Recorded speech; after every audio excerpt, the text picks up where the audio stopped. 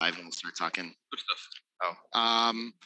Hey, we're probably live right here, right now, with round 6, match 1 of Tuesday, between Amir Eshragi from Iran and Ibrahim Karaca, another Turkish player here. And I've got with me on commentary now, I think we've got the USB mic thing set up, but I've got Jakob Rasmussen. Did I pronounce that? Jakob. Nice. Well, thanks for joining me here. How's the tournament been going so far? Ups and downs. Pretty good match-wise. PRs has been close. I played approximately 4 on average around across the 5 ones, with especially one match sticking out as not being that good. Close matches. It's been a good tournament so far. Very cool. Okay. Is that coming into it? Is that what you expected to average? Probably like around a 4? I'm not familiar with you before. This is the first time I'm meeting you. So learn about your play, you know? I'm a bit disappointed. I would expect between 3.4 and 3.6 by the end of it. Okay, cool. So we got 2 more days to come down on that. What's up? Ibrahim Karaca. I got it for the Turkish player. Thank you. I got a correction here from Hossein. Much love. That's the C's get me every time in the Turkish language. But cool, okay. So your country of origin? I'm from Denmark. Denmark, okay. That would have been the guess. Making sure. Do you play on the national teams for any of the tournaments or anything like that? Or I didn't buy somewhat 0.01, something similar, not qualify for the national team this year. Oh wow! But it was okay because I needed to work that week anyway. So I just wanted to qualify to see whether I could, and I could, obviously. Yeah. But the national team did very well. So no thanks to me. But they played an extremely low average across the entire tournament. I believe it was 3.5 or 3.6 across the entire tournament. Oh, that's amazing. Which is amazing, I think. So yeah. They're a favorite showing up every time. You know, there's not many, like a couple teams like that are just scary good. Always bring a lot of great players out. I enjoyed. I got to go to dinner with that team in Monte Carlo like a couple of years ago, and I really think it's neat how their federation handles the whole like the team like sending them out on that trip, and how it's just the way it's organized. It's really cool. I think that that the Danish federation, the startup in the late 80s, is actually the reason the Danish backgammon is that strong. We had these Carlsberg Cups, which were cups at cafes during the 1890s, where everybody could win a place in Monte Carlo by the end of the tournament. Oh, and cool. This gave us an enormous inflow of players in the 90s. Oh, that's so cool. And that's also how I started, actually. So that's amazing. Well, we'll get back to that, but the match is starting here.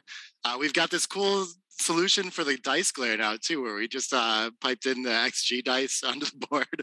This is working awesome. I'm excited about this. The aces after the split. I actually play 6-5 with 4-1, but...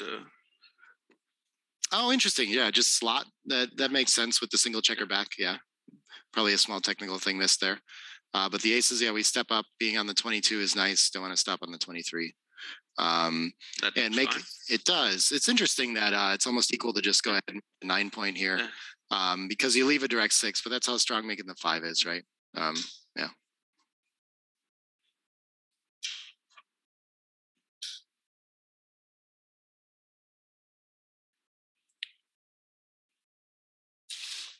I would probably end up just I have a strong preference when you have a chance to make the 5. Like it's usually not, if it feels close, it can't be too big of an error in general, right? So yeah. There's a long game yet, and it's a permanent asset. Yeah. So it's also more exciting to make a 9, like a priming point of the 9 point when it's against an anchor. A little less enticed to do this against a single checker back, since my goal is generally to hit him when he escapes or something, right? And I want a board for that. So yeah, it's a tricky one.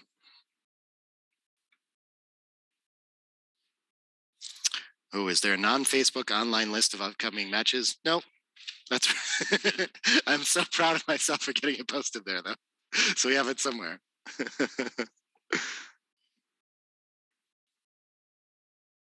This is fun. I mean, it's usually, I like that some Sebastian Wilkinson told me kind of early on, is it feels like when you have two really close candidate plays like this and you see the merit in both of them, like that's, and it turns out afterward that they were almost equal equity.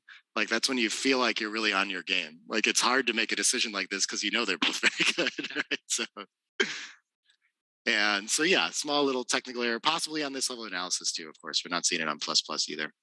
What is 4-4 going to do? I think I'll play all the way around. Yeah, consolidate a racing lead, right? So that's at least 3 of them. So after you've played 3 of them, maybe you just stack up on the 6 point could be fine too. The machine actually likes the 9 point, and yeah, it's on stacks, of course, the heavy midpoint. Yeah, you do have 6 checkers there, and you get to make a nice point. So it's really unfortunate to use all 4 of a set to just run. Right? So yeah, you should be looking for some sort of point-making play. But it's interesting. It's kind of strategically against what you're looking to do too, though, which is just to get that checker around and consolidate a racing lead. But I guess there's still, even when you stack on the 6, you've got to come home somehow without having contact, and maybe it's just better to risk this now. It's actually a sizable error to play it all the way around. So yeah, the heavy point must really mean something here. Yeah. Make if he anchors, it makes us a lot stiffer when we play.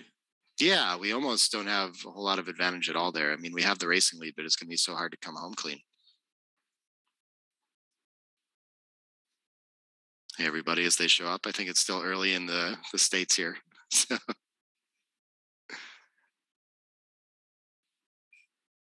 Yeah, there we go. I've still got it on my time on the laptop. Yeah. Okay, and he goes with just racing play. I definitely understand that decision. So he starts by linking. Yeah, down in the race, we can stay back. This seems fine. It would be attractive to go a bit further forwards, but it seems wrong to go with a 23 checker to go to 18. Yeah.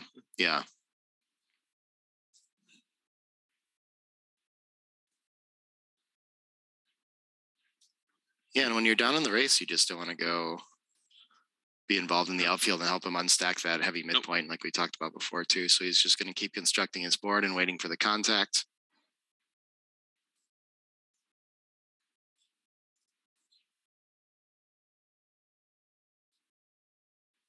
Oh, interesting. We already have a break-even cube decision here.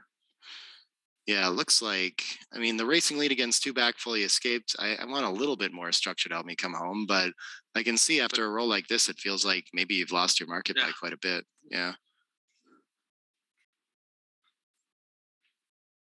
Yeah, seems difficult to take now. Yeah, your game plan is to make a 22 or 21 point anchor, right? Yeah. And he's just going to play it again. I think he's thinking effectively too good that there's not volatility here and he can just cube later.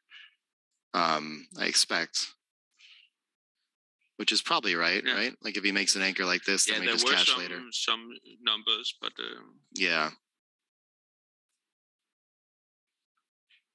And he does pause to think about it now. Okay, yeah. So I think it's, and it's still, this is interesting. Like someone was noticing that it's close to too good in a scenario like this where it's 0.008. I guess you can call it that, but it's more like nothing's going to change on the next roll. The no double is nothing. So so you can roll on. Right. I guess there's like a small distinction between it's not exactly that it's close to too good. It's just that nothing's going to change, right? So you don't lose anything by not cubing. So what is it that you don't want to happen? Aces or something like that? Yeah, aces must be annoying. Yeah. What else? He could roll aces.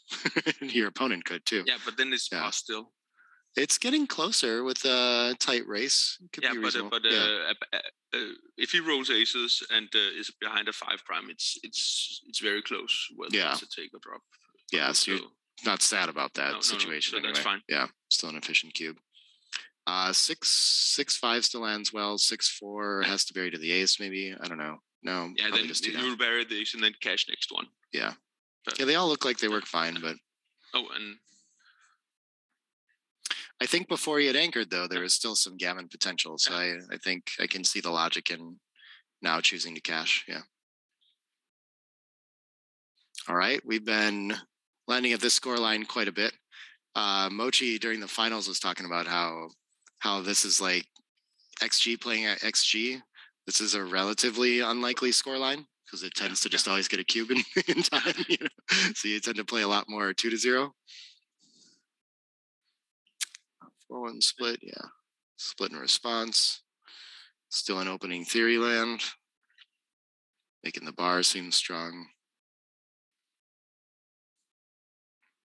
Threes looks like 3 of them can make the 5, so we don't have to leave 2 blots around. What's better than that, though? Then we could also make the 3 and come down from the mid and make 2 points. All versions that make the 5. Yeah. This seems strange. Well, it unstacks 2 points and comes up with 2 new points instead of. But it unstacks too much, I think. Yeah. So the challenge of this, once you make this play, like it just feels like it's still kind of stacky and difficult to develop. But I think the value of the 5 points is just so high. Yeah, which split is kind of an interesting question too. Would you rather come to the 20 or the 21? With the better board, I guess it's fine to vie for a higher anchor, but I think I'll go to the 21. Yeah. For the 23 to keep an eye on the 8 point if I get pointed, and to force him to hit loose on a point that he's probably not that interested in. Yeah, it should be a little bit safer. That makes a lot of sense. Yeah, the full blitzing play just seems like too much, leaving the direct 6. You know, you have better options here. You make this play a lot when you're also getting some sort of compensation in like a direct shot when you get hit. But this should always be a candidate. And he does end up choosing this. They're relatively close. Just 2 points is often better than 1. It gives us perhaps a bit too much.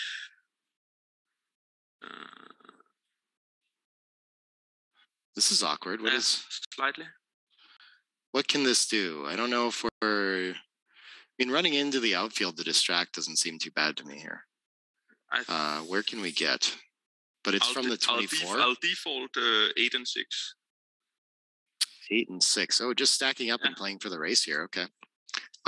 Making the 6 stack, stripping the mid. I don't know how to play this position next roll if I do that. So I have trouble finding that play. Of course, we can't do the standard making the 3 because it leaves a direct 6. Maybe some sort of tempo hit can be okay here too. But I kind of like the 24 to 16 just feels nice because a lot of your opponent's rolls should want to make the 5 point next roll. It gives them a reason to do something else. But they're all pretty close. Interesting. Just seems slightly in the loose end. Sure, this roll, for example. Oh, I guess it's hidden out in the upfield. Okay, yeah. But you get a little compensation now, right? You have direct pressure on the 11-point bot. But you need to respond reasonably well now. Oh, and you do. Yeah. Good stuff. That's fair. You have a lot of blots around if you don't perform.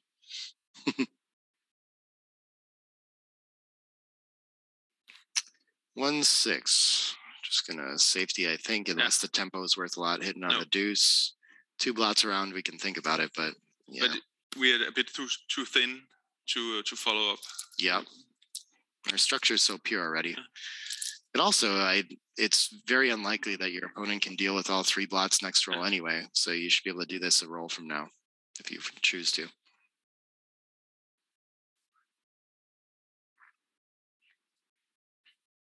Both playing pretty well so far. Yeah. The checker on the 16 is frozen. What? No, 4-1. Yeah. The tempo? I'll do the double, I think. Oh, the double hit? Yeah. Yeah, this leaves so many shots anyway. This leaves a direct plus the outfield, so... Yeah. Yeah, so kind of just tactically must be the thing we have to do.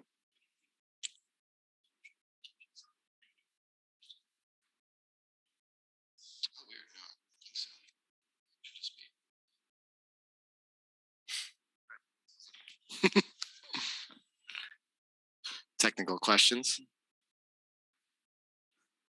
What do we got? We're entering with 2, 5, 3. I don't think white's under too much pressure here yet either, even. No, we're entering poorly. Yeah. I can't see what's 1, 2. Yeah. We have to just make the 5 on head. Yeah, right? I think so. Trying not to even look at other options. Yeah. I know there's a lot of blots around after that. It's a 5 blot play. What would you do? Linking up the 16 to 14 must feel. Yeah, but then you have then there's no ace. Yeah. Yeah. Forced by the evil conspiracy of the dice. And there's going to be a lot hinging on the next roll here. White could kind of take over this game very easily with certain ace responses. There's good duplication of the aces hit on the 9 as well. This is an idea to get rid of 1 blot. It looks passive. Yeah. You're still getting attacked a lot too. This is a thing that I maybe. Oh yeah. Yeah, there we go. It was better. I actually wanted on the 24. So good catch. It's frustrating when people kind of don't realize where to rewind the plays. 6-5 is huge here. Okay. Oh. You wanted to think about the cube there, huh? It's. Are we blitzing or making the prime? Once we have the loose blot on the ace, I think I like this play. But making the bar point, of course, is attractive too. So what are we rolling? 2 up, 4? 2-4. Ooh, this is enough life to play for sure. Then we're good. Yeah. Ooh, we'd love to cover at the 5. Should we go to the 16? Oh, you can make the 16. That looks like a nice. Links up blots, only 2 remaining. Okay. Yeah, he doesn't want to use the mid to hit really out there anyway. So this is a way to do it too. I can't see a good way. I'd like to make the 3 to continue the blitz basically, but I think it's just too loose. I don't see a way to accomplish it. So both look nice though. Yeah. 2-6. That's what it looks like. Yeah. We can still make. Yeah. The anchoring against this blitzing structure is, of course, very attractive. But what's the 6 with it? I guess we could hit loose after we anchor, or we can just slot in front. But this doesn't duplicate anything, so I'm more inclined to. Yeah, I do. I'm kind of afraid of the blitz, so I like this anchoring play. Man, they're all very close though. Again. Of course, it's hard for your opponent, as we saw last roll, to both cover the blot and attack loose. Like he kind of needs a perfect number, has to break the 8, so you're not under as much pressure as it looks like. But yeah, once your opponent has made the ace, there's huge incentive to make an anchor. Of course. 3-1. What kind of clever switching plays do we have? Nothing? Oh yeah, okay. I like this. 3-2 seems like the ace. And a fan. Now white's got a very good board, but the threats seem very real. A cover and a fan is going to be possibly market losers, so I expect we're close. But not much with our table. Yeah, look at this. This I think instincts are right, and what's shifting the cube decision is probably just a little bit of score change, which is very minor at this score, of course. But where does he doesn't want to get to 5 anyway, so I guess maybe it's not actually impacting it that much, huh? To 5 away. Yeah. So he is going to send it. Yeah. Very close decision. I think that's good.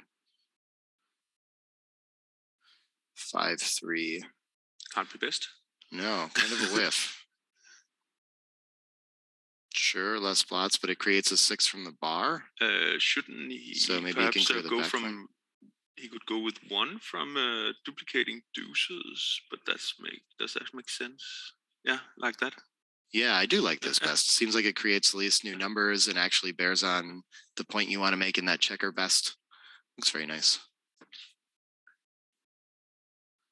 4-1. Oh, that's 4-1. A great roll. Yeah, just anchoring up here and ending the blitzing threat makes that cube relatively impotent now.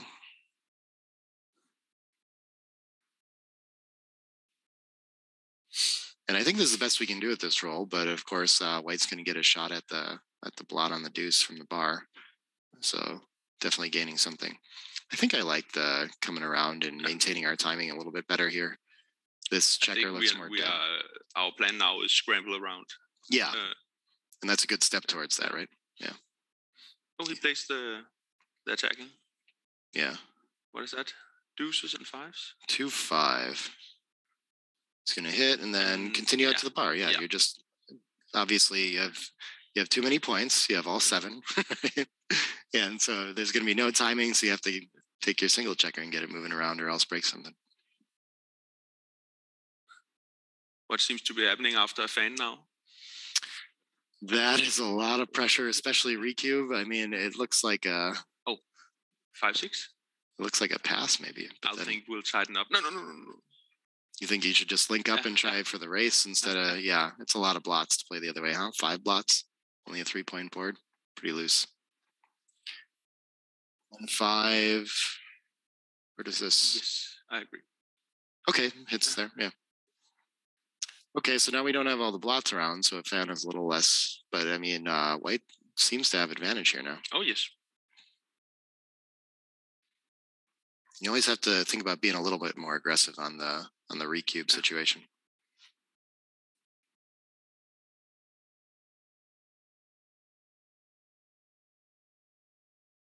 Where's that fan? Nice. A white fan there? Yeah. Ouch. Okay. So green back in the driving very street. Much in the game. Yeah. Yep, he's going to have contact from the 21-point anchor forever. Not too bad. I guess we want a blocking point. Yeah. Even though we really don't want it, it will help us in a second when he enters. Yeah. Slotting? That seems a little stronger. Yeah. But I mean, down can't be too bad. We do want the board as fast as possible for the contact coming. We'll probably don't get any shots anyway now.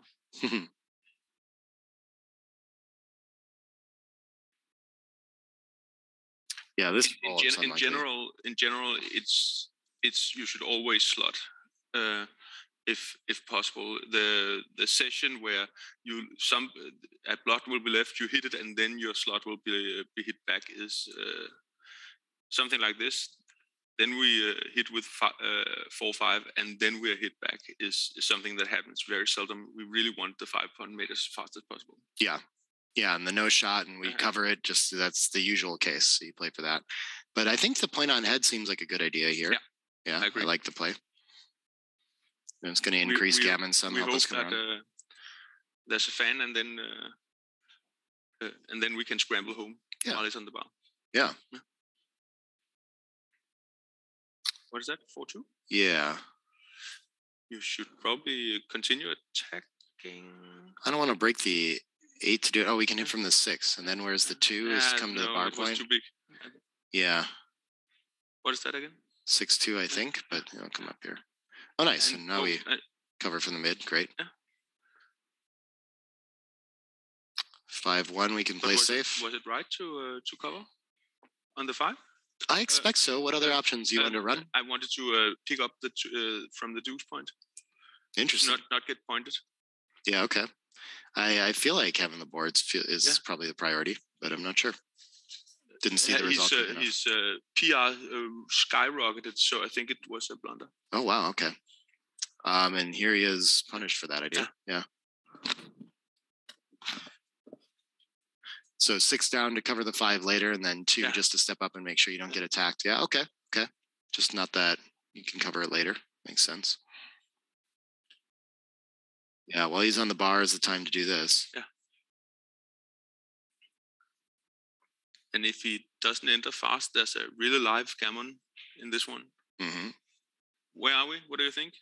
20%-ish? Oh, that's really good. I would assume that it's less than that, but I mean, we can see in the numbers here. Oh, it's quite a bit higher. I think 38. 38. That's after best play. It's hard. I guess, I mean, it doesn't seem like you can just spend the entire game on the bar in these kinds of positions, but it happens, right? And then all of a sudden, you're way behind, Entering on a 4 for that reason is huge. Just to get the checkers from the midpoint moving.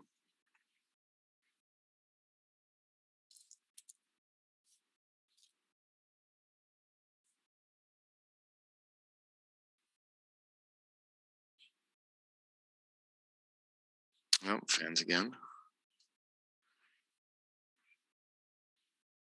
Ooh, wonder what we're up to now. Must be getting way up there, huh? Yeah. Like favorite to Gammon? I'm surprised that's so big. Well, that would be why, I guess. 60% now? Yeah. That makes a lot of sense of why it was such an error to not lift the blot on the deuce. Yeah. More threatening than it looked. Pointing with a 5-point board, I guess. That makes a lot of sense. Often when points are made before the rear guard, it usually becomes a liability instead. Yeah. Yeah, I guess the focus should have been on doing something about that liability. I definitely recognize that theme. It's just you roll a nice 8 and get to cover the 5. Just the way you do that so much. Insta-plate. Yeah.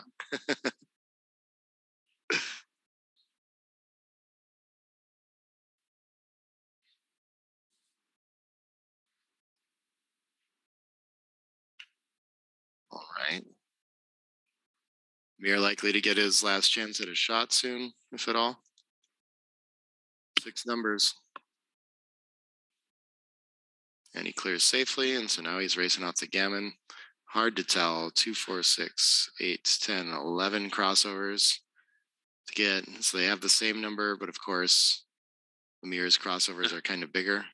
He could have taken 2 there, but he just plays around the bend. That seems reasonable, but I'm not sure. Wasted 0 pips. Yeah, 5-1. Yeah. He hasn't missed a crossover yet, I don't think, so must be on pace to save it.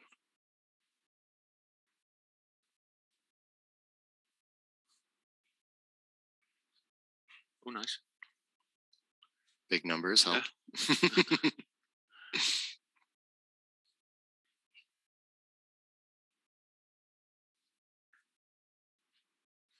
Either way, Ibrahim is going to have a nice lead in this match. Double 3s. Yeah. Is that everything but 2-1? Oh, he rolls the set to put the pressure on the 2-1 too. Okay. Oh, no. Ouch. That's what I get for noticing it, huh? I'll have to apologize to him later. Sebastian was giving me a hard time for doing that all the time. I have no mercy over here. I'm just happy to find all the terrible rolls. That's also a skill set. Yeah.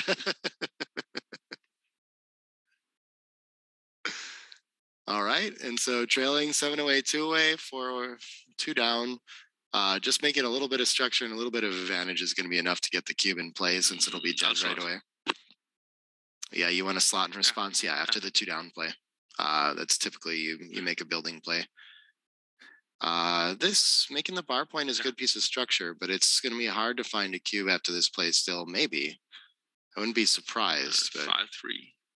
I think Ibrahim's still in it enough. Not enough market loss. Could be, though. What do we have? 4-3. Likely. It's a double split? Yeah. We don't want to strip our midpoint. We don't really want to get into a blot hitting contest when we're outboarded, so why not? Just it's with the priming play too, right? The theme is fine. It's just a bit less attractive when the opponent has a point. Yeah.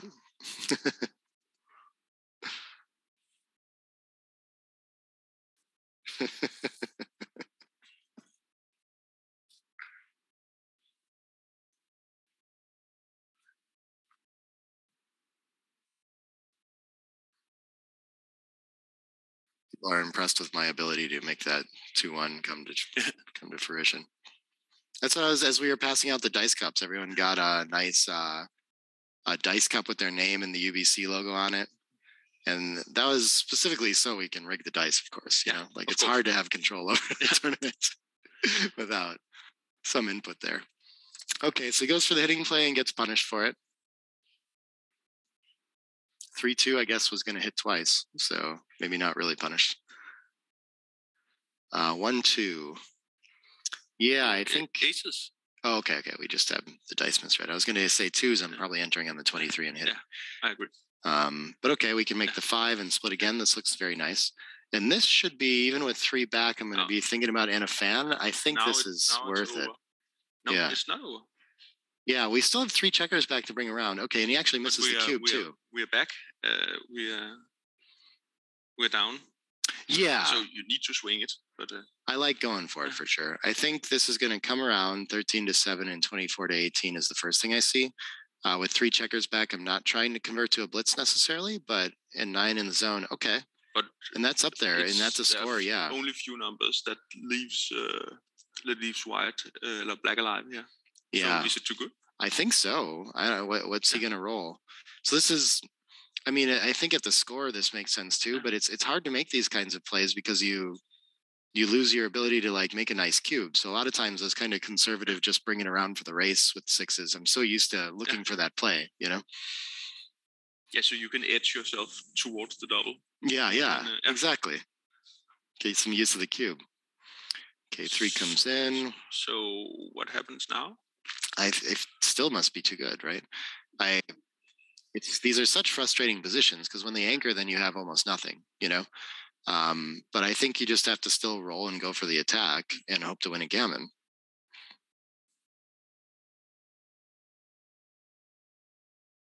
Technically, anyway. I mean, we saw it wasn't that massively too good last roll. I don't think it's changed too much here. But what is it? What happens here if we hit loose and are hit back? Then we turn the cube. Is that the plan? Not clear, but probably. 4 checkers back. The blitz is a little impotent. 4-3, double 3, and double 4. We're sad about our play. Yeah. It could be that we don't have a cube after that sequence you described, though. Yeah, but that's we had two away, a lot away. So, so we really want to be aggressive. Yeah.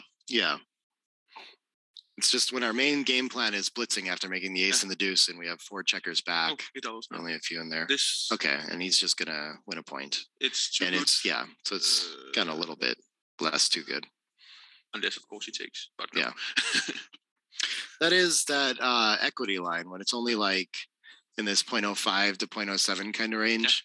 Yeah. Without even thinking about what is my opponent going to think about it, I don't mind making a relatively small error just on the off chance that they do take something like that. Yeah. It tends to pay for itself, you know.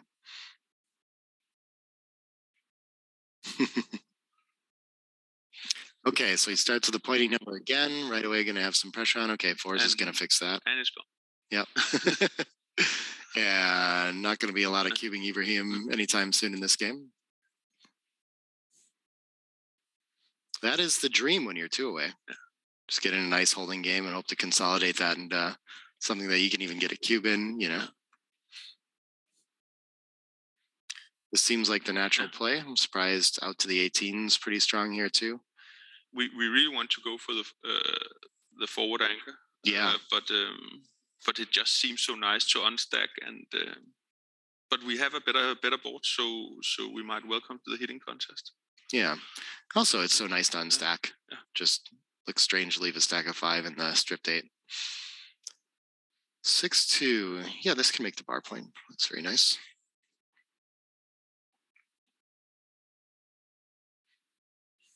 What are those aces?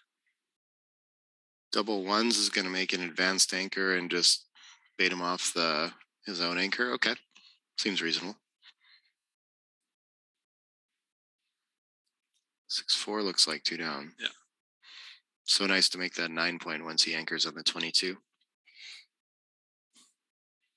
And so will Amir be looking to come off that anchor right after making it now if he gets the opportunity? 4-3 is not going to help him with that idea. Point. I think so. Yeah. That would be my idea too. This 13-9 instead and slotting it. Then we don't give up a point in front. It's very hard to come home against a 20-point anchor without the 8 points. So eventually I feel like you're going to want that. But I like having the board to challenge him and make running a little easier. And okay, make another point back there. Yeah. 6-5 is going to be a little awkward. Is it now? Yeah, it is. Wow. This is very scary to do. Yeah, is this gonna? But I what is almost that? feel like The I have to. alternative really sucks. Yeah, I don't see one, but I also it's hard to see this as an alternative. Yeah. Okay, so I have to. I mean, a big thing to think about at this score too is like, is this somehow going to make me have to eat a cube if I come off this anchor? What if, let's say, he rolls 8 and we fan? Does he have a cube? I would think so, yeah. But I mean, if that's a question, then yeah, it's not now. But of course, he's going to go for this. We might see.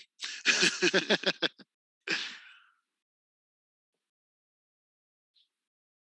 Oh, he performs. Keeps the cube action easy. That's nice.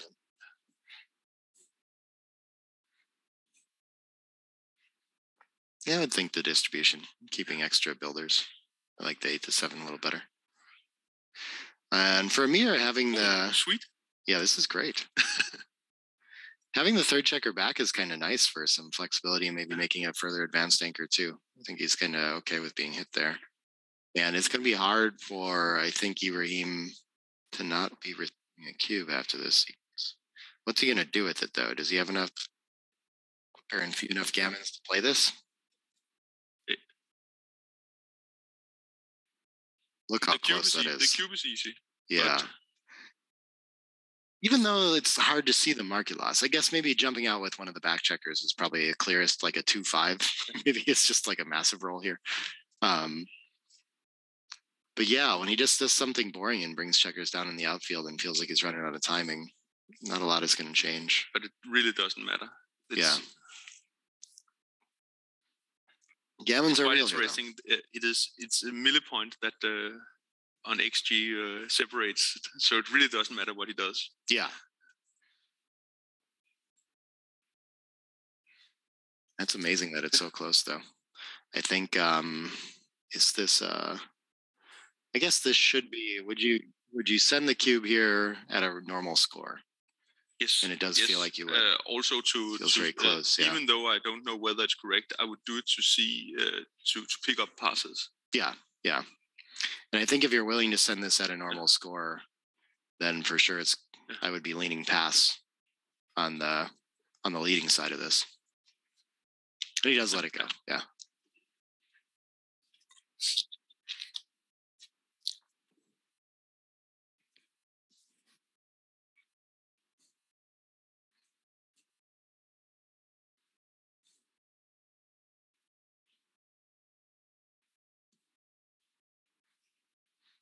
This has been a good match so far. Yeah. We're not certain what the checker error was, but I think not lifting the blot back probably seems to be the big one of the match so far. And 5-way, 2-way, probably as sensitive or more sensitive than 6-way, 2-way. Yeah. Big racing lead, no development on his side. Ibrahim is not going to want to. I think, yes. Yeah, can't split with 10 in the zone. But can this be a cube already? I think so. It's just a racing lead, but yeah, a lot of blitzing threat eventually if he chooses to split. So it's a tough game to play as the leader. Already uncomfortable XG favored a small cube. And yeah, having spent the 5s on the front side, just getting running makes a lot of sense on this play too. This sequence could decide quite a bit when he's missed. Now I think he's going to find the cube for sure. And maybe we're getting closer to the take pass side. Still looks rather takeable. Yeah.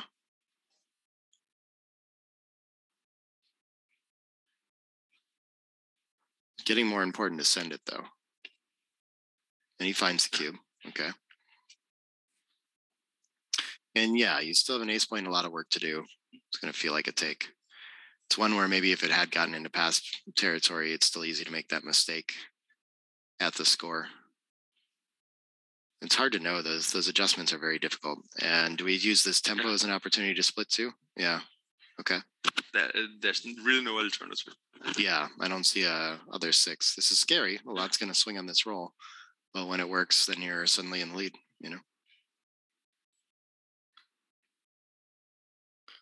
Double 4s. That's a play. Making the deuce is a play. Maybe hitting loose seems like the best we can do with this. Yeah, I think you're right. It's just everything else is too passive and we get attacked a lot anyway. And Gammons are going to go wake up when this works.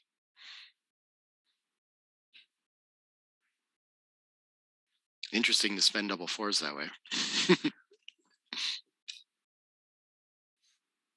Oh, nice. Yeah.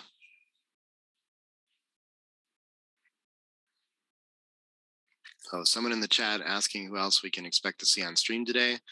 I posted the schedule, all the matchups on the Backgammon Galaxy Facebook page. So you can go see everything that's coming up on stream and everything else that's being played in the room. You can see who's going to have buys and maybe be available to come talk about Backgammon with me. So lots of info there. 5-3, this choice of threes. Yeah, making an asset is nice. Giving up the mid is not so nice. Which is more important here? Duplicate the threes. Oh, it does. This duplicates the ones in the same way, though. Doesn't force him to release the mid, though. 1, 6, 3. We can end up duplicating the sixes if we just come. No, we unduplicate the sixes there. This seems like the natural. Yeah, just to get moving. But we have a. This is tricky. I don't feel like I have a strong preference for any of them. Yeah, 18 to 15. Okay. And 10 to 7 somehow is significantly worse than the rest, according to XG. Okay. Very interesting. Starts with this, even though, okay. This looks like a reasonable play to just get running as well. But covering the ace once you've slotted it makes a lot of sense too. Of course, we're fairly likely to end up in a blot hitting contest here. But the deuce is quite horrible after the cover. Yeah, that's 6 to 4, so I think he just dismissed it immediately. Makes sense. Yeah. Hard to pass up making the bar point there too, but of course, 5 is going to be more important. I want to take the opportunity to slot it. Deuce not great. Not sure how 4 to 2 could be better than 3 to 1. Is the race that significant? I guess if he's just committed to playing a racing play and not contact, that makes some sense. That's okay. And he's already sent the cube, so yeah, he's just trying to clear the midpoints and consolidate his 20-point or 20-pip race and win. I like that the more I look at it.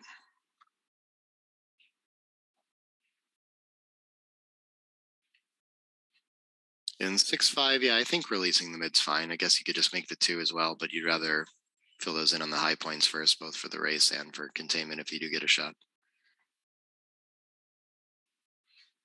I doubt I guess we improve his. Yeah. We improve his 6-1 by letting the midpoint go, but that's about it. Yeah, I think I'm slotting with this instead of making the deuce.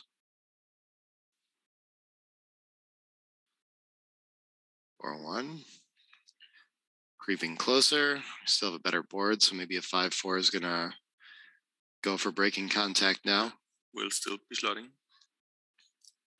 Yeah, I always miss those opportunities, but we can also just make 2 points and be ready for something like a 5-4. That's interesting.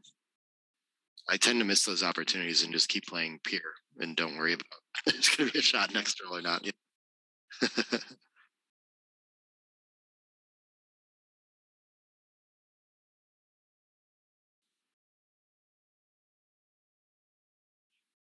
Well, it's some. Oh, I do the other one.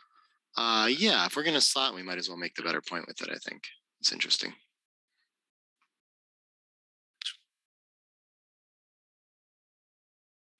Yeah, I guess saving a 6 makes a lot of sense. I'm always tempted to play just 8 to 6 for the race again too.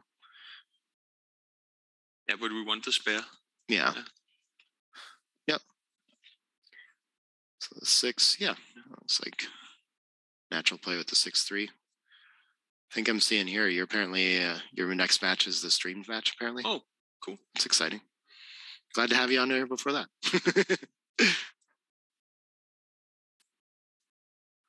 You're playing. Oh, Cunet. I know how to pronounce that one. I think because I've met him before.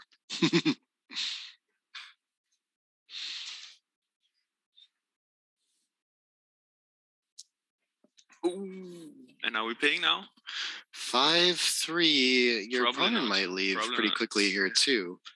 Yeah, I would be inclined to break the 8 Yeah. and just have the Yeah. 6-point board and be in really nice shape there. I guess there's nothing that's going to break Yeah. Green's board after this though, so it's tough. Okay, 5s. That would break his board, but I think he'll just race. And now he's got real opportunities to recapture the lead and just win the match that way. The 5-3 is interesting. I probably would have had to spend some time looking at it. I think it's right. Yeah. Right. You really need something good to pay now. To volunteer. Because it's just losing. So if there were holes or something, you might want to to consider. But if you're not paying now, you can think about keeping the 8 and playing some garbage inside and just trashing your board too, and not because I think you're going to be rooting your perfect board and maybe volunteering a shot on 6's next roll. So I guess just feeling worried about that, I'd look at that for a little while. 20 pips is a lot in the race too. You know, you can kind of afford to start making really impure plays like that. Yes, you do recognize a Danish accent. I've got Jakob. Rasmussen on there. That's right. I think Marc taught me that. You just have to say everything softer.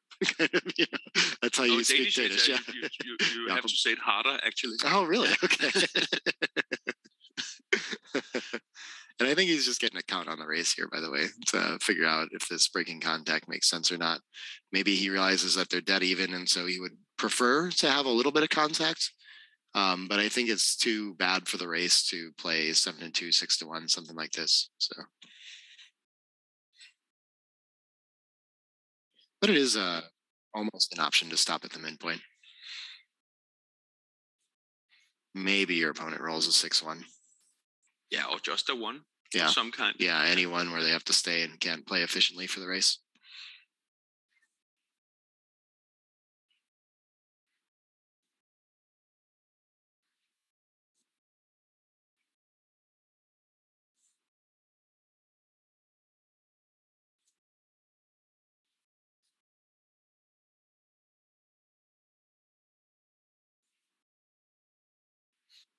And has he officially gained the lead here in this race yet? The pip count is even, but he's got the first 2 checkers off. Distribution's probably like a little bit favorable. Looks evenish. Yeah, 55. Oh, that's going to change it. Yeah. Big favorite to win the match, and then if we can trust the 3-ply analysis, he's leading the PR race in this match too. We have seen some pretty big swings in that when we run it through plus. I think the first match that we streamed with Dirk, he was like within 0.3, had lost by 0.3, and plus changed it to him winning by like a full PR point. Okay. A full 1. So there can be some big swings on that other analysis levels for sure. But I bet more often than not, it stays the same. 4-2, nice shot. Huge favorite here. Probably going to need 2 sets right away from Amir. I guess there's some magical 2 1s back to back. And that's not it. All right. Good match to Ibrahim. Well played by both, of course. Man, we've seen some pretty strong PRs on the stream across the board. This is like typical 10 out of 3 and the 2-5, you know? Yeah, thanks for joining me on the commentary too. Good luck in your next match. Thanks. And we'll probably do some interviews with the players if they come on over here too. But yeah, it's been a pleasure. Nice meeting you. Nice meeting you. Right. Thanks. Cool. Bye now.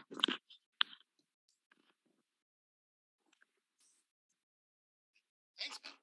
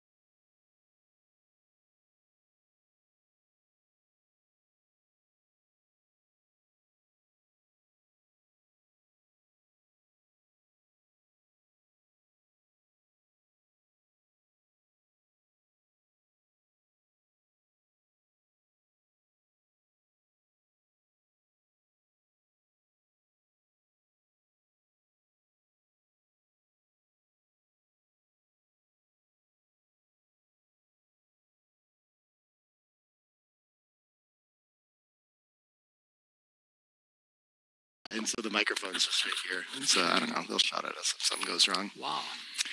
I can check the stream too, but I'm betting we're live. We're here with round 7 of the UBC Contender tournament with a matchup between Jakob Rasmussen. I'm too American to say these names, you guys. And Cunet Argun Genc. I might have remembered that right. Gen? It could be. I don't know. But yeah, I've got Michihito Kagayama. How's that? Pretty good? Okay, sweet. I got Michi here. He's got his off round this time. Yeah, so I guess before we get started, I wanted to share that I just finished your most recent back checker strategy book. As always, lots of very useful information in there. Your book seem to make their way into like backgammon parlance so quickly, right? Like all the double falcon and things. This is just how everyone describes in the butterfly anchor. It just takes over. You've got a knack, I guess, for coming up with terms like that. It's really cool. Thank you. Yeah. How long does it take you to write one of those books? Oh, my next. How long did back checker strategy take you to write? It took me more than 2 years. Oh, wow. Yeah, okay. So first, the title should be Game Plan. Yeah. But I found that the subject game too big. Yeah. I narrowed it down. Yeah. Yeah, it's about back checkers. Of course, also back checkers is also a big topic, but yeah, I categorize the formation back checker 5 groups. Yeah. No, I think that's like a really useful way to do it here too. And we're kicking off. But yeah, I did notice that you could have called it a lot of different names, but you're thinking about game plan in terms of back checkers, right? And I think it's like, I don't know, it's a very useful thing that way. So, yeah. For me, game plan is a bigger subject. Yeah, of course. And we've had books on game plan and lots of theory about that, but few that are so clearly categorized around the back checker situation. I think that's super helpful.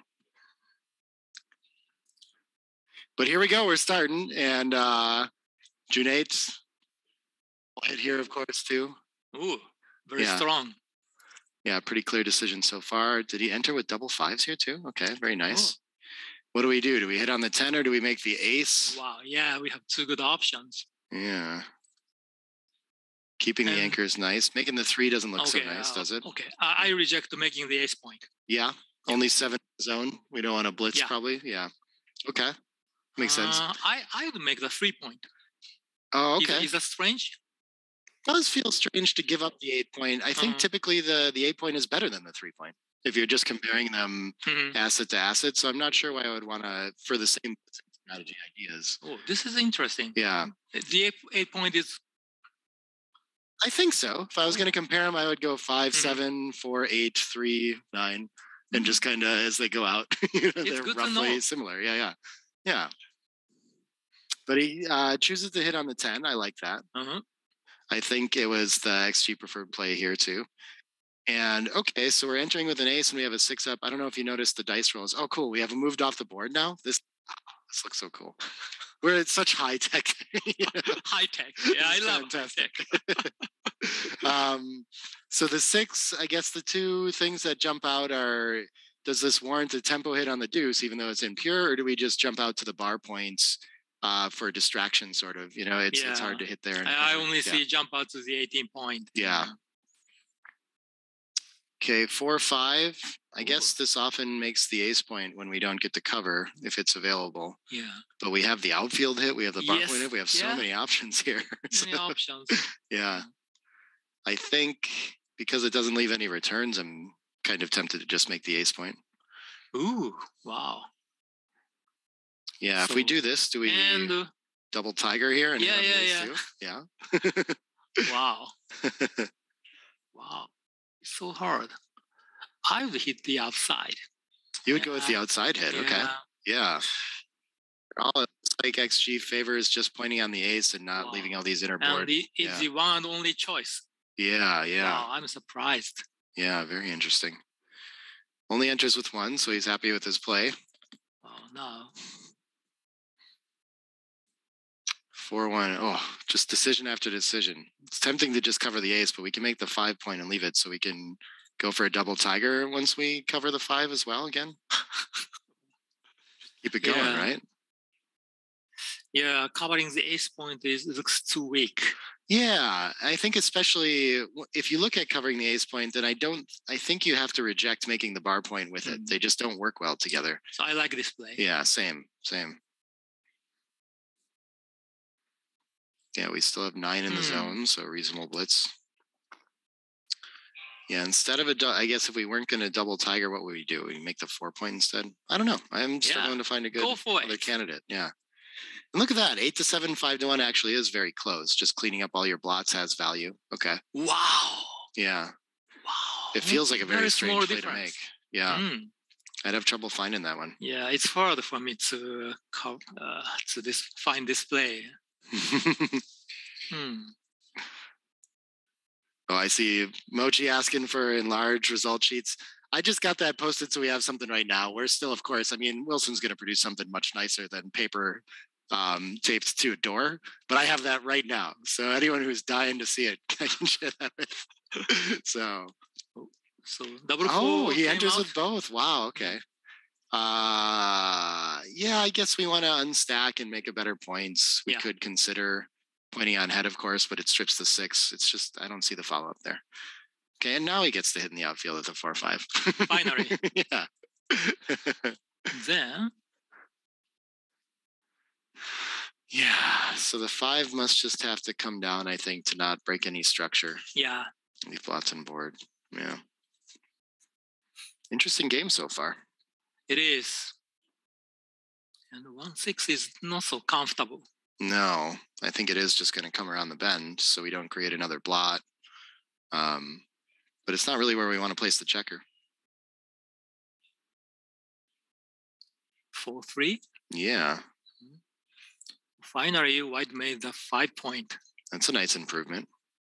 It is.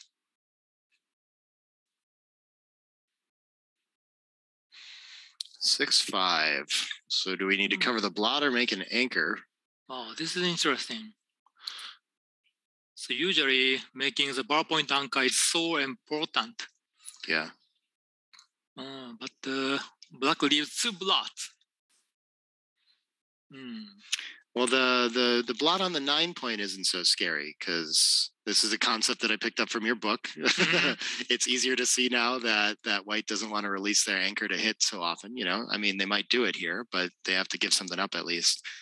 But play B here does look kind of nice to just make the board not have the stranded checker on the 3. But you can be primed if you don't do this, right? So it feels like really reduced white's offensive options with this play.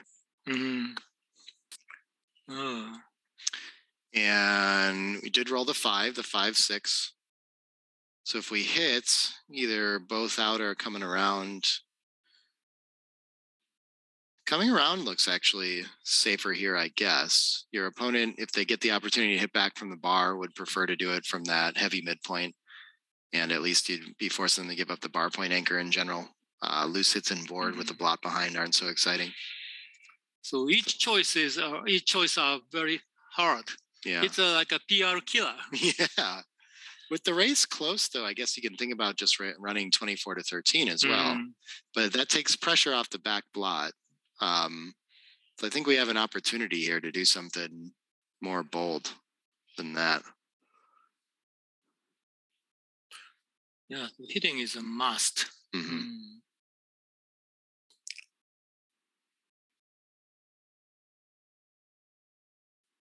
Wow. Yeah, people asking. I posted a picture of the results, the preliminary results sheets. We haven't posted it or like taped to the door here.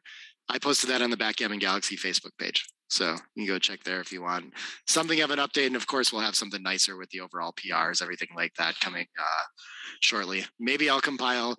If I do enough spreadsheet work during lunch, I just won't eat all day. Then you guys can have results, right? Everyone needs it. And I'll pass out on stream. I hope that's okay with everyone. If I don't have food, I can just keep making more coffee and that'll keep me going, right? That's good. Wow. So Yeah, Jakob took a long time. Yeah, he's really struggling with this play to find. I mean, there are a lot of compelling options. I guess it's kind of reasonable to look at. Have you ruled out making the 3-point and doing something quiet like that too? Yeah, you wouldn't make that play. How big of a difference? Not a huge one to come out here. How much difference is? I see 069. Ooh, well, it's pretty big. On like 3-ply. Wow. Not a blunder, but I think just visually, I guess there is duplication with entering numbers, but he goes with this one. Okay, understandable. 4-6 rewarded. That would be getting hit, I guess. No, it's not. So now he's going to come out to a double shot instead. Okay. Yeah, I guess I don't see a better 6 than that. And that lone checker stranded on the 3-point can finally be hit unless there's a better hit in the outfield or something like this. That's a stubborn blot on the 3-point. It's been there a long time. Yeah. He's surviving. Yeah. So if we hit on the 10, we duplicate 3s. If we hit on the 3, what is our 4 with this? Is the tricky part. I guess we could just clean up 9 to 5. That looks kind of nice. But now 6s, 5s, 4s, and 3s, all of those entering numbers hit in the outfield. So this, I mean, of course, we take away more pips, keep our opponent from building. So this looks like a natural play, but I think it's just a tactical numbers consideration kind of. If you look at the other 16 to 10 hit, I think it happens to duplicate 3s and just leaves a lot less returns from the bar. Yeah. And keeps a liability for green to have to deal with in their board later too, you know? Yeah. There are so many return shots after hitting on a 22-point. Yeah. That's a tough one to find over the board, though. It's easy to just think that the priority is to take away the pips and start there, you know? Here we see what we expected. Everything hits from the bar. So 2-1. We can anchor, or we can 15 to 13, or we can continue the attack is an option too. Wow. He just made that one quickly. That was automatic. Yeah. So many decisions in this game. 2, I think making a point seems pretty nice. Yeah. This game is too difficult to play out.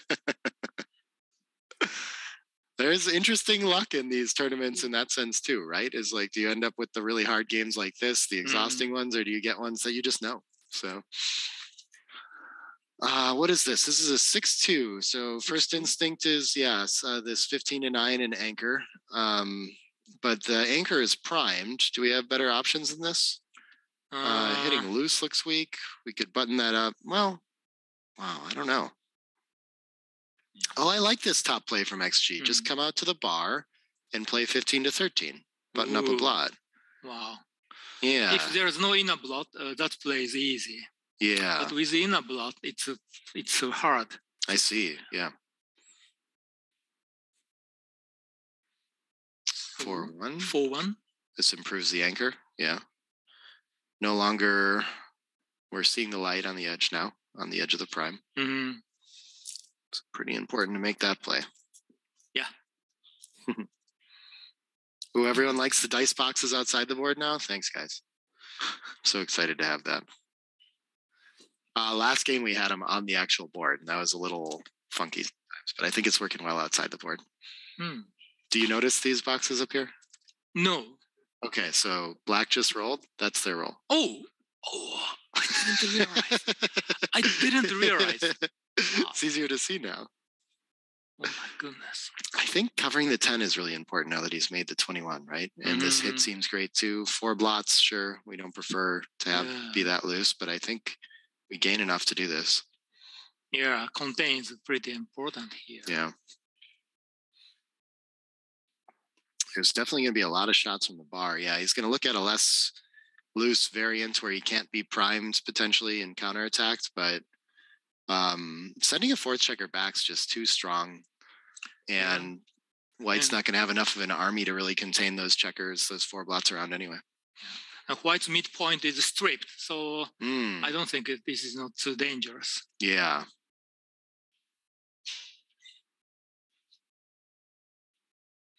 Someone hopes we aren't getting commentary by Beavis and Butthead today. I don't know what that means. I hope we do. That'd be awesome. Oh, you're checking the comments. Yeah. I try to keep an eye on what's going on YouTube. I hope that's Seb and I. Seb's fun to do commentary with. So this is tricky, I guess. Enter high and hit. We can hit anywhere we want. And so we can enter anywhere we want. Yeah. And he chooses to enter high. If we enter on the 24, then we have sixes to come out. I would have spent some time with that play, but he didn't have to break the midpoint. So maybe this is best just for that simple reason. Is that your play? Probably. Yeah. They're not giving us time to figure it out. Yeah. Actually, this game is very exhausting, but I'm surprised. This is the first game still. Right. Still a centered cube too. How do you like that? Okay, that's a nice development. And Green would really like to leap to prime with one of them. And where's the 4? Sure. I guess you can keep going. He doesn't need to keep that point. And playing the checker 9 to 5 just kind of takes that out of play, prevents him from making the bar point. Yeah. I want to say now black has a clear edge, but not anymore. Yeah. And hopefully you'll see this time that he can afford to give up the 16 and it's not really doing anything for him. Because everything else with the 5 is going to be quite destructive. Yeah. Leaving the 16 point must be okay. Yeah, but he skipped it last time, and so he thought it was an asset, you know? I'm not seeing how it's really helping him. It's snug with the prime like that. It feels like it's a link to your back checker, but there's no midpoint to contend with, so it's kind of, you don't need it, yeah. So after playing 16, 11, yeah, and so he is sticking with this theme of keeping the 16, like he thinks he needs it for some reason, yeah. He hits, really? Yeah, well, I mean, he played 9 to 5 last roll, so it's not too surprising that he continues with that idea. Okay. Yeah. Oh, you read the mind. Yes, of course. Wow. And it's beautiful. Prime has collapsed. Terrible entry. Oh, what a great shot that is. Hops over the prime and takes advantage of that poor entry right away. 3-4, okay. This is going to hit for sure. And then do we have to hop out of to the bar to find timing, or can we afford to cover the 3? I feel like I need the flexibility of the other play. Okay, XG doesn't care because it's going to pass. They're pretty close. And this is 5 checkers back, should be the hint here, but this is not the easiest cube as Green for me to find even. And he's shaking and rolling. Yeah, okay, so misses it. Is that an easy one for you to find? No, I don't think so. Yeah. 6 now. Oh yeah. Now you have some market. Now it's so good. It looks like it is. Yeah. Like it can roll on. Okay. But he's gonna cash now. So, okay. Yeah, it's an easy pass. Is it? Yeah. Okay. Okay. Yeah, 5 checkers is a little too much to hope for with only 4s and 3s out, huh? And the next roll is just going to potentially crash and ruin everything. Yeah. It's easy for me to underestimate that with the 21 point made already, though. You know, just feels like, well, I've got an anchor. How bad can this be? So now they have the second game. Yeah. Yeah, I believe they expect to have an easy game. And they got to this 1-0 scoreline, too. After talking with Mochi about that at the finals, about how XG tends to end up at 2-0, you know, because it always gets in cubes. I feel like every match has started 1-0 here so far that I've watched so far. Oh, he goes for the double hit with the 4-3. Interesting. Oh. Actually, I agree After with making the 4 point? Yeah, okay, okay. Yeah. Yeah. As long as he breaks the 8 point, yeah, hitting loose protect that blot. Yeah, okay. So the cover, if we're going with blitz, then I think we just play down, right? I'm surprised splitting is pretty close, but this feels more like game plan oriented. Yeah, this dice roll is pretty important. Oh. Okay. And you found a good one. Now, black is a favorite. Yeah. Yeah, fan, I think we were going to have a double, and it was going to be getting confusing on the take pass side. 2-1. Yeah. Do you split the back checker? Against double fives, I thought you were supposed to keep it, but then the other side of that is that your opponent has an advanced anchor, right? So this is the most natural play that I saw right away, is just making the 8. I kind of like the idea of blocking the 6s and making the 11 instead, given that we're down in the race, and I'm not too scared to play 8 to 7 with it. But interesting, yeah, okay. If you do make the 11, you should split here. That's tricky to find. I was not even thinking about my back checkers though in this position. You know, I'm thinking about what I need to do in front to survive this, and I guess I'll regret that and think about splitting later. It does. Oh, yeah, this is a pretty good find. Yeah. I mean, Black's front position though does look pretty overrun, doesn't it? Like you don't want to split into this. It looks like he's going to have a hard time finding constructive rolls unless it's attacking. 2-1. Oh, this is nice. If he does bring a checker out into the outfield, gain quite a bit. Yep. And that is interesting that he doesn't even think about, okay, just plays safe, doesn't even think about hitting from the anchor either, which is wise there. Yeah.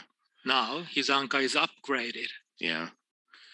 Can't reactivate the blitzing potential though. So green's going to stay on that 20 point. 4-1 is going to remake the 8, it looks like. Okay. And they're in a reasonably close race in this mutual holding game, so both sides have pretty good chances. Yep.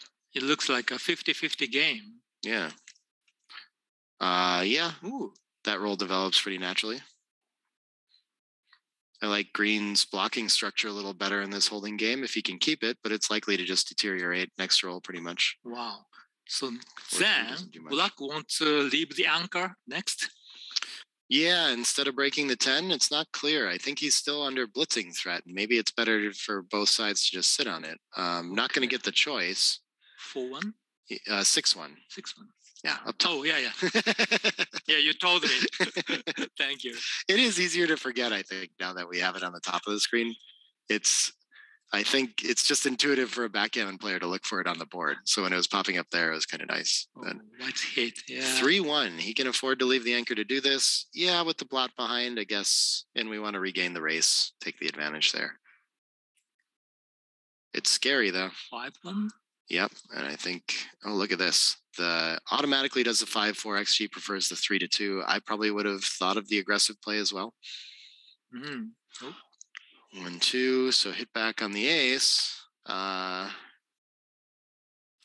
needs to perform here. Oh, I think a fan is going to be enough to get the cube.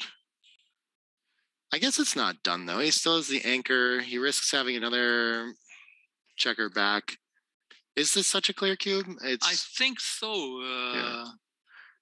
Yeah. So how about the race? Leading 22. Okay, it's a big. But it's a few rolls away from getting the checkers around, and then he still has the contact with the 11 point against the 20. So this feels like a long game. The thing that's hard for me to assess is this risk of having a 5th checker back and how many gammons there's going to be, just like last game. That one was a little more primed, but still there's a lot more gammons than you might expect in a game like this, you know? But so to me, I guess maybe I'd send the cube on the threat. I'd be less clear on that. And I feel like there's enough going on to take this for a long time. Yep. And they agree. Double 4s. Okay. Gammons are going to get a lot more real now.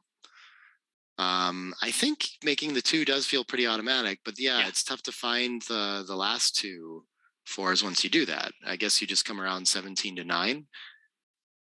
Or switching to the bar point from the 11. Yeah, I guess. Wow. Oh, okay. Oh, it's another option. I didn't see that. No, me neither. I guess once you switch from the bar, though, this must be better than playing 6-2, right? Yeah. This is a good find. I guess it duplicates the 6s to leave the 11, but I kind of liked that feature of being in the way out with that 11 point. I guess he cubed because he's leading in the race and wants to get rid of that 11 point contact too. So this is a good opportunity to do that. So I was just thinking about that point all along. He does want to get rid of that. Yeah. Okay. Yeah, but anyway, making a new inner point is a must. The question is which point? Yeah. Well, the 3 is better than the 2, and it keeps spares on the on the 6. So I like that. Okay, Yeah. 3 is better than 2. Yeah. That's for sure. Yeah, 100% sure. I think so. I mean, they're really close here. Maybe it looks like plus actually favors the 2. Interesting. Wow. So this feels like a market loser too. I guess you could have possibly passed after this sequence. Yeah. I believe so. So now I see the value of the cube. Now white is winning gammon. Likely to, yeah. He's got to make sure that if green enters on the deuce point that he can attack and prevent the double anchor game. Okay, coming in on the 5 fixes that. Mm-hmm. Double 6s. Ooh. Oh, only 3 of them available. Okay. Mm-hmm. Yeah, it's a pretty safe. Entering on a 5 gives some problems with that 11 though. How did we end up with the 11 point again? Oh, because the blot was there and the 17 linked with it. Didn't we just fix that? That's funny. Oh, he doesn't want to leave shots and break the 11 now while his opponent's on the bar. That's interesting. That might have been an opportunity there. Okay. 5. Okay. Wow. Or you might get to do it it should safely. be his best. Yeah, looks very good. We can, okay, 6s still play okay if we do this. We don't have to leave a shot, I guess. Mm-hmm. But yeah, coming to the bar point feels pretty natural there, doesn't it? Yeah. He's playing a little conservative with leaving shots while his opponent's on the bar. You can afford to take some bigger risks. Yeah. Wow. It's kind of a nice time to do it. White might lose gammon after double 5. No double 5? All right. So you like finding the nightmare rolls too. Okay. Yeah. Okay, I appreciate it. I got in trouble for that last game. So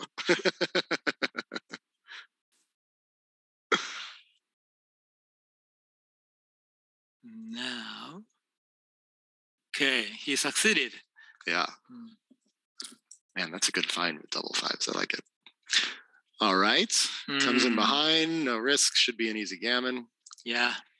99.2% XG thinks. Okay. So the score will be 4-1. So 3 away is a difficult score in backgammon. It's very difficult. Yeah. And I've seen at least one player on stream just treating that like the way I tend to deal with the 3-way score is try my best to not even think about sending a cube. Right? You're not gonna make, yeah. But every now and then you get into games where you get punished for that, where it's like correct and you have to. And we had at least one game on stream so far where that was the case, where someone really needed to find one in a sequence. And that's just pretty poor luck, I think, if you run into that. But usually you're going to do well if you just forget that you're allowed to send a cube. Okay. Okay, you stand back for the backgammon decision, it looks like. Now he has to leave, yeah. Is it a small trick?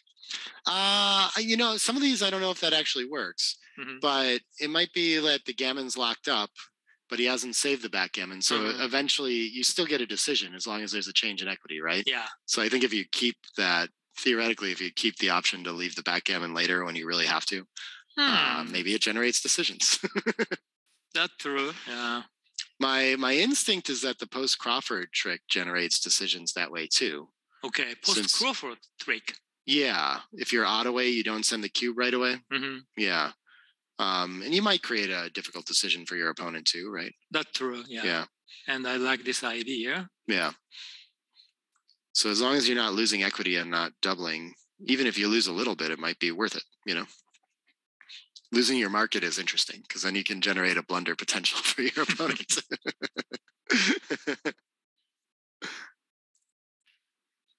Yeah. So making a 3-point anchor is good for white. Yeah. Even though it's not a great anchor. Yeah. It's a little early for it, but the stacky position, there's definitely some blitzing potential here. 5-1 is awkward. What can you do with that? Oh, look at this. XG just wants to leave the anchor. That's the best you can do. Really? Yeah. Oh, it's very hard. I kind of like that. I'd play 8-2. Oh, you would hit. Okay. I mean, you're slotting or hitting into a double shot, right? So it's just really unpleasant in a close race. And you're kind of primed anyway, so. And actually, leaving the 3-point anchor is it's a nature of that anchor. Yeah, yeah. Yeah, which I described in the book. Yeah. This is earlier than you're usually thinking about it. Exactly. At the score, it's almost scary to do too, right? You generate some volatile games that way. Mm. Oh, look at this. Happening? What is happening? Green has a cube after the loose hit on the deuce, apparently. So without any in-up point. Yeah, just with 3 checkers back. And I mean, it's really poor distribution. So I can see it somewhat. Oh, but now the situation has changed drastically. Yeah, and he's going to switch to an attacking game plan. Not usually what I'm thinking about with the 22-point anchor, but it makes sense. But given that you have this option of just making the 9, you can make the 20 as well and just bring another checker down. That looks so structurally strong. Oh, he's going to advance the... Okay, that's an easy thing to miss. Is like we're very quick to want to make the 5-point when we have the option. But I've seen a lot of times against that 22-point anchor that the 9 can just be better to block 6s out, to have him not at the edge of the prime. And of course, if you get the opportunity, you'd rather use all that mountain of checkers on the 6-point to make the 5-point. 4-2, okay, kind of a whiff after being hit.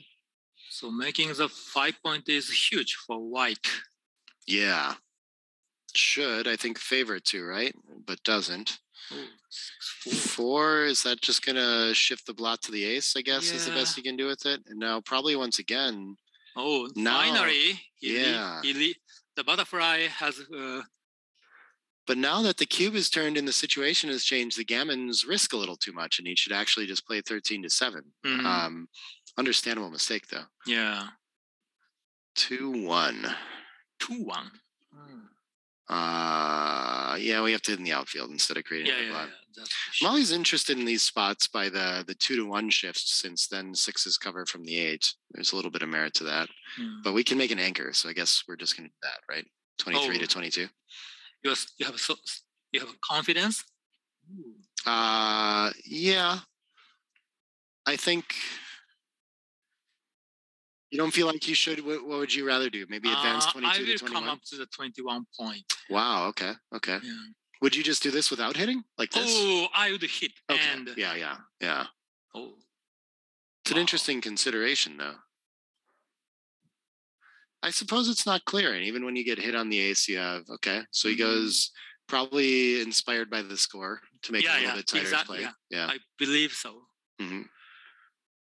This feels like it should just anchor and clean up a blot, I would expect. It does make a mountain 6 checkers on the 6th, though.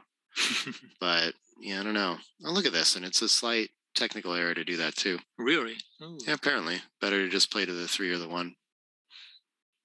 I guess he still has a plot and board. Yeah, it's hard to take advantage of that. No, the race is... Green is going to be, or is ahead 16 right now 16. Before the roll, I think. So ahead 9 now, unless he's, So Green wants to run. Yeah. And needs to, is running out of time, right? Okay, that ace point is made now too. Now running is not easy. Yep, got a lot harder. Yeah, I would be inclined to take the 6-5 distribution instead of making the point, but I'm not sure. 2's played pretty poorly. So we create one here. So 4-2. Oh, it's another problem. Oh, but because of these 2 in a blot. Oh yeah, we can play a little looser if we want. So what do we? Is 16-10 the easiest way to take advantage of that, or do we want to break the midpoint, something crazy like this? Yeah, 6-10 looks natural. Yeah. This feels like it leaves no direct shots, at least. Oh, this is clever. Yeah, and it allows us to build the bar a lot. Yeah. Yeah, for black, hitting indirect shot is almost impossible. Yeah. So this is not leaving a shot. Yeah. Okay. Maybe, but if black hit a blot, do you hit?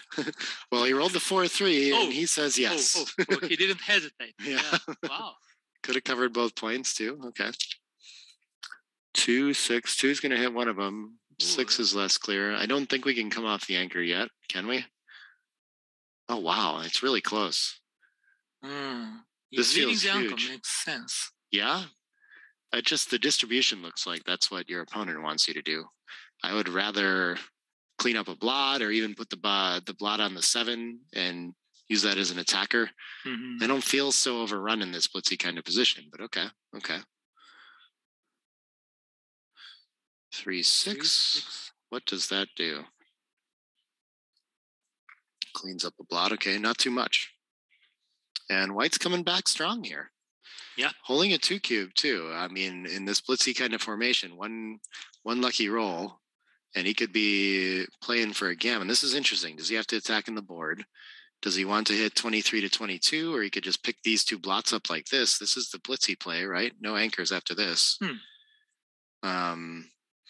But yeah, the 23 to 22 sees the light. It feels hard to pass that up, but we can also see after this, now opponents' 4s and 3s are both very good. But when you hit both, the 4s aren't so great, right? Wow. So it's, I think, entering numbers from the bar are a little weaker after you hit both. But I think this is hard to pick the other play. Yeah. I would hit on the 22 point. Yeah. Yeah. Oh, it's a nice coming back. Again, very tough ones. What is this, double 2s? Oh, another decision. Okay, double we can. 2? Yeah, we can make the anchor the 4 point. I think we have to make the 4 point here because we're trying to just run off the anchor anyway, right? But again, like just not trivial decisions ever. Wow, it's hard to see who is the favorite. Yeah. Oh, that's a funny play. Oh, danced. And a dance. Okay. Are we hitting behind again? Or do we need more ammunition? You'd of course prefer to hit on the 5. I guess after you hit 8 to 3, there's not really any attacking or covering follow-up. So maybe bring in a check around. I would almost, Yeah, I like 13-8. Okay. And that over 15-10 as well, because we can still lose and get stuck behind opponent's good structure. Oh.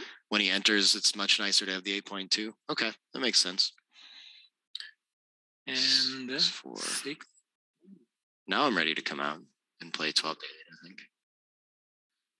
Unless there's some weird alternative here. This is going to require him to leave a direct 6 from the anchor, I guess. Or he's supposed to just play to the 2. Okay. So the play I see instantly is close, but yeah, why do we need to play this tight? We need the anchor so much, huh? There's just too much potential. Yeah. For green to attack. Okay. I'd leave the anchor. Yeah, I would too. Again, the score must affect it. Yeah.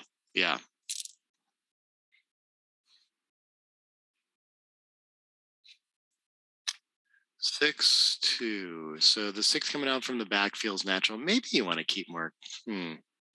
That's interesting. And 5-2. Yep. This makes sense and step up. So 23 to 16 was the first thing I saw too. 2 is a must. Yeah. Then, so you'd step up. I would step up for sure, and then I'm not sure about the 5 around or the 5 out. 5 out feels very good though. Yeah. Wow, W5 is. That's a huge turnaround. Best. Yeah. Is it better to stay on the 22 here so we have 6s out as well? You can play 2 to 1 with it, but you can be attacked behind too. So he chooses to come up to the anchor. Looks like XG preferred that as well. So the race is not good for white. No. And it's going to be tough to fade a 1 here now. I guess green's not so excited to hit that. Doesn't want to leave fly shots when white still has a board. Temporarily better board. But to win gammon, white must be happy to hit. Yeah, that's true. This feels like W2. A pretty natural play too. I'm not sure why. Why would we prefer? I guess we make a stack of 6 versus 5. It's interesting to think about playing the 2 to 7 to 5 instead. Yeah, as long as the greens are ahead in the race. Yeah, just clear from the rear. Yeah, I would think so too. Ooh, it's working. Another good dice. Yeah. And I know we could potentially roll a 6-3 after this, but you're 1 roll away from clearing safely. So I think you just play in like that. People always have to look at the nightmare roll first before they make the 5s play, right? What is that? 6-6, much better. Maybe you'll win a gammon. Yeah. Yeah. I believe there is a decent chance to win gammon for green. Yeah.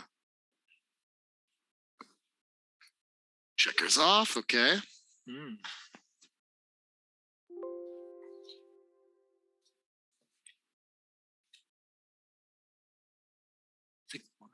Six. 6-5.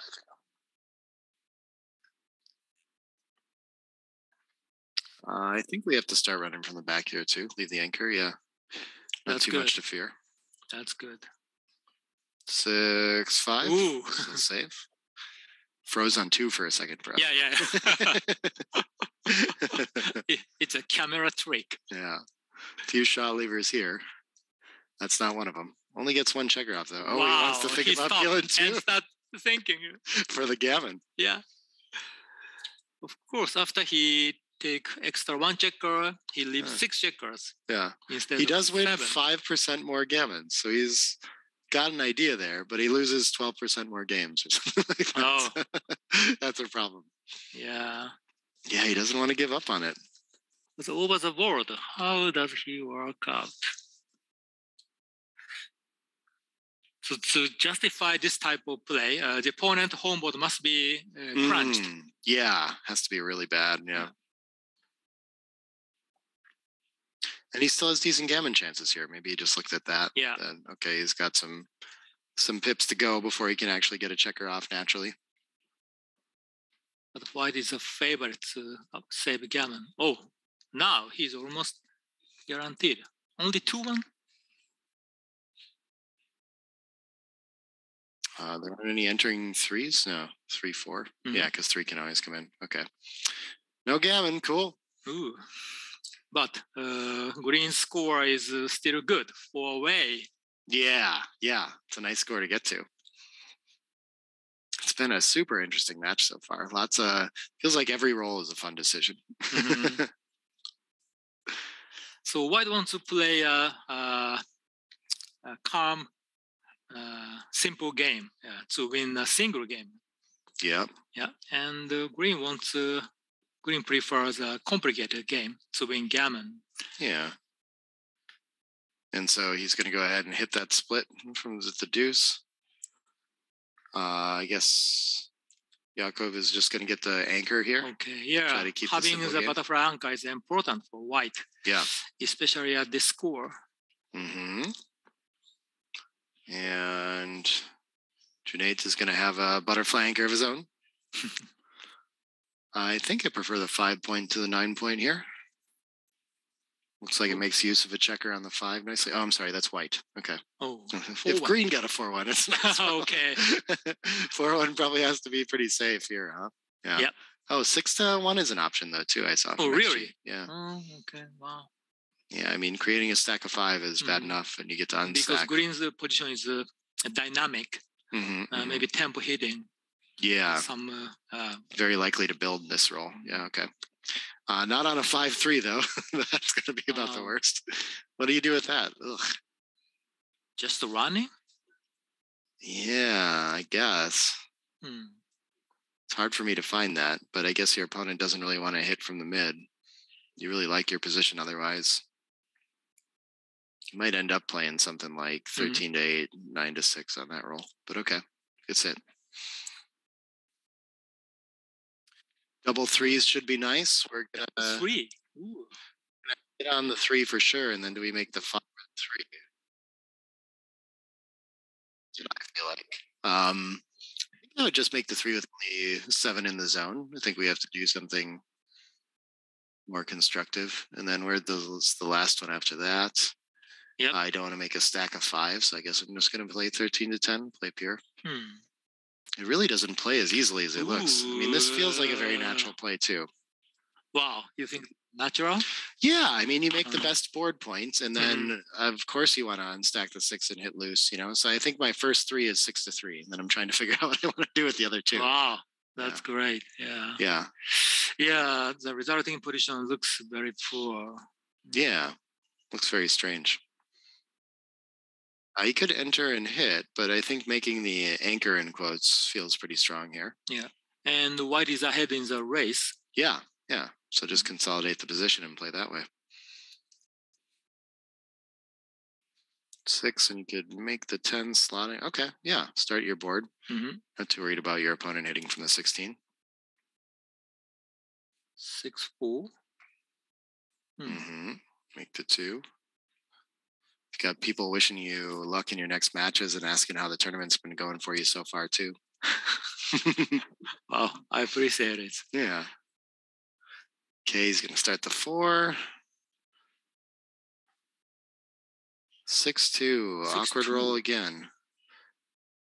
What is the best we can do with this?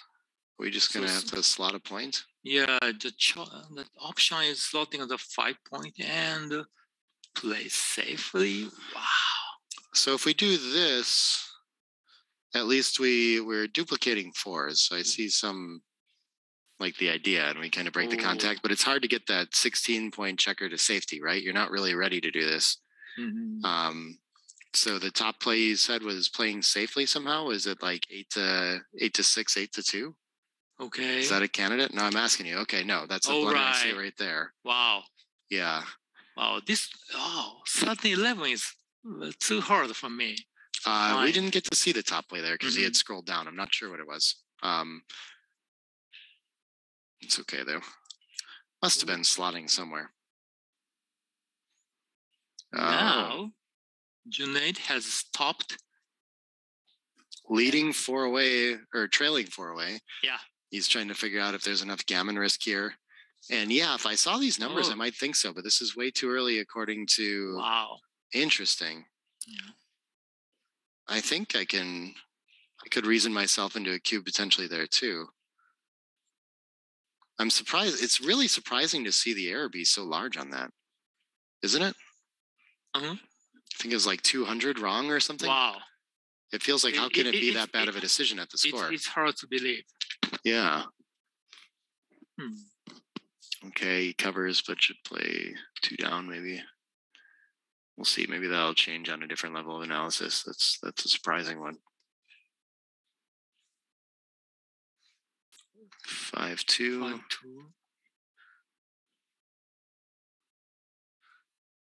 Interesting. XG's got some big play ideas there. Okay. What? 6-6?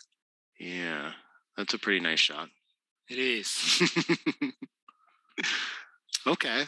It's going to be tough to find a cube in this game, but I mean, actually, if he makes the 5 and 4 points, it might be the kind of game where you could send it. If he's got a huge racing lead. Mm-hmm. Gammons aren't really much of a threat. He's just likely to win. Oh, and step 1. He made a point. Wow. Yeah. Is this enough to think about a next roll? So in a normal score or money game, yeah, now it must be a very strong, nice cube. But at this score, cash point is 81.4%. Yeah, something like that.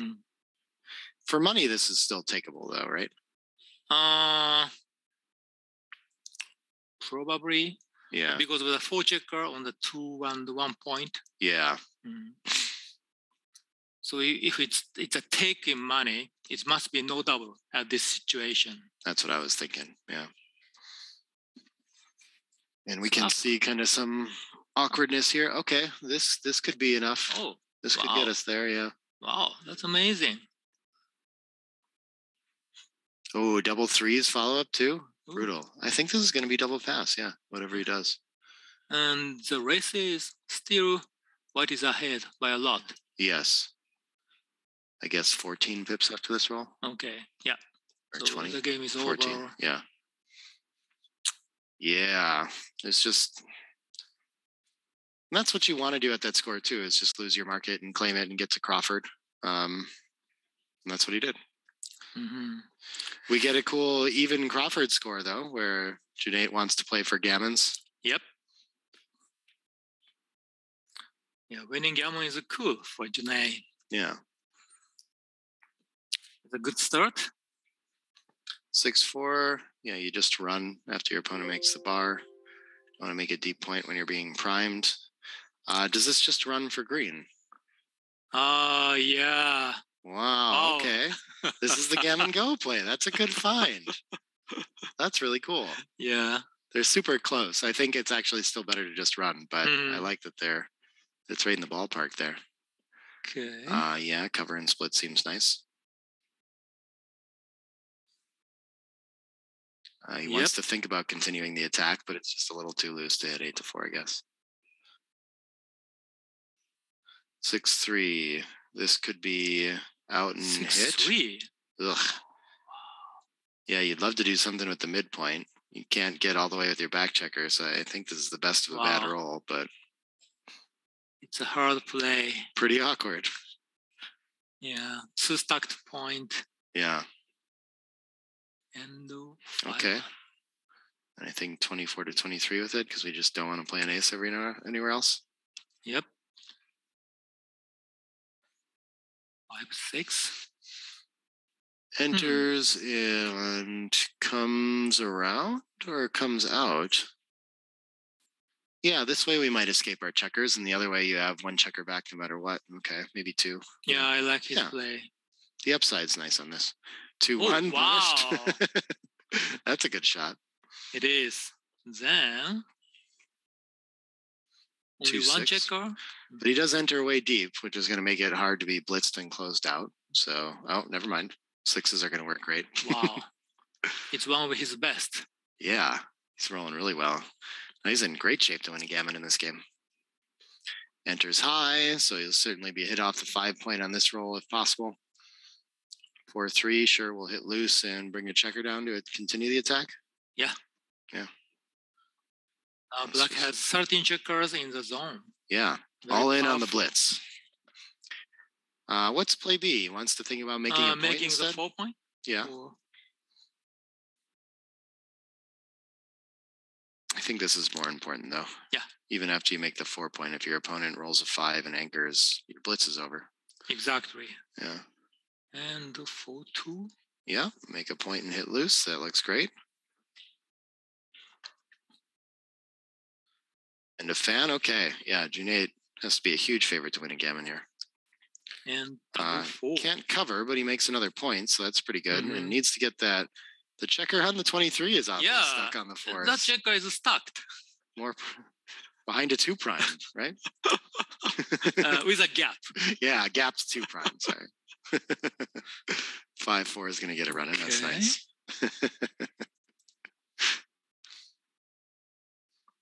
I talk about the 2 prime as a joke all the time. I never thought of calling it the gaps 2 prime. That's good.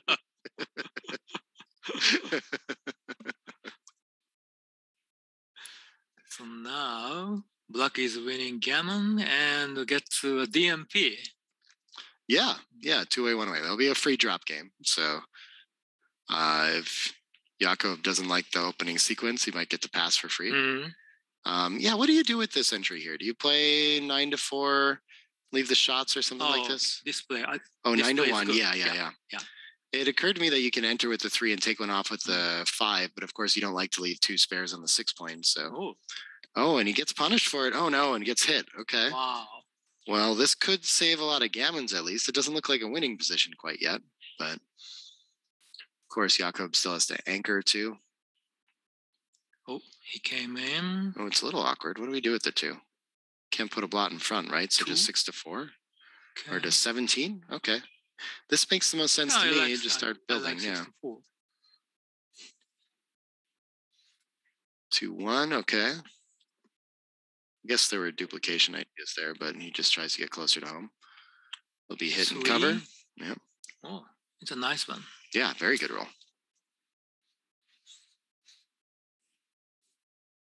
Yep. And in general, the default for Cunet is going to be to play everything from the back checker, so he doesn't end up killing his time on the front and maybe releasing another checker or anything like that. What is this? This is 5-6. Okay, yeah, we're going to make a point for sure. Then he's going to clean up. Oh, with a 6? Wow. Yeah, that feels very strange. I think so too. I would think that I would, and XG likes that best. I would. Really? 2014 is what makes sense to me. Yeah. It's amazing play by Jakob. Yeah. Oh, how do they find things like this sometimes? Yeah. Right? Oh, the gap's 3 prime holds now. 5-3 can point on head. Pretty nice.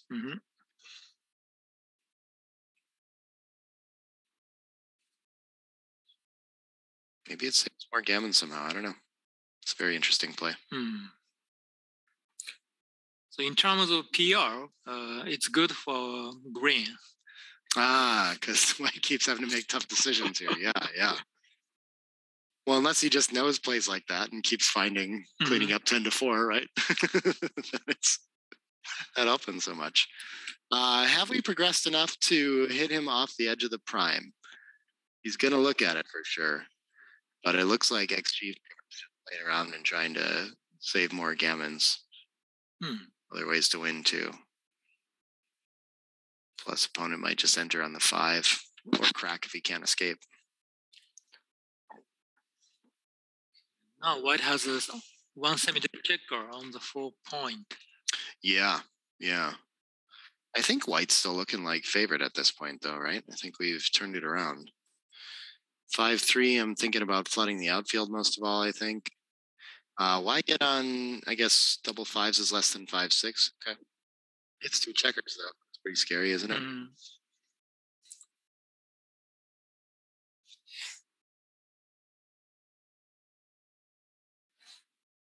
5-3. 5-3. Oh, it could make a blocking point in front too, but okay, this builds better for the 5 point, I suppose. Now White has 3 builders for the 5 point. Yeah, that's the next key to this position for sure. 6-3 could make the ace and make use of that checker on the 4, but maybe bringing something around to contain on the high point and focus on that is worth a little more. You open up a 5-2. Create some other problems. Yeah, so I guess we just have to make sure we make the 5 point first. Yeah, White can take a risk. 1-4. Okay. And he makes the 6 prime. Okay. Ooh. Wow. And with only 4 checkers off, I think Jakob is going to be a pretty clear favorite here. Yeah. More than 80%. Yeah. 85, 89, something like that. Okay. 89 is too much. Yeah. I think it's without the closeout here, he's only 74. And White structure is not great. No, it got pretty ugly bad numbers. Here. 6-5. For example. Wow. Not terrible, but not great either. Ooh. Okay, this is not his best entering ace. Is it good news or bad news for green? Looks like 1% wins good news. Slight good news. Wow. Interesting. Well, I'm not sure what the logic of 3-1 instead would be. Duplication. Yeah. Oh, okay. Yeah, good point. Would have made this roll a lot less bad. Okay, now, it's close to 100%. Yeah. Jakob survived that sequence. So we were already talking about the free drop on the post-Crawford game. And now here we are. Maybe not with another game in the mat.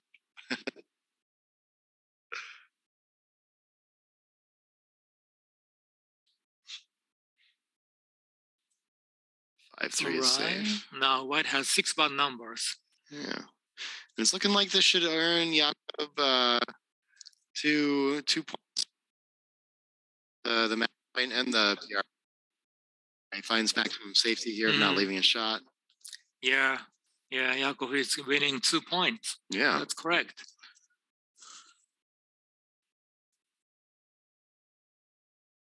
Free 1. Wow. Clearing the 4 is better. I prefer his choice. I can see how he played 6. Now, that's some chance. Yeah. If another 6 comes out. 6-4. He has some chance. Yeah, they're on like nearly the same roll here, right? I guess green is only trailing by 2 rolls, actually. Yeah, okay.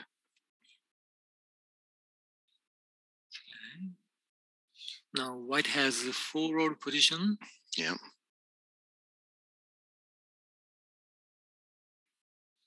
Green still with 5 rolls. Needs sets. Yep. There's one of them. Oh, okay. Wow. No, 3-row versus 3-row. Yeah.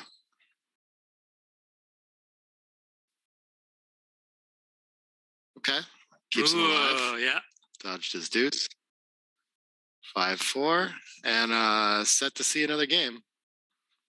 5-4 is not going to do it. Okay. Well played match. Thanks so much for joining us. How has your tournament been going? Oh, my tournament? Yeah. Wow. Yeah. I'm not so great. No? Especially in terms of people. Oh, really? Yeah. That's you run into some tough. Huh? Yeah. I tried to just win the match. Good Plan idea. B. How have you been transcribing your own matches and recording them then, or did you just get the files from the team? You for the team? How did you get your matches? Have you been transcribing Mate, them? Yeah, sent me. he sent them to you. All Okay. the match files. Gotcha. Okay. That's very comfortable. Yeah. Are you games or something? You think's going on? Yeah. And a new idea from these match files. Oh, cool. Okay. Yeah. So you ran into something new. Yeah, that's really cool. Yeah. I'm very happy. Sometimes it's nice to play poorly because you learn. You need to understand what you did. Sebastian Wilkinson told me. Yeah. He's. I got the new idea. Yes, exactly. Well, really cool. Thanks so much for meeting. Thank you for having me. Yeah. Okay. That's rest of the day, and we get to go get have some lunch now. Yeah. And I will work on calculating those results for everyone too.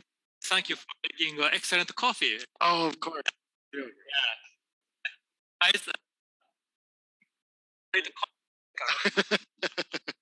Come to Istanbul, and I'll share with everyone. All right. We'll talk to you. We'll be back at 3 p.m. our time for the next match after lunch break. That's in an hour and 20 minutes from now.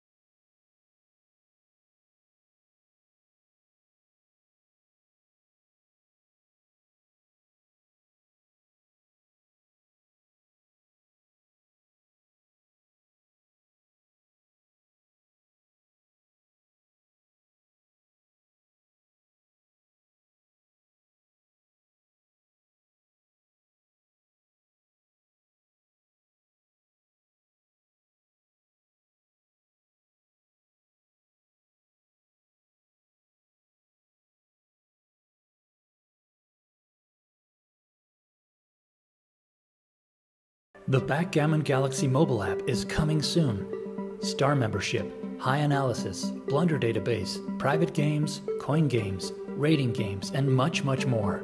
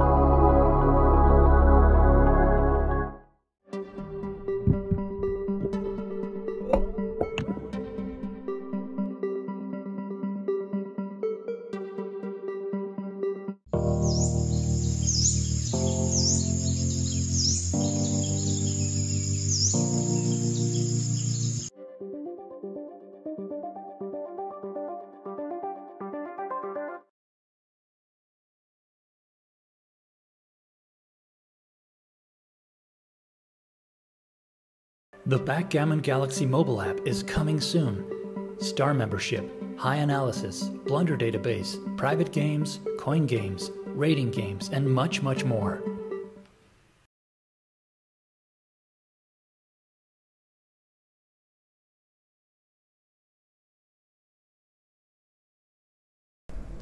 Interesting, well-played match, except for the first. The Backgammon Galaxy mobile app is coming soon. Star membership, high analysis, blunder database, private games, coin games, rating games, and much, much more.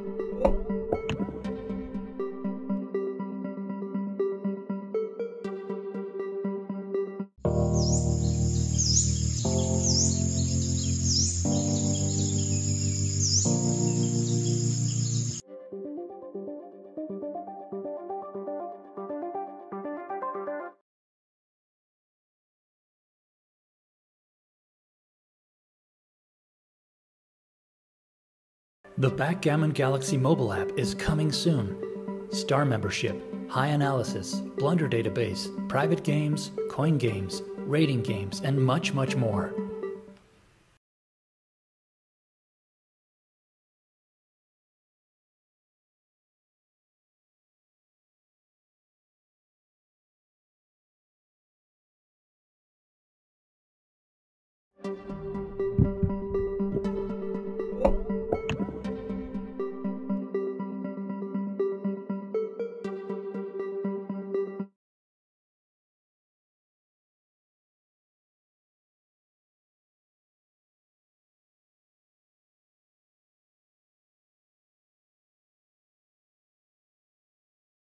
The Backgammon Galaxy mobile app is coming soon. Star membership, high analysis, blunder database, private games, coin games, rating games, and much, much more.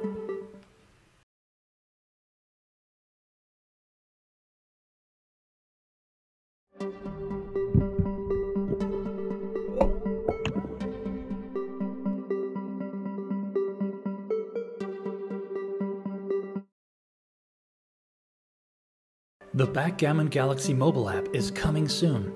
Star membership, high analysis, blunder database, private games, coin games, rating games, and much, much more.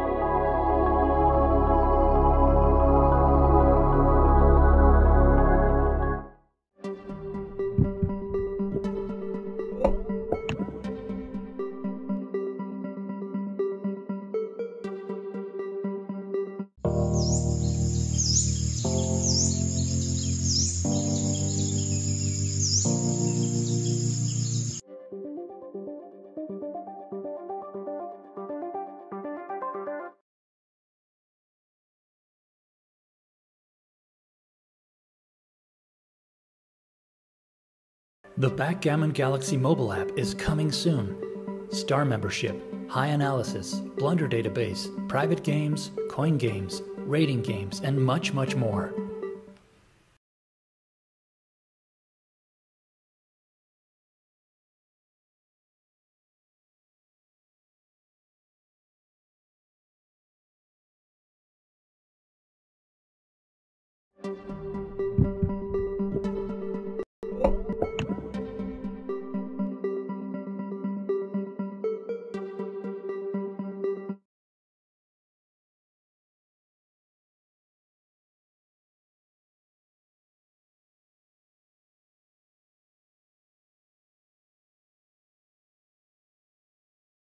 The Backgammon Galaxy mobile app is coming soon. Star membership, high analysis, blunder database, private games, coin games, rating games, and much, much more.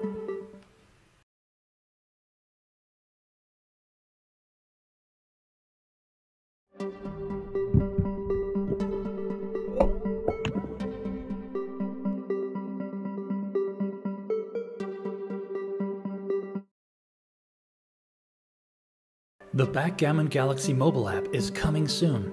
Star membership, high analysis, blunder database, private games, coin games, rating games, and much, much more.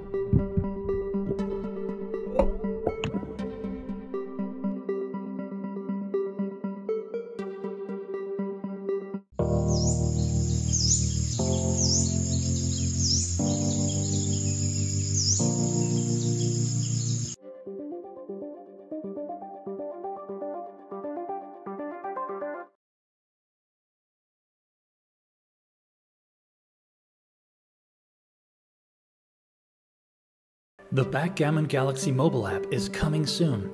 Star membership, high analysis, blunder database, private games, coin games, rating games, and much, much more.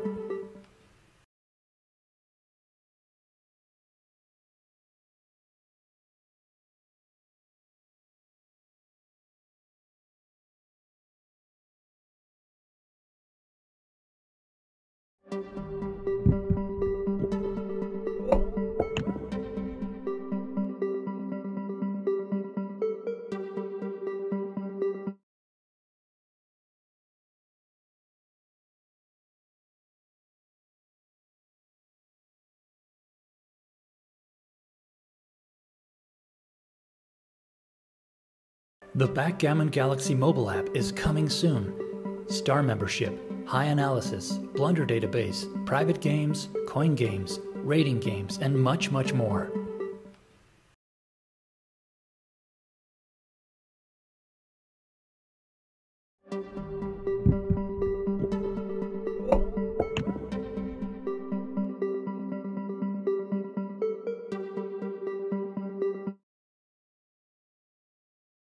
The Backgammon Galaxy mobile app is coming soon.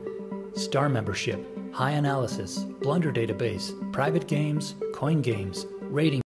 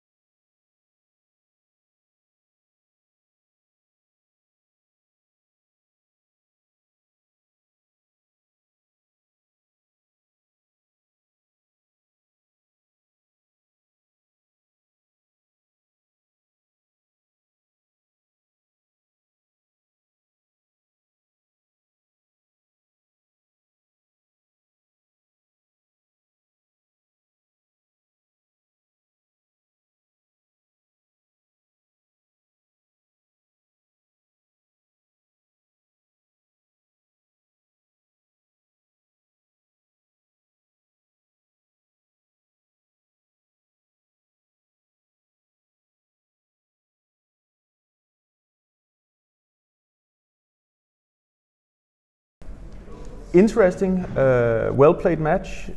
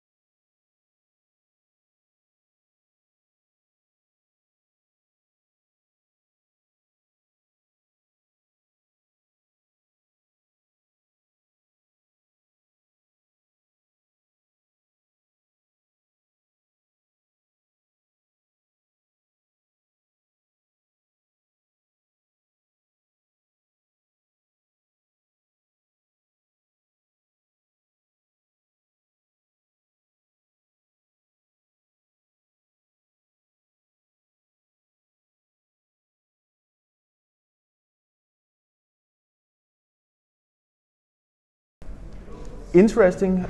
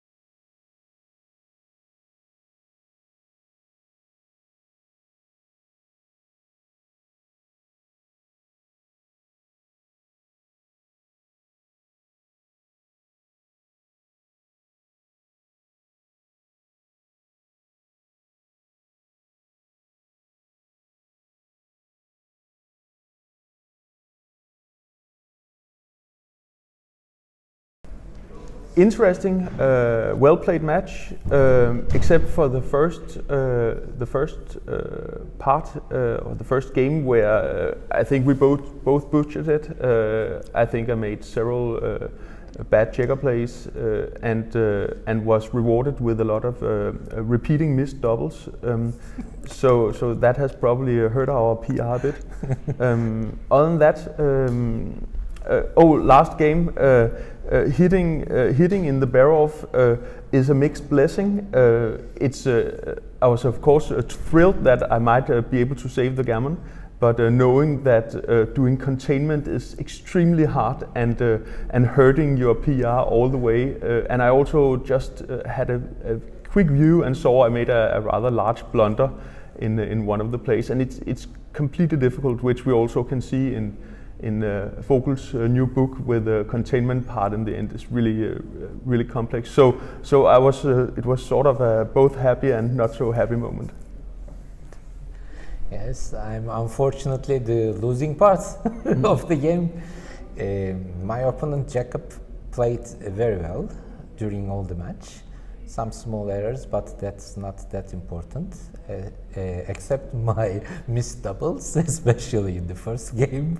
There are horribles, and repeating missing doubles cost a lot. In the last game, as Jakob pointed out before, when he hit me, I thought that this may be benefitable for me in pure wise, but he played quite well the containment game, so he deserved the win. Very good player, and I wish him good luck for the rest of the tournament. And you too. Thank you. It's been a pleasure. Yeah, pleasure. Thank you. Okay. Do you think live stream affected your game? Maybe a little bit excited. Okay. But not sure. In one part of the game, I played a 6-1 in a wrong way, giving my opponent an opportunity to hit, but that's not required. And after 2 seconds, I saw, whoa, why I put my checker there, etc. But otherwise, it's very funny and exciting. Thank you very much, by the way, for the stream.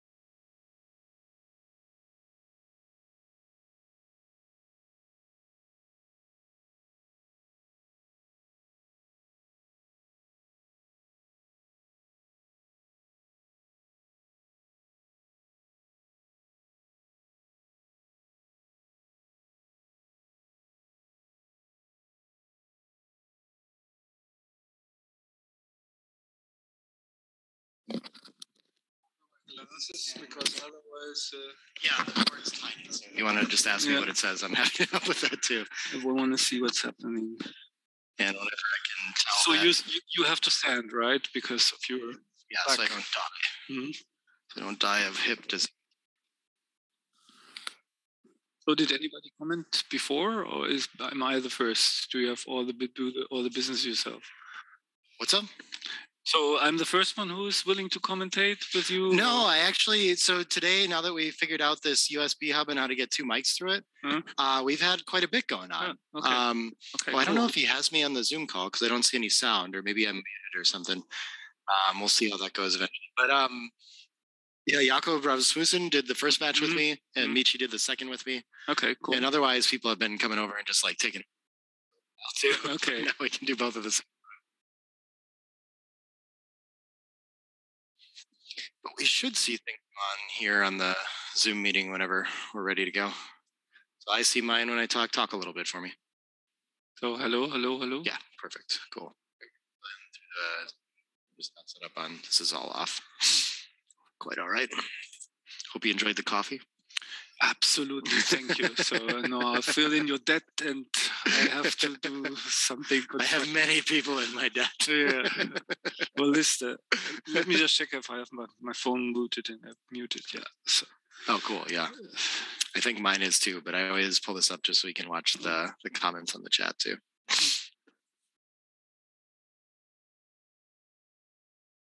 Oh, people want a halftime show. Okay. Oh yeah, you'll see I kind of wanted to talk to Wilson about that. I forgot that. We figured out a way. There's a ton of dice glare, so you can never see him on the board. So we snagged the XG dice and put them on the display too. So you can see it. Cool. You'll notice that too. Yeah. I bet he's probably playing. Oh, it's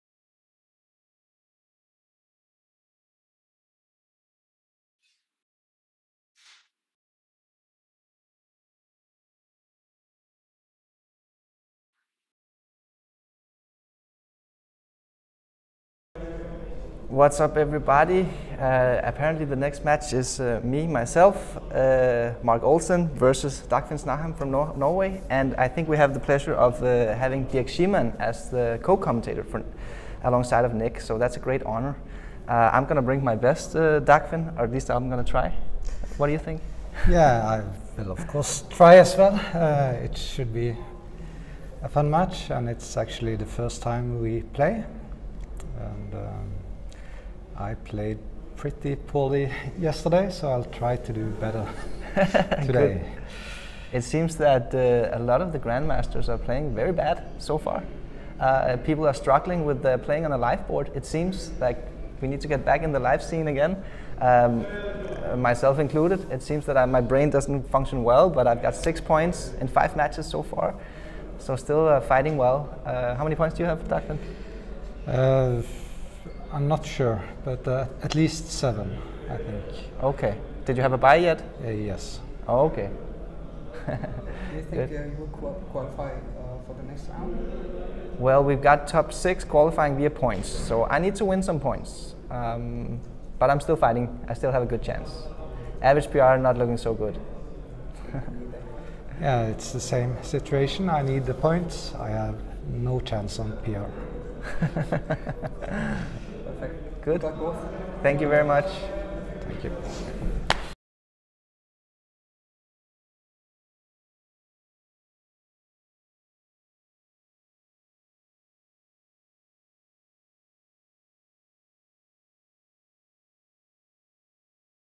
Exactly. Hello, everybody, in case you can hear me. Yeah. Excited for this one, too. I think we'll see in the interview. Marc and Dagfinn are both under their expected PRs for sure. They both had like one pretty significant off match, maybe like in the 9 to 10 range. So trying to grind it down from there. But I've heard a few people talking about having some off matches this tournament. Of course, you are just presumably playing precisely a 2.8. No, not at all. I saw a 2.9 on the results. Yeah, I started out well, but these two matches this morning, I didn't feel like really relaxed as I usually do. So I felt tense.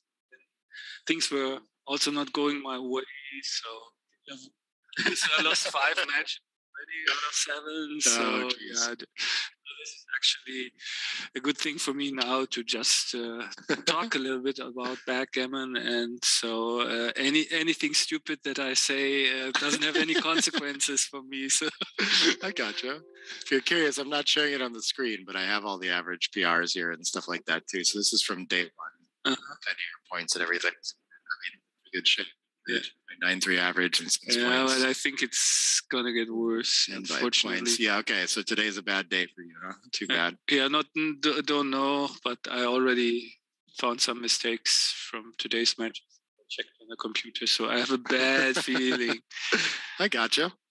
So what's new otherwise? Have you been back to grinding on the studying and doing well with that, or? Yeah. I mean, I was in Venice. And without success, but playing well. So I was actually quite looking forward to this. And then, I'm working on the translation for the book to German, but cool. That's really it's a big book. I found out. So it's you're just doing it yourself. Yeah, no, I have a friend of mine is helping me, and he does a rough version, but since I'm the author, also things should appear in a way how I think about them, and then I have to change a lot of things because then I see the translation, but then it's not me talking. So sure. It's that's kind of tough, and some more tournaments coming up. This is now last year there wasn't so much. It's nice with all the restrictions lightening up and things like that. The book is super cool. I think as time goes on, we keep getting like better and better feedback on that. I'm sure that's what you're hearing as well. And I've seen you've done a bunch of interviews about it and stuff like that. I don't know, that must be cool to get such great reception for that book. Yeah, it feels great, and really motivates me to maybe write something else. It's really, I thought it was a one-time project. Okay, this is what I have to say, and but yes, most people seem to be grateful. Other people complain a little bit because it's not that easy. I mean, it's not like I don't know what people expect. Right. It's what it's called. Theory of backgammon. What can I do? Sure. That's how I'm very clear about that when I talk to people about the book too. Like, this is definitely not for everybody, but for the people it's for, it's the best book. It's just nothing's been written by. So it would be strange to get that book and complain that it's not written like a Michi book, for example, or something. But I don't know. I think it's great. It's Marc has been ranting about it, just studying up for this, coming into the tournament. It's truly something that you can spend a lot of time with rereading and just gather something brand new, however long you've been playing backgammon, I think. So super cool stuff. So I hope Marc will play now a great PR. So. Oh, yeah. Better learn something, demonstrate some theory from your book too, right? Not about, he loves the cube efficiency definitions. I like that too. It's always been a lot of maybe like nebulous terms that get thrown a lot around with poor definitions. I like that you put some math backing to them, and it's easier to kind of be on the same page about what that really means. Exactly. That is what I found out, that many terms are not well defined. So two people talking about the same thing, but they mean something different. Yeah. And so that is what I try to. I mean, I try to set a certain standard. If it will be accepted, or if somebody comes up with something better, that's fine. But at least have something to start with. Well, that's great stuff. I guess if you were going to write another book, do you have ideas about what else you would write about? Yeah, it would be less theoretical, and it would be about checker play, because it's just all about the cube. I'm done with the cube for now. I gotcha. That's cool. Well, that'd be useful. Yeah, I haven't heard how you like to talk through or think about checker play decisions exactly. So that seems like a useful thing. Yeah, of course, you get a little bit into that on its way up to cube decisions and kind of how the cube can impact checker decisions, right? Yeah. But yeah.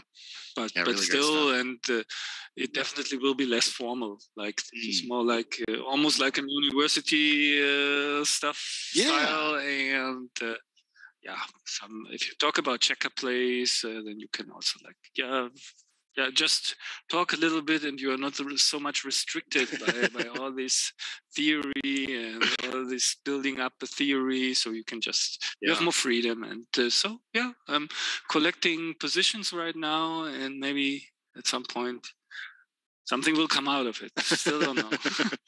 That's exciting. Yeah, I guess do you have a high level way of approaching checker plays that you want to share that's new or something? Or what's the unique take? That's probably happening or not happening depending when I start writing. I cannot predict how what I'm thinking will turn into written words.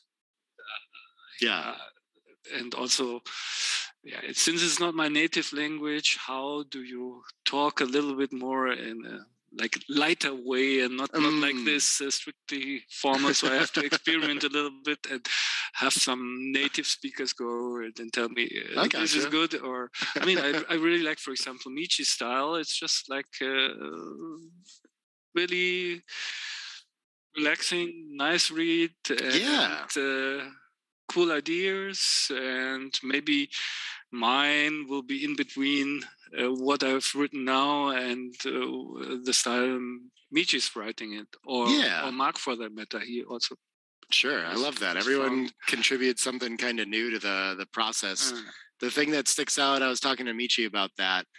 Of course, all the terms he writes in his books just immediately are adopted in backgammon language, it feels like, and everyone's excited to notice these things. And it helps you understand some simple concepts. But like you said, his books are very readable. Like you digest them and you feel like you have a lot of answers to positions that you can apply quickly. Where a lot of times I feel like when I read a book, it might be kind of edge case positions and you have to spend some time actually working that into your game and not over applying concepts or something like this. And also, one focus certainly is describing everyday positions that you have on the board, and nothing really special. So things that come up often. So not, I think that makes a lot of sense. That people that have been playing for a long time, it's almost pattern recognition. They just make the play and they kind of know. And trying to ask them why it's a difficult question at some point, right? So being able to go back and put that into words is so useful to beginning, intermediate, and anyone that maybe doesn't recognize the position the same way you do. So very useful content. That's cool stuff. We'll see. Yeah. So just because of the feedback of the first book, it motivates. Let's put it that way. I'm glad. It's really it's an exciting thing to have printed too. It just feels so much needed. It's also, I think, kind of a framework. That's something I thought about a lot too. Now we're just kind of shooting along, right? But you still teach with with Phil's Backgammon Learning Center, or do you teach on your own now? I have one student still left. Okay. I use my own methods, my own material. Okay. That I found you developed that, useful, and I developed a database of all kinds of position types and everything a certain concept. So for example, a student asked me, I never know when to split to the bar. So I just go to the folder, split to the bar. I have 15 positions and I choose something. So that categorization work is just so essential, and it's hard to do well though. Exactly. Yeah. it's also very personal. I mean, so for example, I have a folder that's called ugly place, so where you have to dump checkers. So what is an ugly place? So just when you have to bury checkers, and even if look super ugly and that stuff. So that's very subjective. Yeah. So yeah, it's kind of hard to do, and also there are positions that fit into 5 different folders, and yeah, that categorization work though, that was I took lessons with David Presser for a long time through the BLC and like taught some of those too. And of course, categorization of game types is how they tend to organize their lessons too, which is very useful. But just the work of going through your own, trying to gather your own positions, reviewing your own matches, trying to learn lessons and come up with categories that are going to be beneficial to you. I found that to be very difficult, first of all, to find categories that would encourage me to come back to it and learn something again or remind myself. But just thinking about it, I think, is like a pretty essential piece of developing your game. You have to start, it helps you start to see positions over the board too, right? Is which one of those cases is this, right? Like, where would I put it? And now you see the position a little bit different just from having thought about how to categorize it that way. So really useful stuff. Yeah, even if you never look at the position again, thinking about it and just trying to categorize it. And what I try is usually, I always look for like, I would call it sister position where that's different. It's not only slightly different, but where the decision is differs from the first one. And so to work out what parameters are dominating, why you have to do this in that position, and the other in the slightly changed position. So that's, so I will, usually they come in pairs. That helps a lot to get a better idea.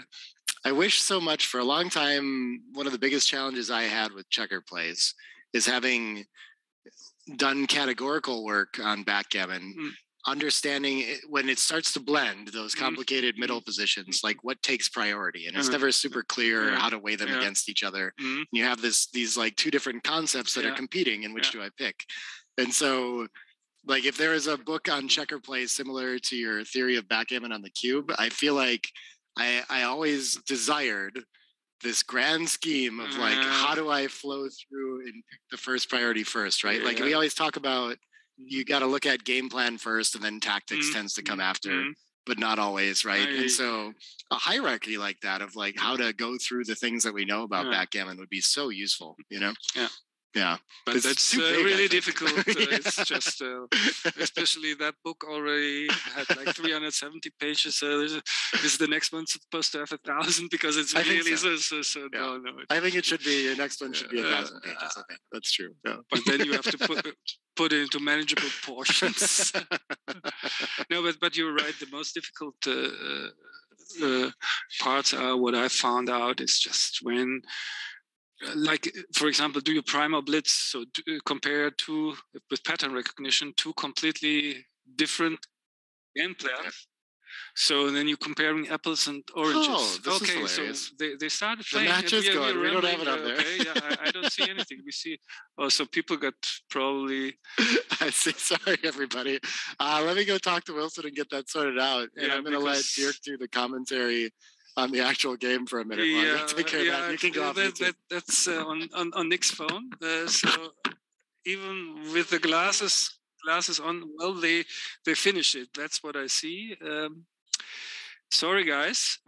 Some technical problems. So we were talking. It's only 1 point at least. So now 6-2. 3-1 standard. Sorry, guys, I can't see the roll. 6-3, yeah, that looks correct. Anchor is more important than the 5 here. 3-4, that looks good too. Point, yes. So.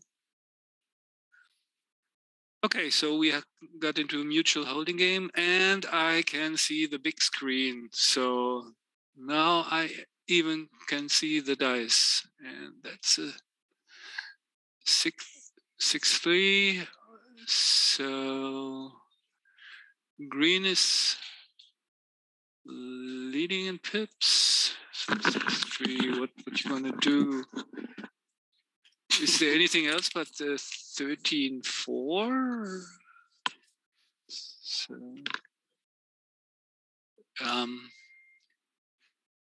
it looks like this is frozen, the big screen. Oh yeah, I wonder what happened there. Yeah. So we had it for a second, huh? Yeah, we had it just frozen on the 6-3, and I was wondering what he was thinking, but sorry for that.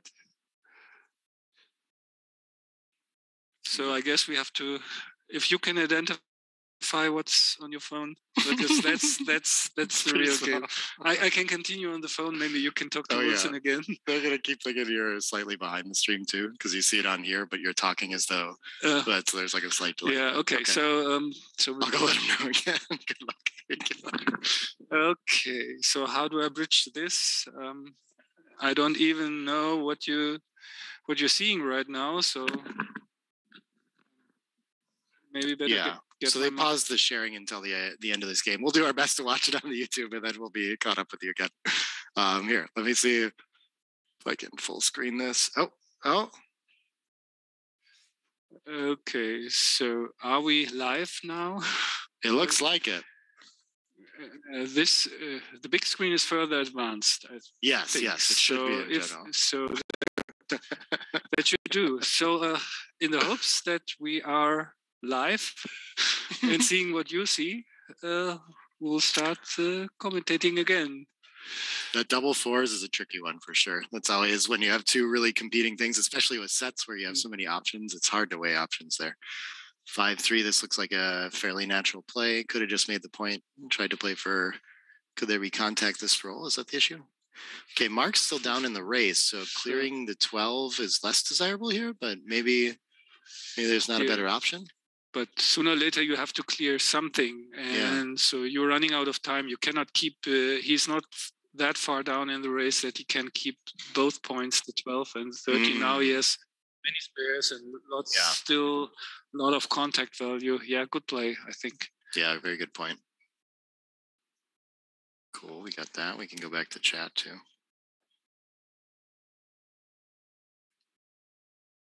Never a dull moment. All right. So, I would have really been tempted by the clear the 9 play, but I see the merit now. Thanks for the explanation. Good stuff. The 9 will probably go next. 4 is ahead in the race already, so he's just going to break contact. Looks like we only missed one game, and somehow we got to the 1-0 scoreline again. After all that talk during the finals, about 2-0 was the most common score. I think maybe every match has started with 1-0 commentating so far this tournament. So what's the race? 70 pips, clear pass. Yeah. So 6 away after that game. I don't know what's you should. I mean, isn't there any? You should go into a database, find out, or let. No, I prefer to just trust Mochi. Why do I need data? Yeah, he's very good. But where do you think Mochi got his data from? Yeah, I think from his own playing against XG or watching that. Okay. And I don't know if it's just an estimate let or not. XG play 10,000 matches against itself. Oh yeah, that's pretty easy. I haven't done a lot of watching XG play itself. I probably should do more of that. Yeah. I think there's utility in it. Haven't done it at all. Yeah. I like to be involved. Yeah, it feels harder to like connect to the decisions when you're not watching it, right? Even when I play against XG, I sometimes have trouble learning from the decisions it's making. By the way, I think it's correct to split here. Oh, really? I would assume you just make the bar point against the anchor. But okay. Yeah, but it's very close depending on the score. But got it. Okay. Yeah, it's just one of these. Yeah. It doesn't matter plays. Ooh, double fives. Okay. Well, whatever. Yeah, exactly. 2 down. build prime, you have the priming advantage. Sure. Yeah, after the double fives, we certainly don't want to split. Yeah, bring the builders down. That is, do you have a concept for that when to split? Like why the 3-1 favors because you're being primed now? Is that the idea? Yeah, I guess so. Yeah, okay. Yeah, I think unless I'm leaving a direct shot, I tend to just make the bar point. Oh, there are the other openings where it's fairly close. Like,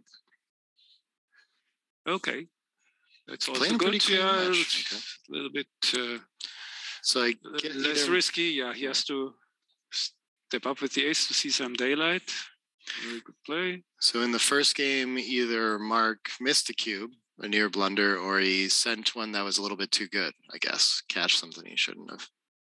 6-5, that's... Do we have any... He doesn't want to run, actually, but there's no other option. So that's why he's thinking. He knows his game plan is priming.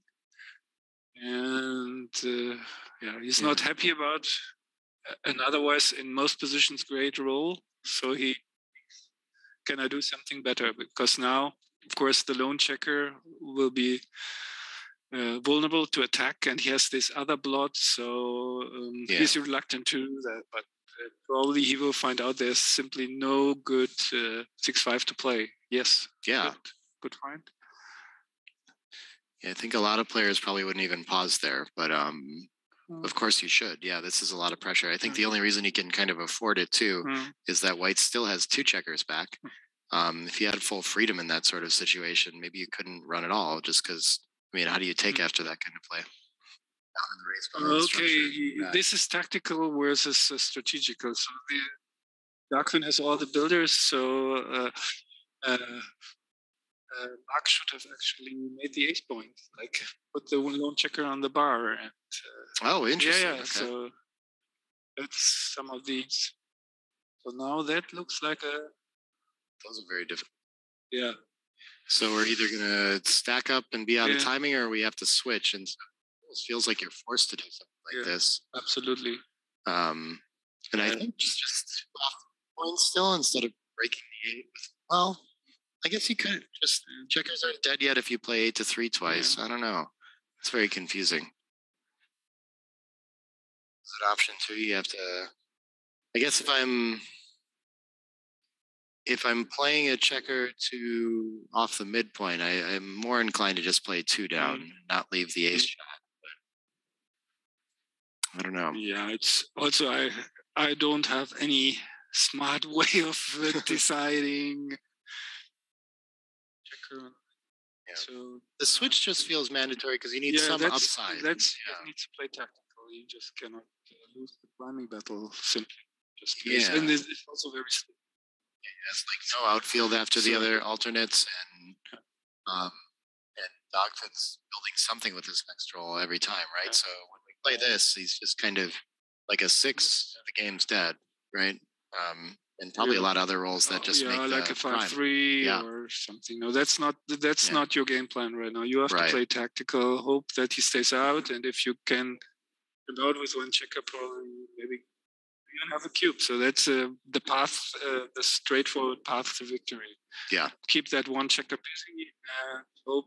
I mean, he has daylight, 6s run out, and there are more numbers. He can come up with the other checkers. So yes, if Dagfinn stays out, of course. Awkward roll for sure. Just taking his time to consider it makes a lot of sense. This is a good place to spend some clock time and really think about those scenarios.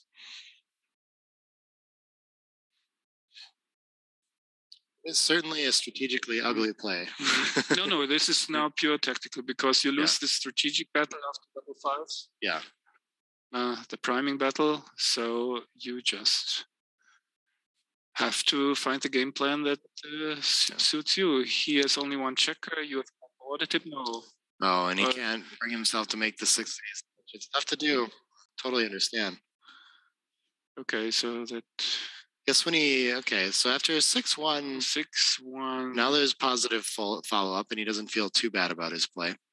Yeah, I think interesting that you just come out to the bar still. Okay. Yeah, if you get missed, then I mean, then you can build to your prime in peace, and you play.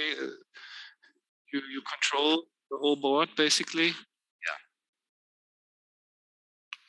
It's so and up to the edge.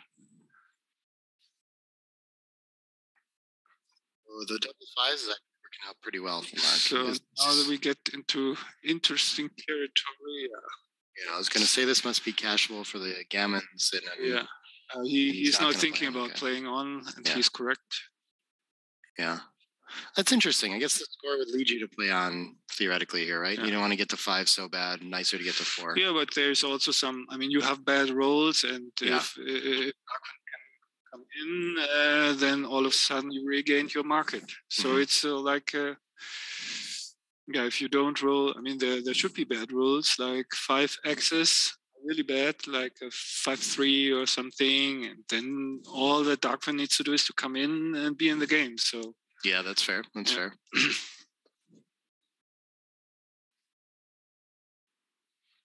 Dagfinn's going to give it up wisely. Yes. Playing a pretty sharp match too. Sure, Marc will be disappointed with that 5s play. Because was playing really sharp otherwise. It was like, how would you call it? Thematic, like from the strategic point of view, you just with the double 5s, you lost your priming potential, so you have to try something else. Yeah, that was honestly my instinct, like looking at it, but I think it's also a difficult. The 6 to ace switch is just so rare that it's worth doing. You know, it's a hard one to convince yourself is best. Yeah, just move past all this slotting. Hopefully he can escape a checker while he's distracted building his board. 5-2. What is this? Who makes the 4 point? Yeah. Okay, yeah. He's gonna think about it. It's the usual play is to make the 3, but now it breaks the 8 point, so not as good. No, and it's a better point. Yeah. Better exactly. So. You don't always have the 9 point blot when you get that choice. Who makes the 15 point anchor? Yeah. So, easy game so far. Yeah, split with the 4, down with the 6. No, don't split with the 6, with the 4, I think. I mean, that's what I would do, at least. Yeah. He does need to split now, too. It seems like the urgency is pretty high. You want to see the outfield. No reason to give him good... like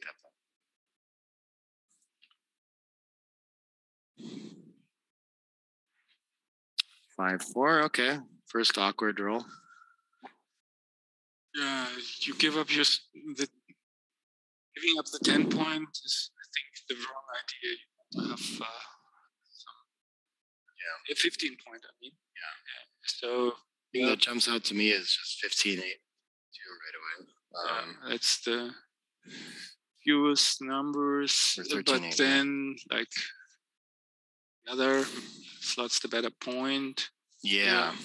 2 down is interesting. Oh yeah, I should find the 2 down. It's got the concepts that comes up a lot. Yeah. Yes, when he makes that split, you always love to put a checker on the 9. Yeah, indeed. Shouldn't he say back? He has the stronger board. What is this? 4-3. So he's covered with the 3 already and stepped up with the 4. Let's see.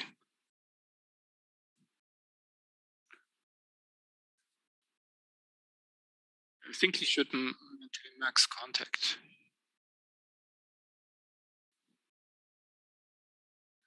I mean, there's so many numbers that even if they cover on the deuce, create another blot somewhere. So yeah, good play. Yeah, stays split. Okay. Yeah. Can you? I need to go figure out a tournament logistics thing real quick. So can you? I will try my best. I will try my best. Okay, so let's see. 5-2. Slot. No, don't run. I mean, you want to keep contact, I would say. I know that releases the pressure for Dagfinn. He can now put checkers in the outfield. So now, for example, he can just move 2 checkers down. And actually, you can see the difference now without the blot on the 20, Dagfinn has a lot more freedom.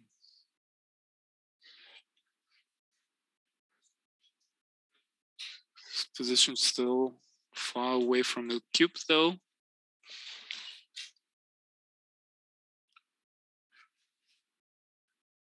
Yeah, 5 point. We're getting closer to cube, maybe. Double fives, good for the race. So certainly no cube now. Yeah, he keeps the midpoint to have connection and to have some pressure on the 15. That's nice play. Makes the point. So 5-4, that's the wrong 9. And yeah, it's just making the aces so ugly that probably you just have to abandon the midpoint. Anyhow, you probably will have to do it next time. And with the racing deficit and a few options to make a good prime, I think he just should roll.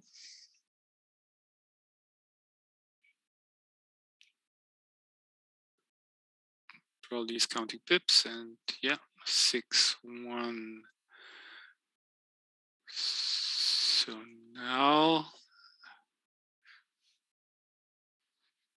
yeah, hitting is actually not your game plan, and you don't have a direct cover. But of course, if Marc dances, you probably have a very good cube, and also Dagfinn feels that he can play a little bit riskier because of all the blots or the blots in Marc's home board.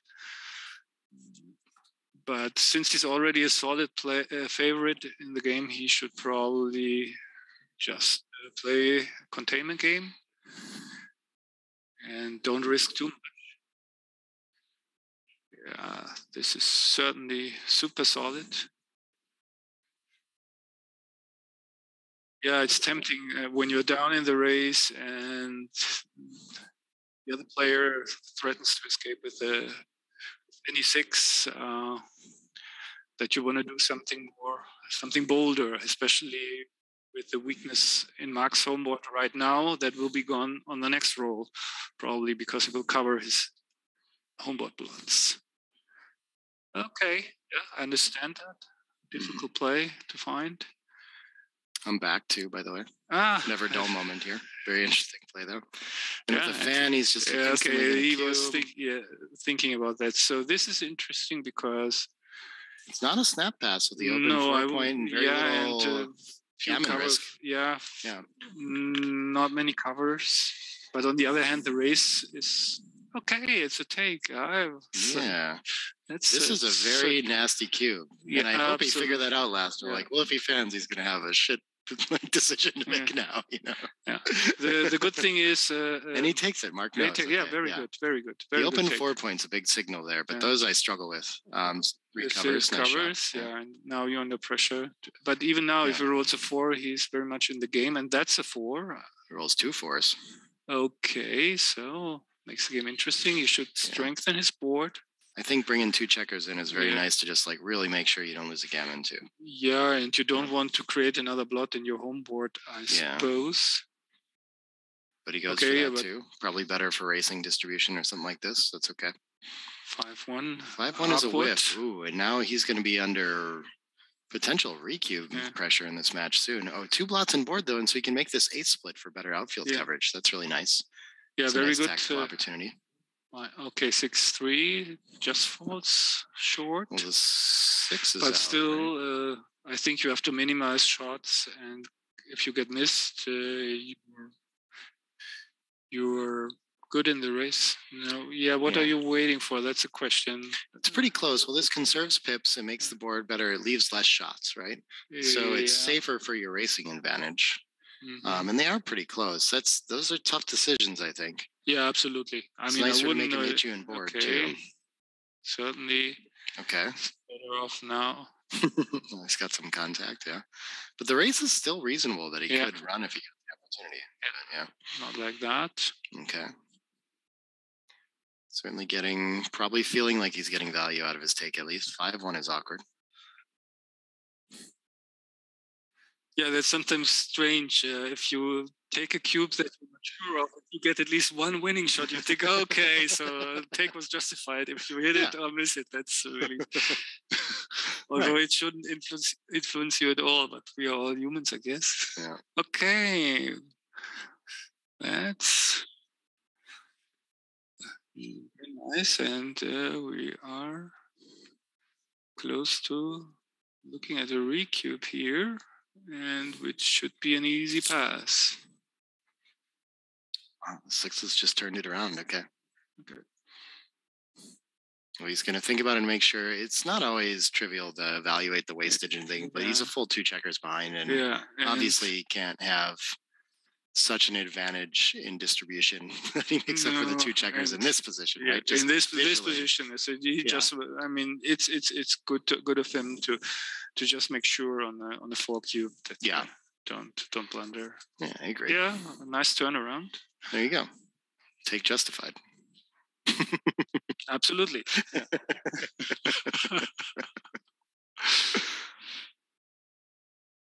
So the 1 game rollout result is take. That's often all you get. Yeah.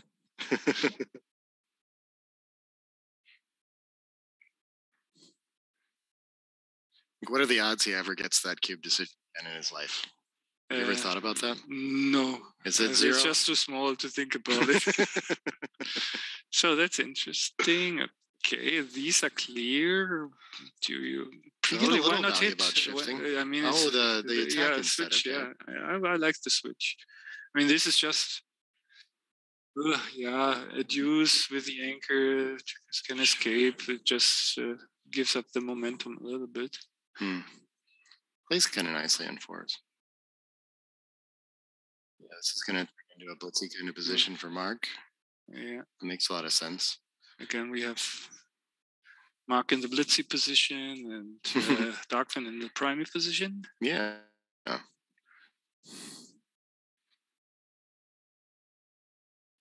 Feels very impure to have the 8 and the 3 in that last position. I find that to be a tricky one. And hit off the edge of the prime is a nice theme. It does feel a little bit too passive just to shift it. Like you're not getting enough. And the opponent might fan, and here you go, already a cube, a nasty cube at that score. Yeah, that's true. That's very true. I was wondering how much the score impacted it, kind of, and I was trying to get a feel for the numbers. Yeah, and you can see it here now. Let's say if you had come in, if you cover, then you give up the prime. So this should be. He's really making Marc work on these, and Marc's just going to snap take. Understandable. I think he's probably thinking. I mean, you can just see the winning chances, and it's very hard to adjust to the score. Okay, what is he doing? Shouldn't he go for the blitz now? So just boom, boom. I don't know.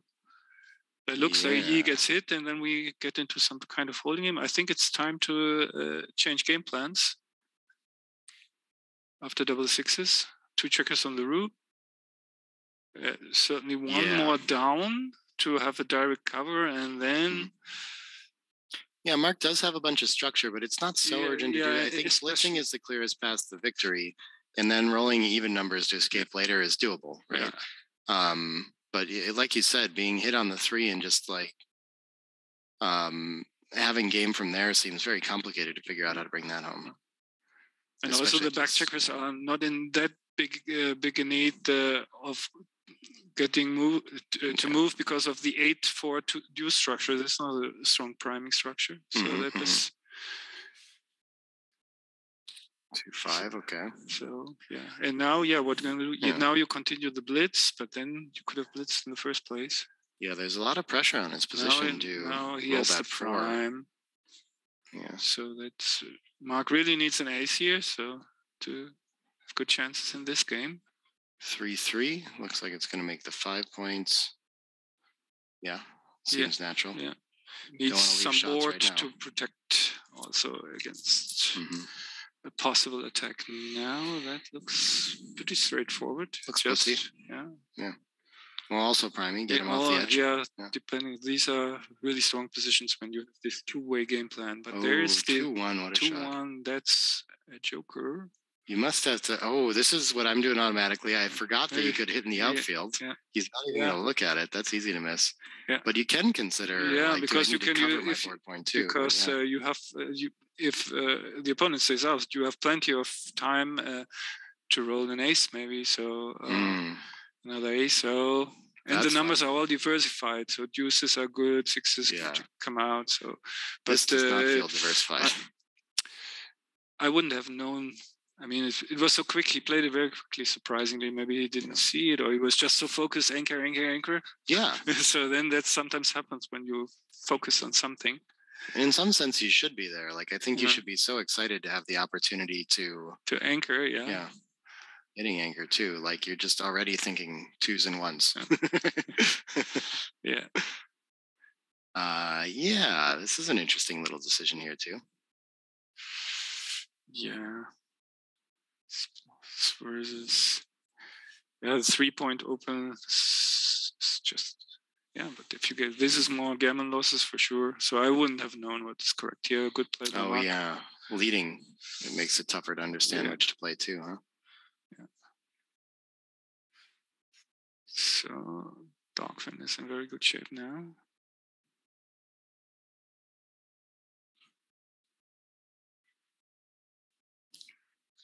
Threes looks like it's going to hit another checker, right? Yeah, or you could also. He's certainly considering making the ace point and just. But I mean, actually, you're not so unhappy to let your opponent enter on the ace. What's the board? Yeah. And you are not afraid of a 1-2 back game that is completely out timed. So just. Hit slot for the 6 prime and then let him crumble.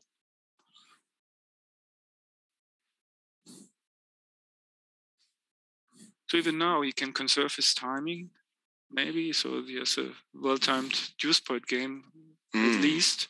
Yeah. Dagfinn struggling to come up with the 6 he needs. Yeah. He's still got good time to do it. There it is. No, that was. There it is. Yeah, there it is. The 6. So that's what it looks like. Yeah. So now Dagfinn knows how it looked like. What he has to roll. Yeah. Okay.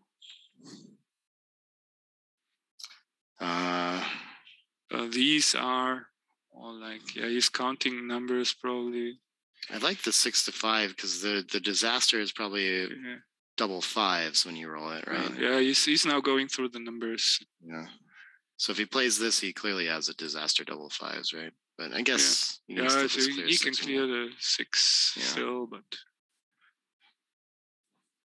so this game looks good for him, but it was bad for his PR, or is so far. But a difficult game. Yeah. So that's what I said before. These priming, attacking, contradicting game plans. It's really difficult to judge. Outstandings. I got the spreadsheet all put together, and then Wilson's going to make a graphic out of it, and we'll have that soon. Okay. Kind of peeking over it today. Yeah.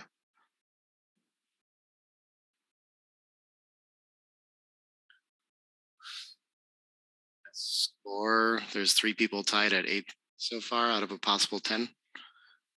And best PR, I think, is Sander Lylov with a 2.1 across his 4 or 5 matches to begin yesterday. So now it's really about time to roll it. Not yet. Still can't remember. And he found a 3 too. Okay. Okay, that's at least. Should keep the 4-point board for a while. Not a shot leaving cracking number. Okay, that's 6-2 is a big one. Yeah. That is, even if Dagfinn can roll the 6 now, he might have to deal with Marc coming in and containing him. Okay, it does. Good time to do it either way. Yeah.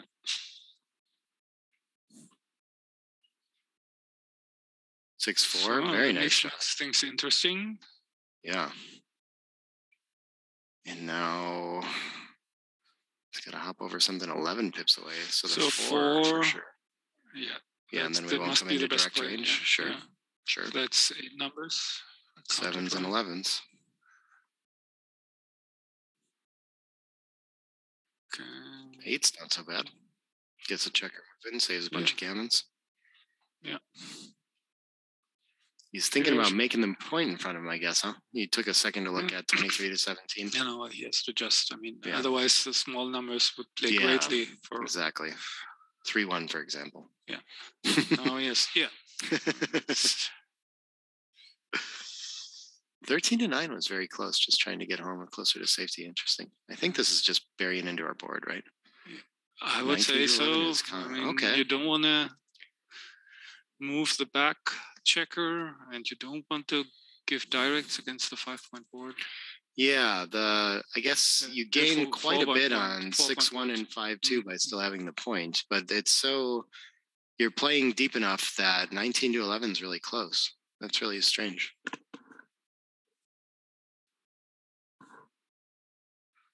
Five two.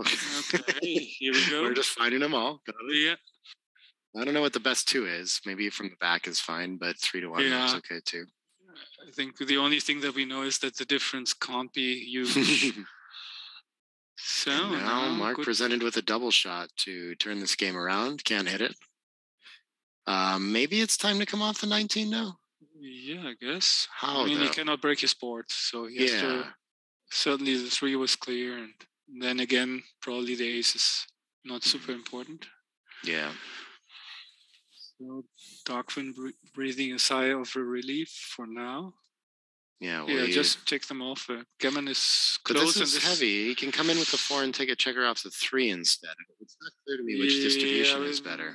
Isn't Michi writing that once you have cleared the 6, you have to keep a spare on the 3 points? Yeah, something like. I mean, this is. Yeah, I mean, he clearly doesn't have any more 3s after he does that. You know. But this doesn't look particularly good either, does it? Yeah, it's just like that is why I like Nietzsche's books. I mean, you have some rules, so and they're not perfect. I mean, no rule is okay. That's again nightmare. It didn't work. It didn't work. I can't remember if the other had worked, but that is again we are in the one game rollout. So. I think maybe we're in the realm where an extra checker off is worth the shot just for playability when we are hit. Marc's gonna, so the recube's gonna come even later. So usually I'd be thinking about this more in the 5-6 checker range when we have a take. But he's still gonna have a take just with 4 off, I think, here.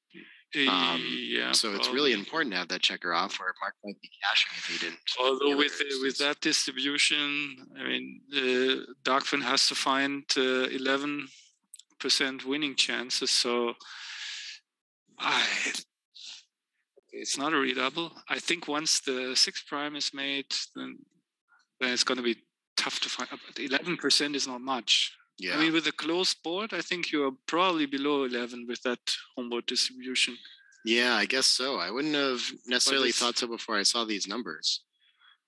But I guess each gaps usually almost cost a checker or something. I know that when you have the 3 point. I don't know how to evaluate when you're all the way back on the 5 point. Should just not have this position. That's okay. Yeah. What is clear, and that's the problem for Marc, if he hasn't already lost his market, he probably shouldn't double because the position is not volatile at all. So if it's not a double, he can probably slightly improve it, and Dagfinn will still have to take. So that's super tough because there's just no volatility. Yeah. So anyhow, at these scores, the cube action double take is really hard to find because the window for Marc is so small. I mean, if he had been at 88% winning chances, then it's a double probably, and to take. Okay, that's too early. Okay. Yeah, he thinks probably he is. Yeah, and that's also a problem of the position. Who knows if you have 86 or 88%? These are not the percent ranges where you used to think that only comes up in match play. These cubes. Totally agree. Yeah. This creates quite a problem for Dagfinn too. Yeah. This is nice. Good cube to send because of the blender potential on his side too, right? Like Marc must know he's reasonably close to his market. But if Dagfinn were to pass this, it'd be a pretty sizable mistake, you know? Yeah. He finds the take. Okay. Probably until we're closed, we're going to keep that checker on the 23 as well. Yeah, I was thinking about the double threes too, and I think the only difference afterward would be you'd have a checker shifted from the 5 to the ace here. But otherwise, it mostly transposed. Yeah. Okay, that is not the PR play because Dagfinn doesn't have any market losers. Yeah. So probably, or maybe he has, but this is one of the flaws of the system. If Dagfinn hadn't doubled, so then he could get a decision after decision. Yeah. Until the very end. Yeah.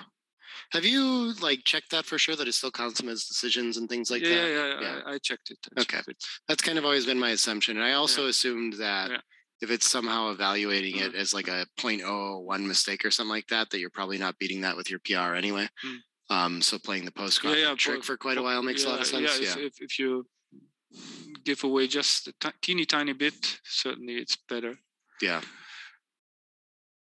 Yeah, it's easy to overlook that. That's not a standard one that we're thinking about as a PR play. People know that, I think, at this point in a post-Crawford situation, but not in the score auto. I mean, nobody likes to see it, so I'm actually glad that he did. Technically, because of the nature of the competition, you're supposed to do it, but it's still not like. I think Mochi is very clear about this, that he doesn't think this to be like a gentleman alike. So, yeah. But we had this. So many of these UBC the final were decided by very little. Yeah. So then, what are you going? Why did his PR somehow get higher? Who's Dagfinn's? Dagfinn's? Yeah. Why is he at 4 point? He doesn't have any decisions right now, so it's weird. I think he's still in the threes, right? No. All of a sudden it's not. Maybe they went up to a 4 or something. Yeah, for no good reason. He's still holding the cube. No. Marc has the cube. No, there's a transcription error there. A transcription error. Okay, so So this will be correctable for the last game, but I could go pause it and fix it. Yeah, but anyhow, everything is empty. That's weird. So Dagfinn's PR is actually 3.3 or something. That would be, and so it'd probably be like, do you think 3ply is making a mistake, thinking that he should be doubling? And I think so. So plus then record.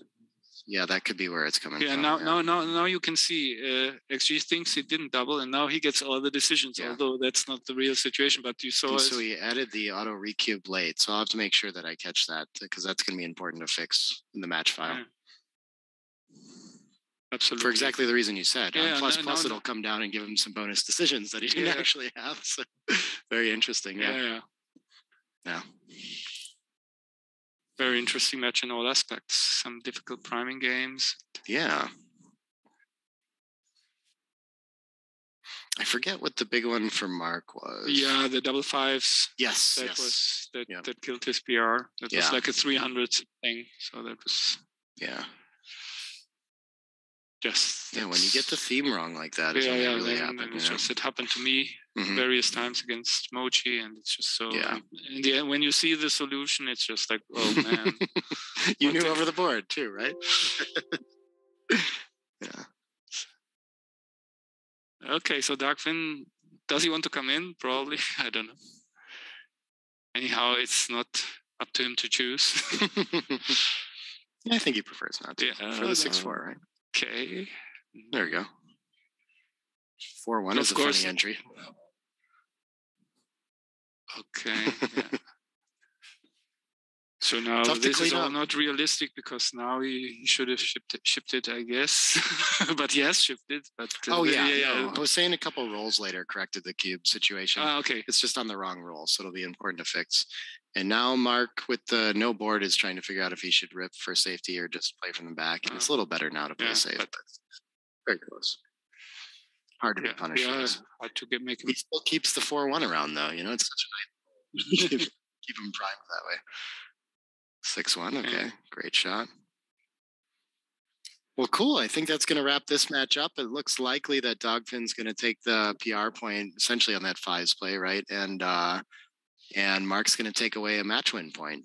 Pretty well played by both. Definitely not the top or best of their range, but they tough decisions for sure. But I'm going to wrap it up there and go make sure that we catch the transcription thing with Hossein too. But yeah, thanks so much for joining me, Dirk. Thank you for inviting me. And yeah. Thanks everybody for listening. Yeah. Best of luck in the next round, and looking forward to the new book. You promised. It's coming soon, right? Yeah. 3 years is soon. Maybe. Sure. 3 years. You got it. I'm writing that down. UBC 2025. Coming to you. Bye, everybody. Bye-bye.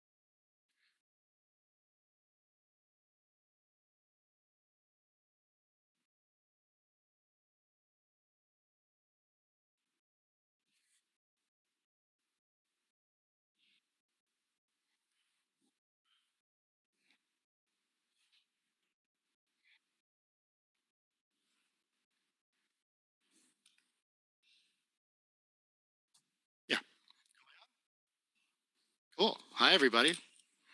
We're about to get started with round 9, 4 for the day.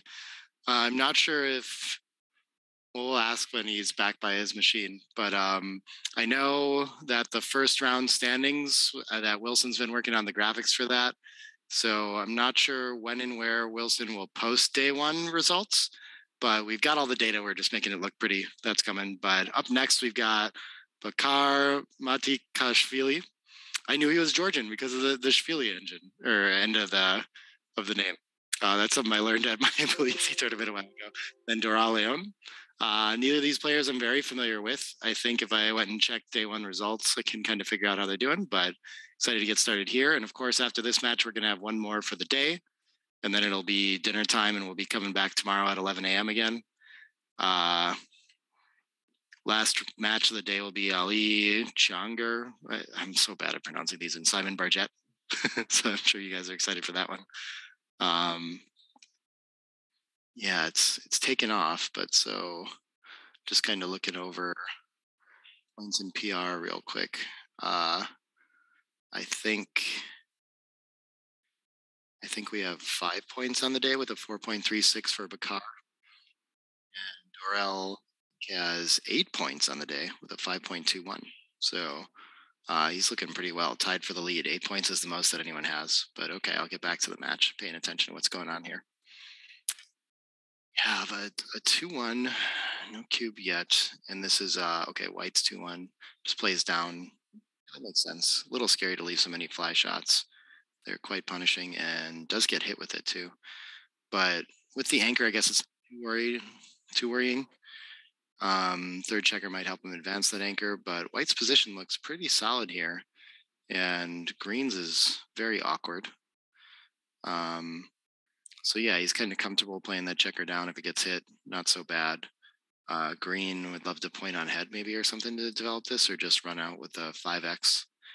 But yeah, I think the simple play, hit and come around. Maybe he's concerned about landing on the 10 because it's going to leave 6s from the bar. But I just don't see a play B. I think that's what he's going to find here sooner than later. Get on here. See who's in chat with me too.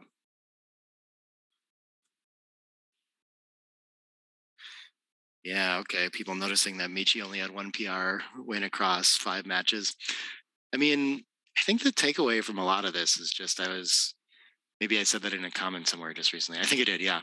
But there's like a lot more variance in PR than people think. You know, how difficult was your side of the decisions versus your opponents. And that's very possible for Michi to play all opponents that maybe in the long run average worse than him or something like that, and lose the PR battle in all 5 of those matches. You know, that happens sometimes, and that can happen in a run too. Yes, Nigel. Simon Barget is next round against Ali Cihangir. I'm so bad at pronouncing these, but he's a former world champion, I'm pretty sure. Turkish player. A very good player. Okay, I see what he was looking around. Instead of coming around, he wants to continue the attack and hit 8-4. Outboarded, a little bit of an overplay. I think if he can just consolidate blots, he's looking really great. Double 4s. Ooh, after double 4s fans. Okay, and now White's got a pretty clear cube decision, or sorry, from the roof there. That's a tricky one. This is a complicated position, but it's just so much 2-8 coming in now. The anchor, there's a lot of life in this position, but it's a bit overrun. White could still have a cube for sending that 4th checker back. It's pretty bad. 5-2, nice. It hits from the 24 too. Even better. He's going to consider his options for the 2, but it's hopefully you see right away that you can keep the anchor. Can't find standings on the Facebook page. I know I posted all the schedule stuff on the Backgammon Galaxy page. I'm not sure if results are posted yet. I posted a screenshot of the printouts on the door somewhere. We've got better, nicer looking graphics coming from Wilson. I'm sure he'll let us know in the chat if he posted that somewhere and where.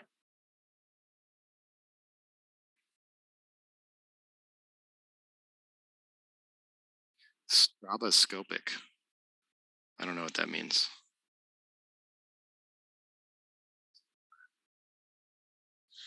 Ooh, this looks like a very good entering number to make the 5 point. Okay, really reduced a lot of the threats. Aces. Okay, so he found a bolder play and bought for a higher anchor on that 2-5 instead of just coming from the back. Seems reasonable in this position. And aces, okay, instead of just making the anchor and playing around and consolidating the position, you can put 2 on the roof. So he's going to consider it. But only 9 in the zone and a lot of checkers back. Blitzing must be a little bit of a rough game plan. Just doesn't want his opponent to develop at all, I suppose. Okay, find this play. 2-6, okay. And now if Dorel can enter again on the 23, the 2-5 looks nice. Not that he needs to play a back game, but just having both anchors really reduces White's chances of coming around safely in this game. He's always going to have one of those anchors to pick from and play forever.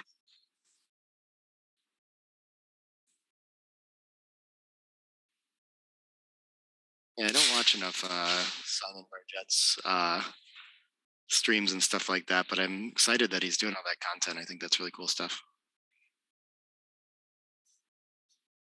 I'm glad to see that that's like a more common thing with backgammon now. People are starting to find ways to do that. Okay, 2-5 for green. Yeah, so instead of making the 23, we just don't need to. We can turn it into an attack instead. Yeah, that's much better. Okay.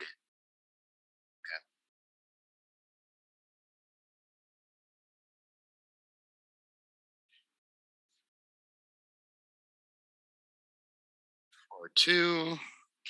It's going to hit from the roof. And then what is our best deuce? I guess we can make a blocking point in front of the 6, kind of reduce mobility by playing 13 to 11. I like that.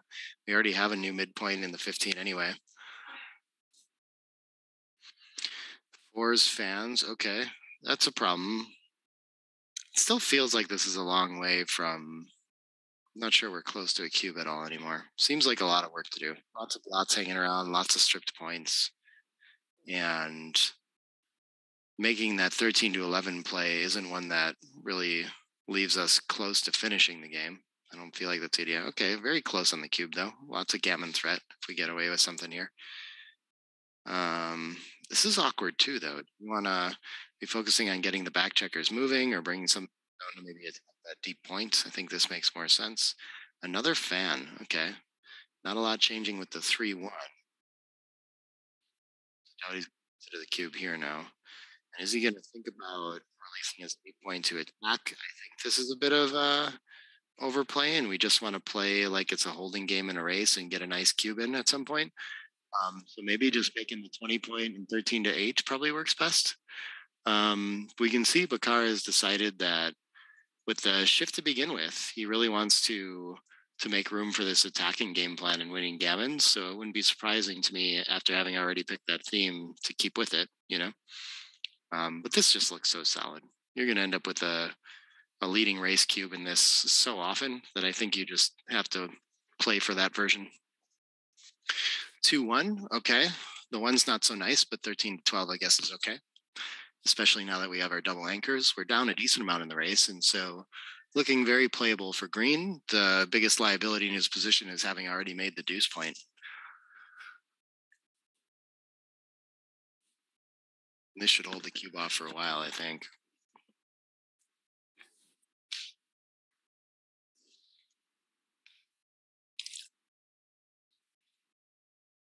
$5-1. Something's got to go. I guess. Yeah. Well, now he gets to hit you with a spare, so that's kind of maybe not the nicest place to leave the blot. That's a tough decision, though. Very complicated kind of position. 20 links up with the 12. And then our other 2 are going to... Must move one of those points, probably. Maybe we can make the 8 or the 9 from the 13 to the 12 after that. I think we still want to keep the 5 point, not let him make it in front of the 23. Of course, also those 2 outfield points must look pretty stiff. So yeah, I think I like this.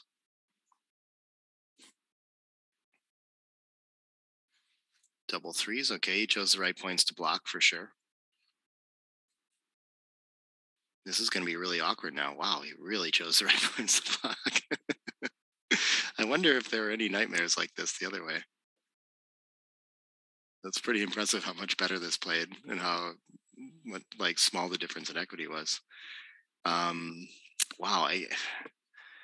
Okay, if we played 3 and we don't have the last one, then maybe we should just rewind this and think about shifting to the 3. I hate to say it.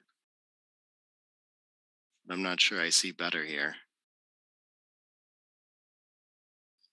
Ace with it, I guess if we're not going to shift, that's probably better than... Well, that's the only option if we're not going to shift, yeah.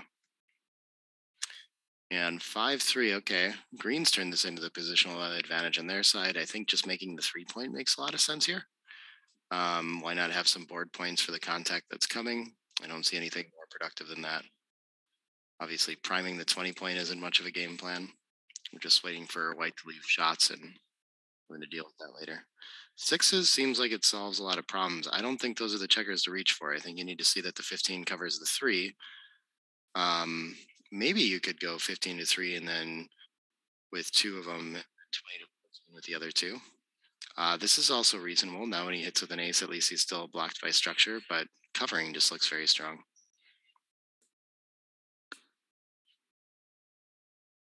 It's a nice point to have.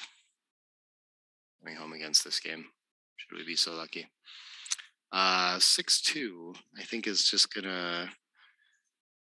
Can just slot the 5 from the midpoint. We can't touch the 23. Giving up the 5 point seems brutal, and then I don't want to play deep otherwise, so I'm left with not many options. I think 13-5 is the best one. We're not so afraid of being hit on the midpoint either. We do want to give the 14 problems clearing. Okay, now he thinks he's done enough. Even with that blot on the ace and the pure structure, this seems like not a whole lot. Yeah, and the cube is coming in as early. See if Dorel still wants to play, but as a super playable game. I think this is very hard to clear the 14, very difficult to clear the 9 and the 8 as well. And that like hasn't covered the blot on the 3-point either. A lot of liabilities clean up and a lot of counterplay for green. See if he finds it. Yeah, he does take it.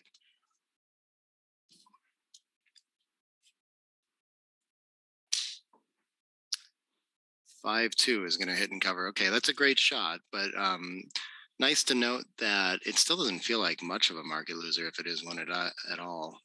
This position still could be quite takeable for green from here. So there's work to do to bring those 9 and 8 points home.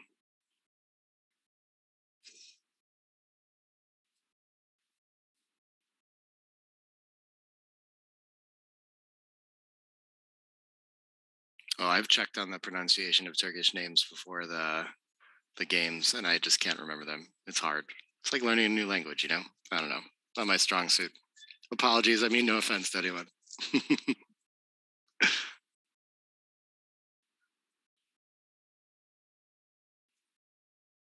All the Galaxy staff is always trying to teach me how to say Danish words and things like that. I'm also terrible at that.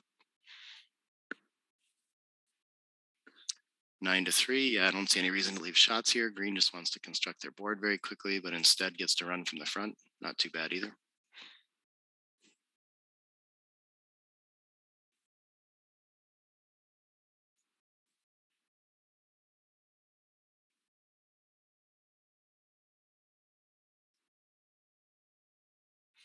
(5-2). Can we bury to the ace, or should we just volunteer a shot now? The 9 points still, yeah, only with 2 blots and board, I think we have to take the opportunity. It's not going to get any easier than this.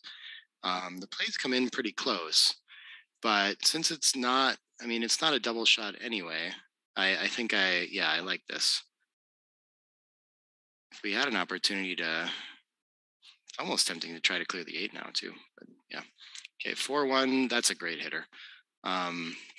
Still some work to do to close that 5 point before we're going to be thinking much about a cube, I think. Plenty of hop out and race opportunities for whites until that happens. But a lot of life in this position now. Let's see. I think I just want to put a checker on the 11 to work on building that 5. Yeah. So play it all the way from the 20.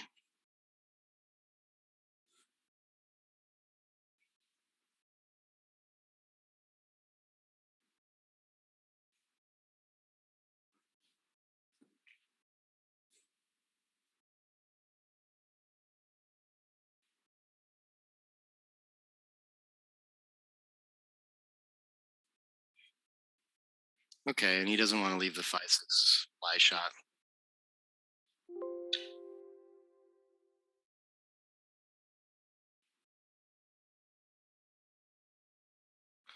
We have here 5-2.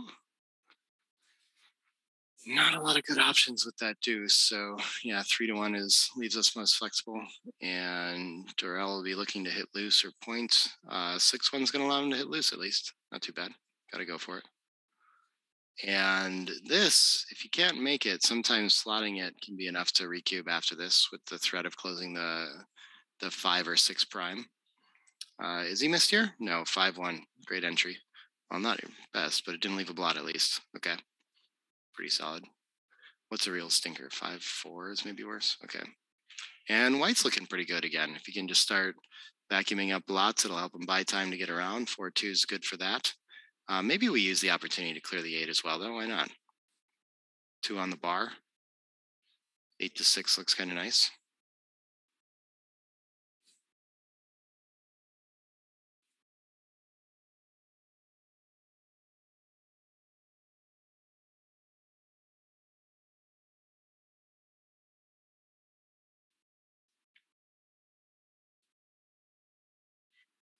When's that play? Good move. 5-2. Okay, entering both quickly. Now there's pressure on white again to clean up.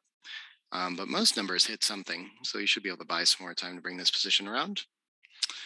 6-5 hits twice, potentially. 8-3 is safer.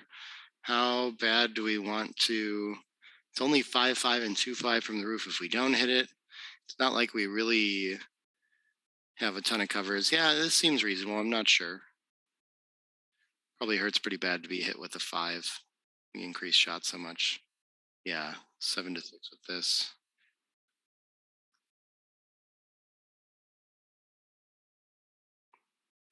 And 5-2 is going to pick and pass, I do believe. Trying to keep him from remaking that 5 point, or just spend some time on the bar so we can win a gammon. Both seem like a fine plan. 4-3 is awkward. There is an enormous gap between that 6 and 3 points now. One set solves it, of course, but it's going to be tough to clear that otherwise. 2-3. Ooh, do we take a checker off and play to the ace, or do we just 6 to ace? I guess the 3-2 you can start with. Yeah, too risky to take 2 checkers off that 3 point. Then you're going to be leaving a lot of shots for the rest of the game.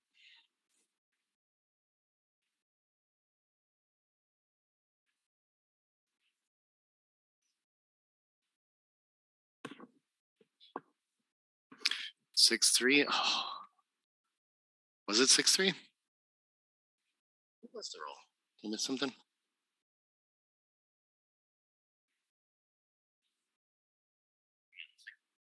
That's a nice shot. Now the gammon is likely, and somehow Dorel has been getting pretty unlikely to continue to fan all this while. Tough dice for him. Still some shot leaving potential. Bakar. 4-1's a good start for that, isn't it? No, not yet. I want to get him odd. So one more ace increases the chances, I think.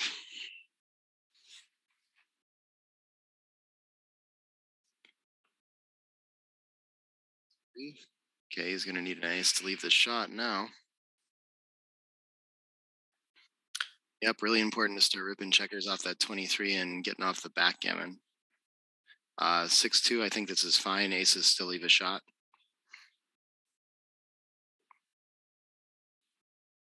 And I see an ace up? No, 4-3, 2 off. Okay. And 6-2 is just going to save the backgammon. And we're going to move on to 4-0, 3 away, 7 away. Bakar with the lead. Interesting. Got full value out of his early cube in that one. And Dorel is playing about as clean as he can play. And I think he had some reasonably complicated decisions in that too. And that got to be a long, complicated middle game for a while. Towards the end, of course, he spent all his time on the bar and felt like maybe he just didn't have decisions, but I think he had some tough ones too.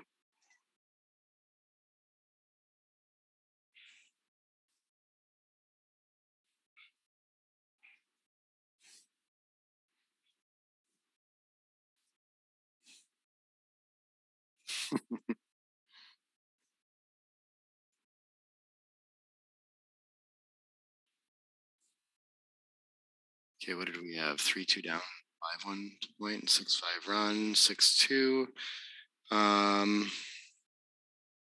We'd love to unstack there, but we don't want to leave the sixes to hit. Okay. It's a tough play to me. Taking me some time to figure out. I think we want to make the 4 along with this, and then we can just split. Okay. Pressure on the other plot. Why not play it wide open? And trailing 7 away, 4 away, this is very likely to be at least 1-5. Yeah, and we can see from the evaluation that we can just pass this. But down in the race, single checker back, outboarded. This feels like pass, or maybe the no clear money take, too early game, I guess. But in 2 checkers backs, but really clear double would allow someone trail or leading in the score to find a pass. Morning, everybody.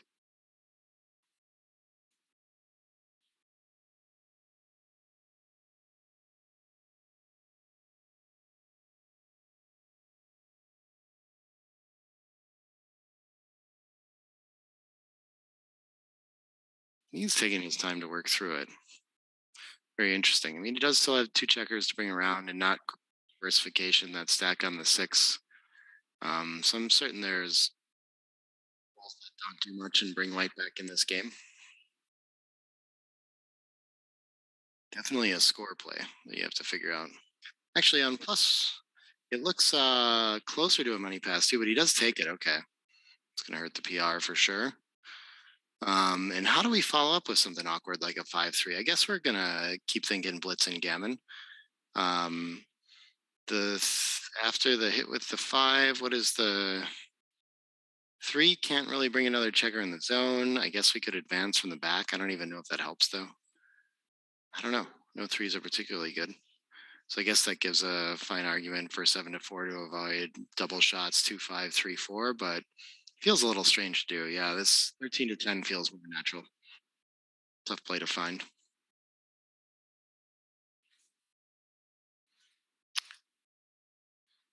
People asking why Ueda doesn't participate. I'm not sure.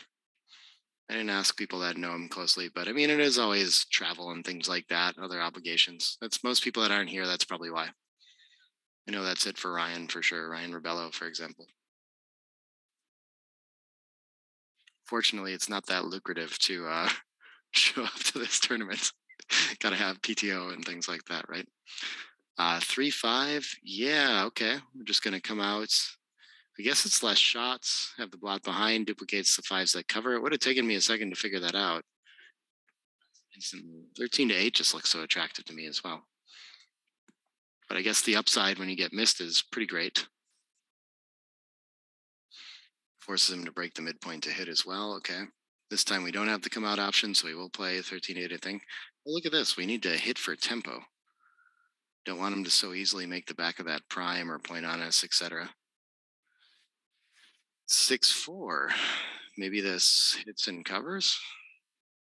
Could just make the 2-point as well. Yeah, making the 2-point must be better than covering the ace. Yeah, okay.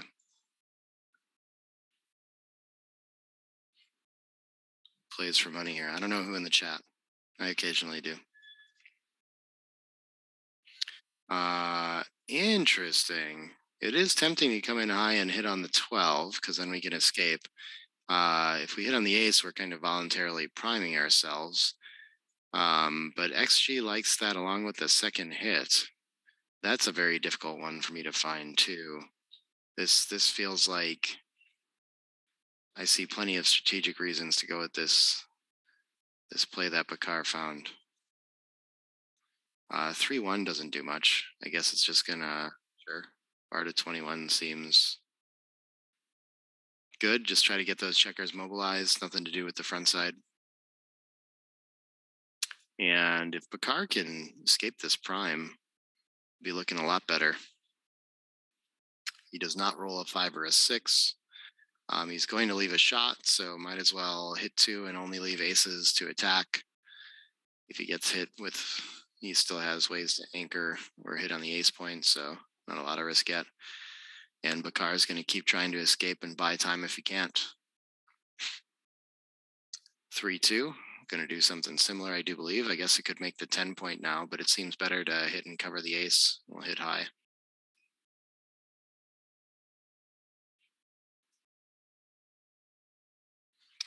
Four, 3. This could attack 7-3. Is it getting that urgent?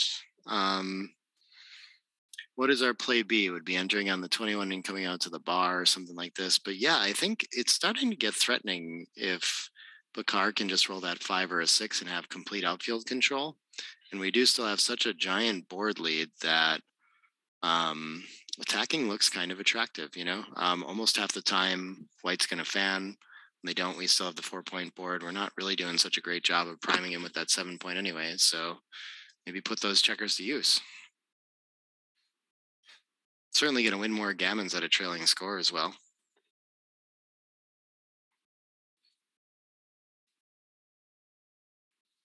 Someone saw a license plate with 8 characters on it. I don't believe it. Not in my state. Oh, thanks. Yesterday was a stressful day. The first day is always so impossible to figure out. And then usually we have everything kind of working in smooth by day 2, and then it's fun again. Okay, he finds the hitting play and it works. And now Bakar's in some serious risk of losing a gammon. If he can't hit on the ace, 6s will cover. There will be the closeout.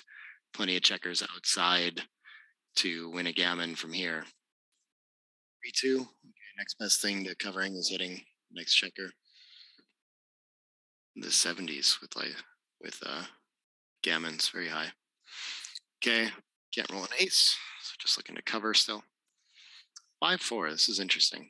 I always want to think about things like switching off the 6. Do I really need it to win? But we still have enough checkers to bring around that 22-13 looks pretty tasty. I guess the 5 down for 7s to cover is kind of nice too. Okay. I see with XG's play here now. 22-18 is a nice mobility start though, for sure.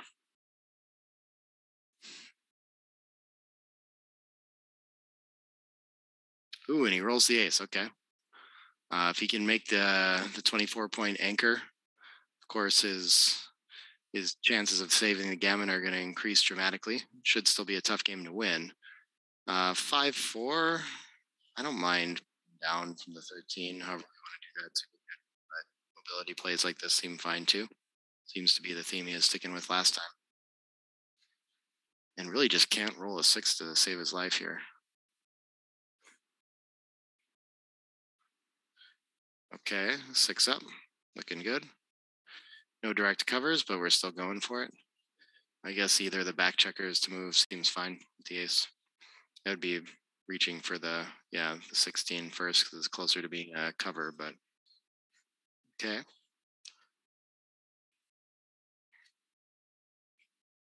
Nice. They have license plates wherever you live, Squire? Uh, 5 and 4, 4 and 5. Okay. Yeah. Now we have a direct cover. Nice to play to the 6. And a fan. Okay.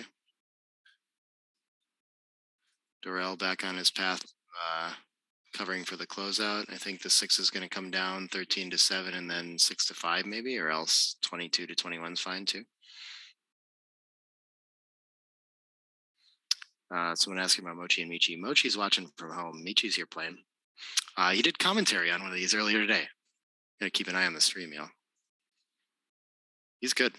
His latest book too has been really helpful. A DeerCon commentary too. We figured out all the commentary glitches, how to get 2 mics going at the same time. So I've had a lot more help. Not this round though.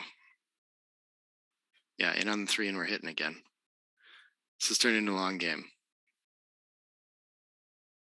we can find the right cover play, it's just getting a lot of decisions, at least lots of opportunities. Okay, here we go. Party's over. 24 points made, along with the 5 point. Yeah, a little bit of wins here for white now. Created trouble. Oh, a fan. It's a bad time for that. Some blots around that could get picked up. 2-1. That's a great roll for white here. 4-1 is at least going to bring a checker in, but we need to keep making points, roll double sixes to escape. I guess it's a priority to continue hitting first right now. 2-1, no completely safe way to play this, so I think going for distribution somehow. I guess I want to get off my sixes too. Maybe, I guess 10-9 really increases shots quite a bit, but I want 8-6, and I'm trying to figure out where my ace is. Yeah, so maybe it would be 8-5. And this is interesting. Okay, 13-10. I'm surprised that maybe leaving the ace in the outfield leaves less shots. It's nice to have that blocking point. Okay, midpoint just seemed valuable to me, so I wasn't really thinking about it up. 6-5 can remake it. We're not in any risk of being attacked on the ace right now. No checkers or no spares in the zone. It's a good opportunity. Oh, we weren't, but 13-1 gets there. He could consider switching instead, but I think this structure is just too nice. I think if we're going to attack, but this is interesting. Tied on the top play is just playing from the rear and trusting your prime to hold, but I think this makes a lot of sense. Wins more gammons. Probably the play I'd end up finding as well. Ooh, 1-5. Gonna send another checker back, but where's the 5? It's gonna have to hit loose. Okay. Big opportunities for white here. 4-6. A 6 out, covering the 3 is great. Hitting the ace puts another checker. Okay, 6-1. We got decisions here. I think we can do two good things, come out and hit, but we hate leaving the blot and board while we do that. So maybe covering the 3 or making the 2 is worth something too. Yeah, very close plays. This is the tighter one is the leader for sure.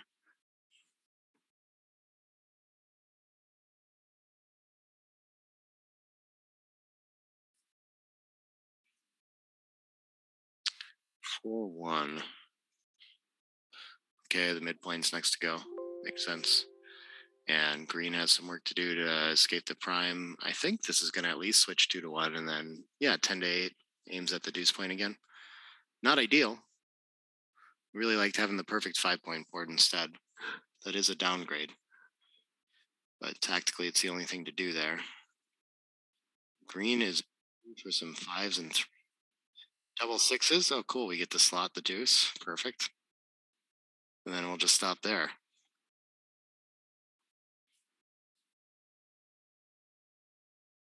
Oh, 2-6 from the bar. Okay. Great shot for white. Clear advantage here. Could still win some gammons in this position too. If it's not worth just cashing even at the score, that's interesting. But I think play on seems quite reasonable. Very pure structure. Doesn't have so much work to do anymore. Yeah, if he gets to a resolved kind of safe position, the checkers around and green does enough work to avoid the gammon, this could be an odd situation where you recube 3 away to 7 away. That could happen.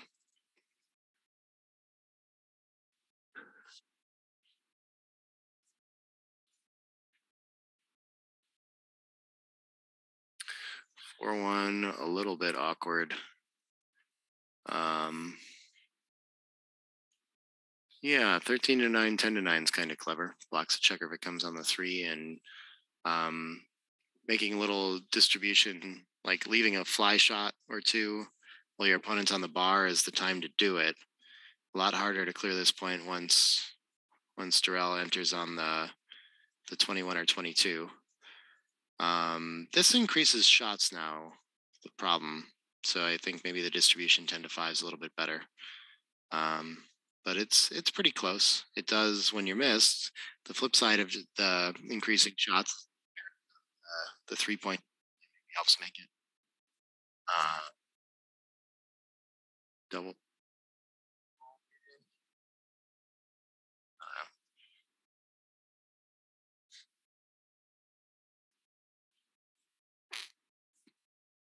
Okay, 3-1. I'm surprised. Step up. Maybe you need to keep the contact there, but I don't know which point to break. I don't work out of that part at all. Okay. This. Okay, there's still. It's hard for me to evaluate how many gammons there are in these like anchor plus extra games, but I guess there must be quite a few. 4, 8, 12, 13, 14, 15. Someone asking if these players are GMs. I'm not sure. I don't know their history. I mean, they are running into a pretty tough match. It does happen even to GMs. Mentioning that elsewhere. If you average in the long run a 3, you still have many matches that you play above a 3. Quite a bit. Maybe averaging a 3 is tough to do if you play a long match at an 8 point. But this is game 2 of a match, so if you have one off game, playing 8.3 is pretty possible too.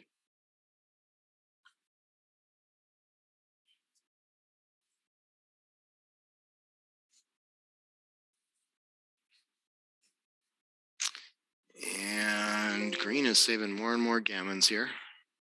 Okay, this is getting to potential cash territory. There is still the possibility of losing on a 6-2 and very few gammons left. So it might be worth claiming now. He's going to roll on though. Okay. 5-1 clears safely. Oh, did he just take 2 off and play for the gammon instead? Okay. I would assume we cleared from the rear and don't leave a shot. Interesting. 6-5.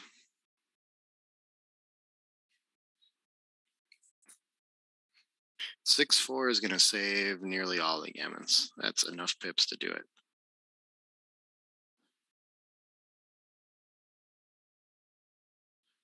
5-5. Okay, gammon's back on.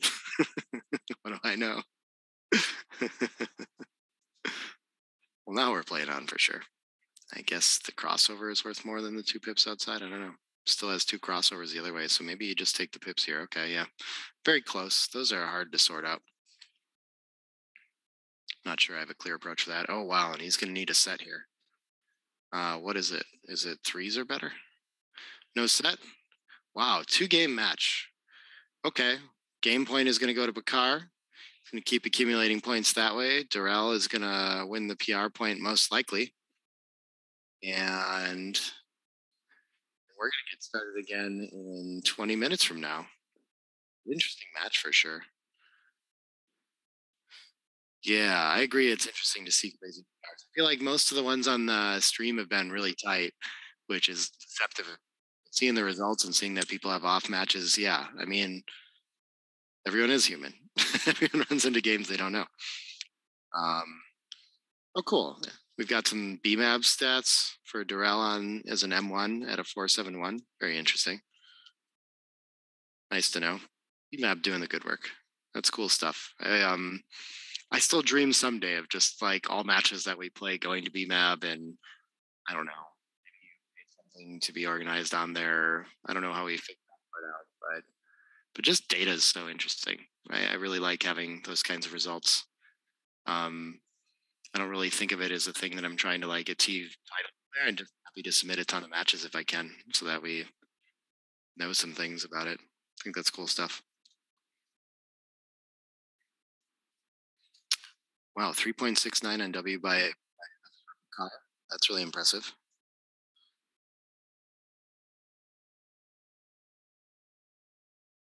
.48 in the last 25 matches. Those are good results.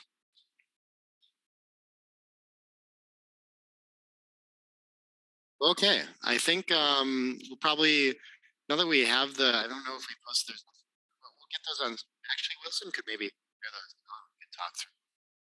If he's listening to me, I can go check with him too. I'll watch the second here. But we do have that. We should have the table. We have, still start talking about what I've seen too. Maybe we'll get lucky with the visual. Maybe we won't. Maybe we'll get that later. But looking at my own results, I can see here, I have as of day one, we had Umur Aras, Dorel Leon, and Thomas Mir on top of the points lead, all with 8 points. And then a whole list of people tied at 6 points behind that. It's Ali and Chatin Balin, Amir Eshragi, Sander, Wazan, Dirk, and all tied at 6 points. And a lot of those players are the leaders in the PR right now, too. Top PRs right now are as of day one, Sander Lilov made it through at a 2.15. Zdeněk Ziska and Ali Satin Balin tied at 2.61. So really good results from them. Dirk under a 3 with a 2.93. And plenty of people in the threes in contention for that PR point. And then some kind of surprises down there with like a tougher day. Marc came in at a 4.2 and was happy to have down there after some tough matches. Joe Bernaba, 16 years old, first tournament at a 3.92. That's amazing stuff. And I think Dagfinn having some tough matches the first day too at a 5.76. I'm sure that'll come down a ton. So yeah, that's what the results are looking at like right now. We'll get that leaderboard posted for you, and we'll be back with potentially the final match of the evening at 6 o'clock. We do have one makeup match that I don't know if we decided we're going to stream or not, but there's going to be a match happening after our last round, so maybe we'll get to stream that too. We'll see. We'll be back for at least one more. What's the question here? Ask Marc if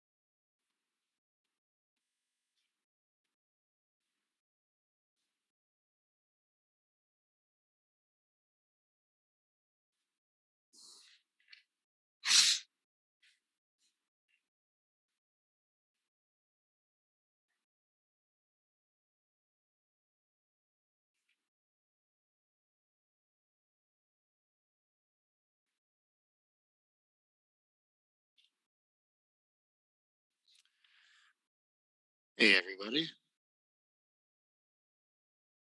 Welcome back. About to get started with Simon Barget and Ali Cihangir. I bet I got close on that one. Former world champion, former Turkish world champion. And Simon Barget, of course, you can watch his videos online. Does a bunch of online coaching. One of those content creators in our space now. Super exciting to see stuff like that. So this should be a great match. I'm sure Simon's got a ton of fans ready to watch this. Don't know who we have in the Turkish audience. I learned that Ibrahim, I can't remember if he was on one of these two, but I guess he's the main commentator for the Istanbul tournament. Yeah, the me of the Istanbul tournament. Someone said. So it's called the me and him. Someone else. I wish I don't know. I'm sure I wouldn't understand a bit of it. It'd be cool to watch some of that and see what his style is, kind of learn more about that. Yeah, conversation in the chat right now. It's about people underperforming a little bit. As I mentioned, small sample size, so a lot of things could be going on. But there is a different kind of pressure in this tournament for sure. A different kind of motivation. It's a very different energy. You know, there's not people blowing up about luck all that much. People are more upset with their results and just frustrated if they make an error, which is I don't know. It's kind of neat. It's and of course, you know, opponent sympathetic if it was a difficult play, things like that. And I do remember in the finals against Mochi, I think with Dirk, probably there's a little bit of that. People trying to outperform their best, really trying to find a way to scrape a couple tenths of a point off their PR point to get them in the finals. And maybe that leads to some mistakes along the way too. I'm not sure if it even works. Probably the best thing to do is just play the best you know how and hope that you get like the bottom end of your range. But you know, it's hard not to think about that when it's a PR based battle, how important every decision is just having to play perfect when that's not how I'd be thinking about it otherwise. Oh nice. I was signing people the trays.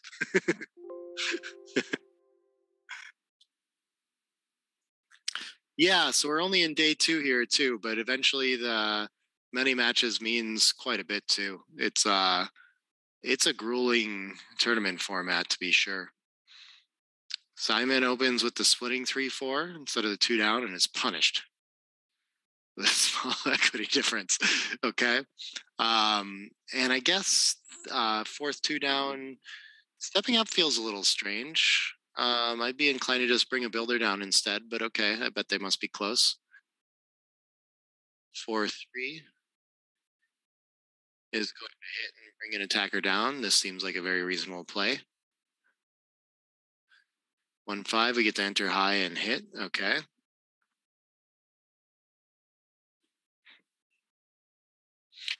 4's fan. That is a tough one.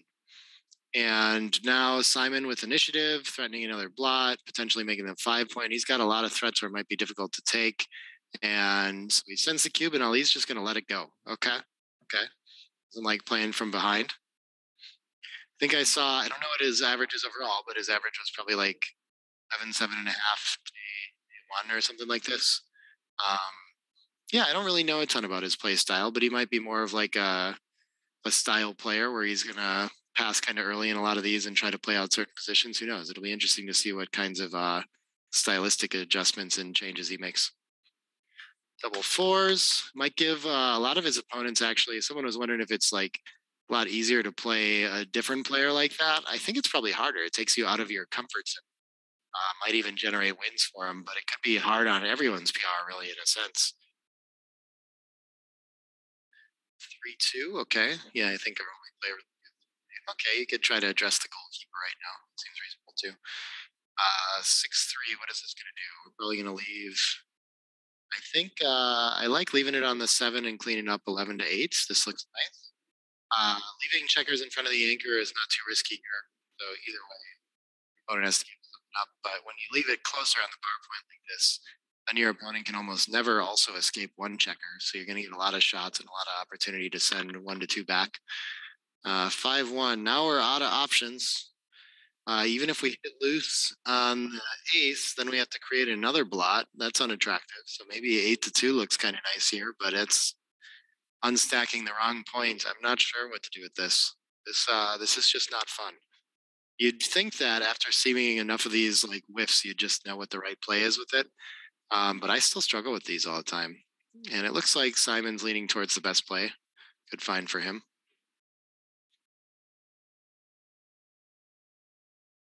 Someone asking how Seb's been playing. I think he's been playing great. If you were watching the stream, you could see the PR results overall, but I think he's a low 3 day 1. I think he feels like it's not his best performance too, which is, I mean, that is pretty surprising when someone plays a 3.17 is like, I kind of screwed up and played worse than I usually do. But yeah, he's having a good run. I don't know if the points are where he wants it exactly. That real quick. He did a great job on commentary with me, though, even if you guys couldn't hear him. 4 points, I think, day 1. Gonna need more than that.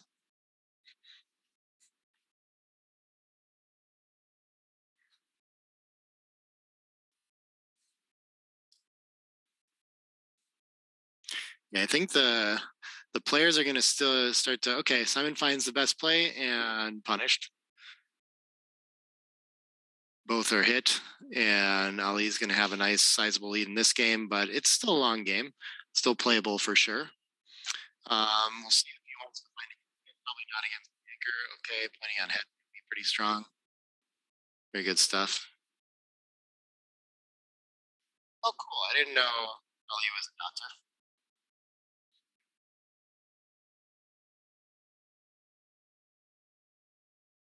Okay. Simon with 2 anchors now. Okay, he's going to be in this game for a long time. And what kind of pure play does he find? 8-4. Okay. Yeah. I was wondering. Okay, makes sense. 3-1 can make 3 points, or it could also make 4 points. The better point. A lot in front. What could go wrong with that? Really? Maybe that's my play. Make the better point. 6-3, 4-3. Okay. So actually the favorite play is just abandoning one of the anchors. That makes a lot of sense too. Since we just don't have timing really, what we really want to do is play an anchor game. It feels too early to me though. I'd be hesitant to give up the anchor right away. We'll see what's decides to make the 3-point key up all structure in front. Okay, that's a good find. Oh, my microphone seems to be fading in and out. I'm not sure why. I can ask, hopefully Wilson's listening in too, can help us understand if anything's happening. Okay, so now this time he's run off on the 5-2, understands there's no better play.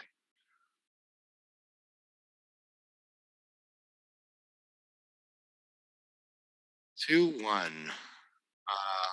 We can just dump to the ace without hitting, not risk any shots. So when you're just trying to consolidate the rate, it makes a lot of sense, but he's more of a pure player. Okay, on stacking for it. Good place to leave the plot, I think. Just hits and this to the anchor, pretty nice.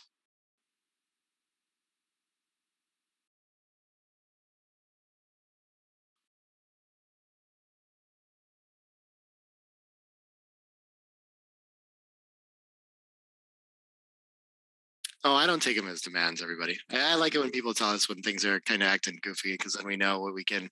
Lots of times it's something easy to fix, you know? I don't know. We just don't know if no one tells us. Ooh, 3-1 is awkward. Best he can do with it is break the 3 to the deuce. Okay, hoping for no contact anytime soon. And this is a good find because the race is quite close now. And so just sitting on the anchor game and trying to consolidate his racing chances, a good strategy. Won't be able to hit with any 6 here. Is this double 5s? Nice. Okay. So if he understands that the race is this close, I think he's going to abandon the 20-point, play out to the 15 and 13-8. Just hope to start racing now. Looking really strong.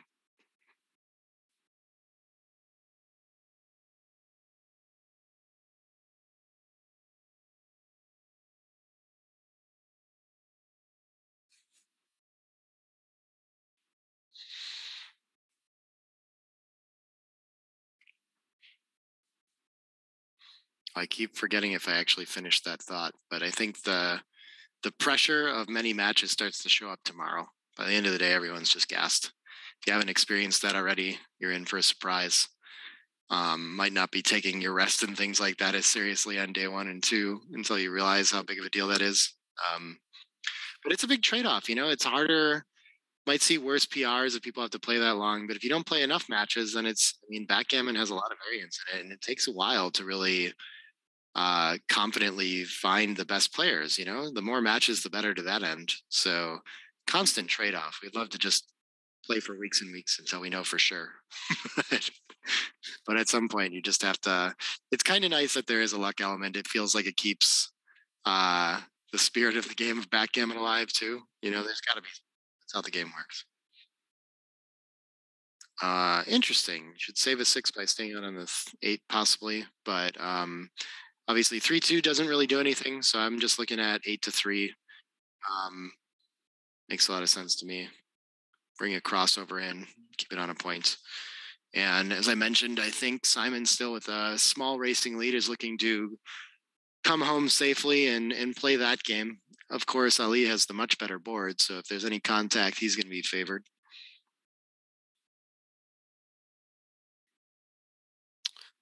Six, 5. This is probably going to clear the 9 or the 8. It does not look like a good opportunity to clear one of our outfield points. I think we got to play safe against a 5-point board. But how are we ever getting this home safely? This is going to be a tough one. Oh, we'll just let our opponent roll a winning race lead, trick him into this, and then roll a big set ourselves, and then we're free. That's the plan. 4-4. Is this big enough? You want to keep a little bit of contact since you're still technically down in the race, but your board's so bad that maybe you just don't bother. So what if we look at something like 15-11 to start and then cover the 4 and the deuce? That's kind of some nice contact, and we should be able to clear the 11 safely. Next time, we probably have better timing still. Okay, I wasn't thinking about, now that I look at the best plays, 13-5 is the most board constructing, keeps the most contact. So since we're down in a little bit of race, keeping that 5-way is still best. We still have fine timing to deal with. Entirely a race dependent kind of play, though. You have to realize that you're not favored there. Dimitri asking when the next UBC Contender tournament is. We haven't finished planning this one, so we're definitely not that far in the future. Understandable play for Simon here too. It's hard to find a contact play when you know your board is just trashed and your opponent has the perfect 5 points. So maybe it feels like racing is your best bet. But yeah, next Contender tournament. I think I'd be surprised. It feels like we've got a nice setup here in Istanbul too. So it feels like maybe we'll keep trying to do it here, but moving around and trying to get closer to other places to get more participation is an idea too. I'd love to see Dimitri in it someday.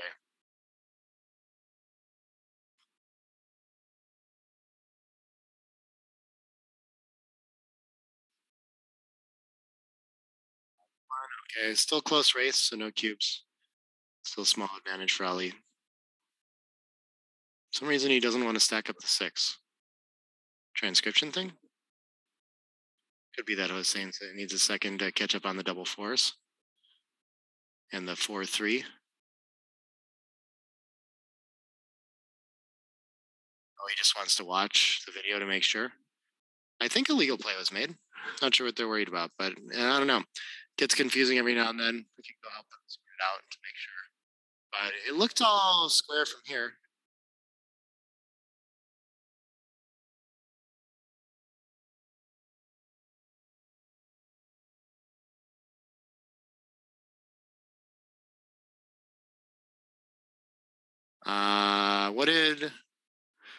Somehow,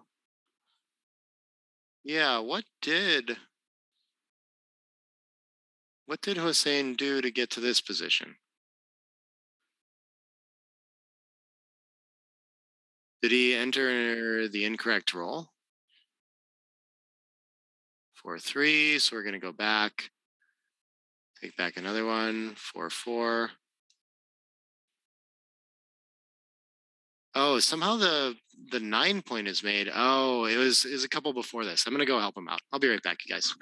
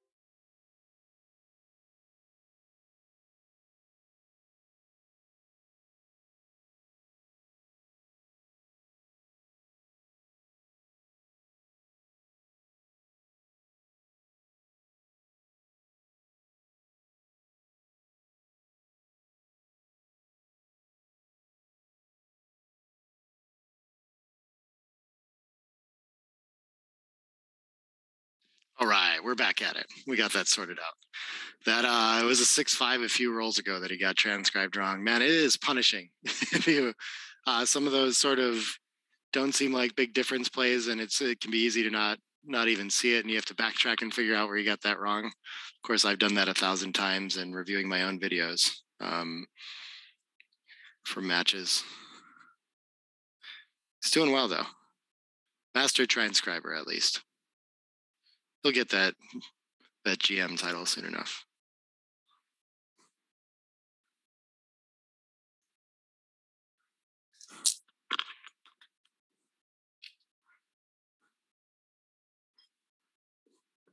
Vienna, London, Munich, Berlin. Istanbul's not that far from you either. All right, so come on over. UBC ever held in Japan? Not that I know of, but that'd be fun. Japanese still travel here in general, but yeah, anyone complaining about having to travel from the US, I mean, the Japan players do fine. Yeah, live transcribing is real hard. Thank you for the appreciation. Show it to Hossein there. Not only is he doing that, he's handling all the scheduling and messaging players when they're not showing up for their matches. He's handling a lot. All of us are doing a lot of double duty. So tough job for sure. Somehow we still don't have a cube in this match. That's wild. Okay.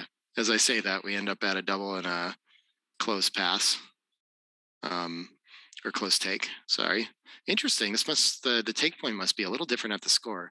So how do we evaluate this? We know our pips are 5 ahead. We must assume that wastage is pretty similar on both sides, but Ali's looks a little pure. So maybe we have like a pip of punishment or something like that. So it's like 4.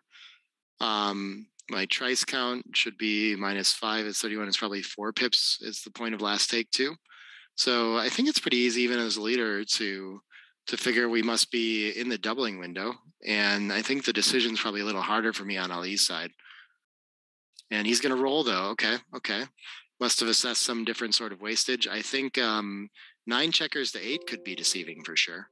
But he gains a pip and he's going to reevaluate. This must have gotten into past territory now, having seen the last numbers. And he is going to send here. Could be the kind of thing where he was not as excited to send the cube and realizing how close it was to losing his market was 75%. He actually must have probably evaluated the race better than me to realize that it was around 75%, that it wasn't so close to the pass point for money. And as a leader, maybe just adjusted by waiting instead, when actually some scores you're supposed to get the cube in time instead. Because the way that I've heard to think about this score is that you don't really want to get to 5 away, and you really do want to get to 4 away as a score. So that incents Ali to pass a little more often, even though he's leading.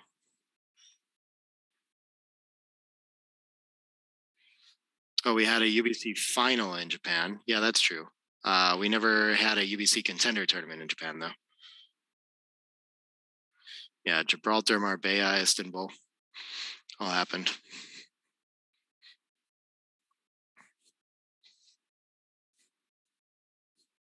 Maybe Madison, Wisconsin yet next. What do you guys think?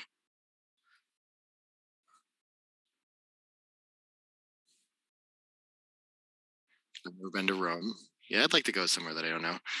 The thing with all the production and stuff, I would kind of like it if we kept doing it in Istanbul too, just because we're starting to figure out how to make things work in this particular hotel and everything. And every time we go somewhere new, it's a whole show to figure out how to do it again.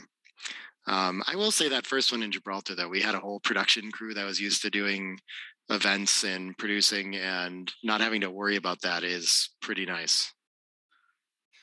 Okay, we're going to cover, and 8-6 is the best we can do. That's a good find from Simon. I attempted to slaughter something to not have to play so stiff, but he's way down in the race too. He just doesn't want another checker back and doesn't want opponent to be able to escape with tempo. I find that to be kind of a difficult play. Yeah. And now Ali's going to play relatively impure thing of his own. Can't move the back checker. That's what he really wanted to do. 4-2 makes a point. That looks like a nice roll.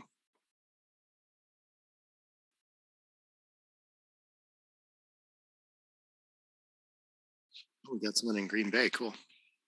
Short drive from me. 5-2. What is this doing? Okay, so Ali ran, got away with it. And Simon has to find the best placement for his checkers now that he's in this holding game.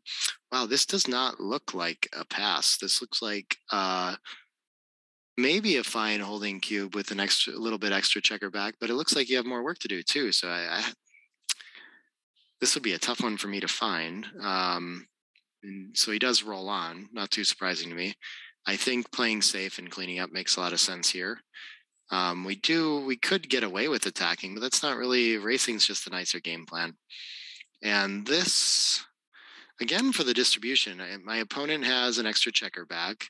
So maybe that weighs me towards, I'm not sure which I would think to do, but I'm not exactly thinking about a cube yet.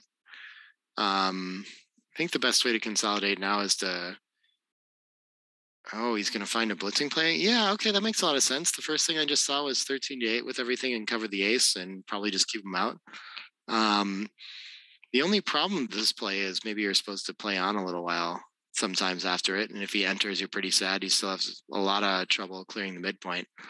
But probably you can just cash this now, and maybe he sees that the gammon threat's real. So he's going to send the cube, and we'll see if Simon recognizes that there's a little bit of gammon potentially needs to let go as well. It's tough though. You must realize that you have good contact and winning chances, but you're open 5-point tracks from that, so might be easier to think about a take. And he is going to take it though. Yeah, these anchor games, you always see the life. There's a lot of impure. Those dilly billers on the 4 look like a reason to play it out too. And there is a safe play in playing 2 off the 8. No, there's no safe play, so we're sitting this. This works. We win some gammons. If he gets hit, he's still got a lot of life. 5-2 solves the goalkeeper problem.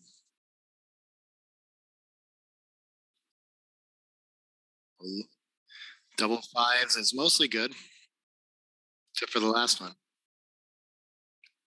This might be Simon's last chance. Oh, a perfect 3-1. What a shot. Going to be very difficult to find cubes at this score most likely, but this could be the kind of place there's like almost no gammons and you just win every time here. Yeah, he's going to send it and Ali's going to pass. And we're going to move on to 3-way 7-away.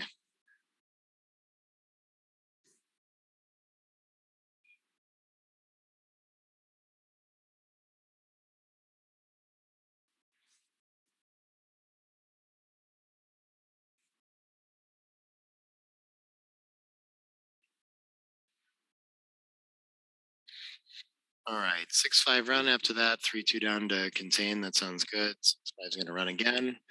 Already kind of a nice game for Simon. Yeah, this I like this spinning play to control the outfield and not let Simon unstack so easy. 4 down to the midpoint. Okay, easy game. I see how to play this. And at 3-away, I think we can already still think about a cube. This is just such a huge racing advantage. Making the next point is just powerful. You might need to, guess increasing some structure is fine, but I would have paused a little longer there. Not cubing at 3-away can never be too big of a mistake anyway. But yeah.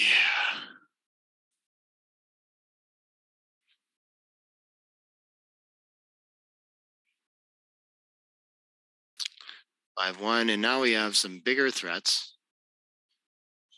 And it is a small pass, but okay. So he's going to blunder on this one. But it's easy to think that you've just passed it too good, if anything. So again, we've seen this a couple times. In the long run, I think just not making cube decisions at 3-away, 7-away is good for the PR. But every now and then you run into repeater sequences like this where you're almost never leaking more than like 0.100 like this, you know?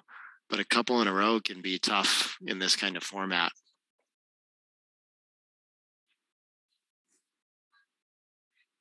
Oh, did he really not have to blot if he just cleared the 6-point? I'm not sure. I didn't even notice that. Okay, I've been spending time on this play now. This is good. I'm glad he's thinking about this. Maybe he will find a pretty dominating cube. I mean, really, Ali's only hope is that he anchors and plays a holding game that still looks nice for a cube. So, I mean, if Simon wants to just treat this like a holding game, it's a fairly resolved and non-volatile position.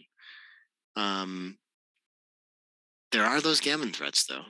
So it feels like you should take a roll, and just like if it does turn into an anchor game, then fine. But the issue is that it can get awkward. You can end up leaving a shot even though it's not an anchor. And at that point, there might be enough wins to just take and play it out. Maybe you don't even have a cube anymore. So this is the moment. Last roll in this roll.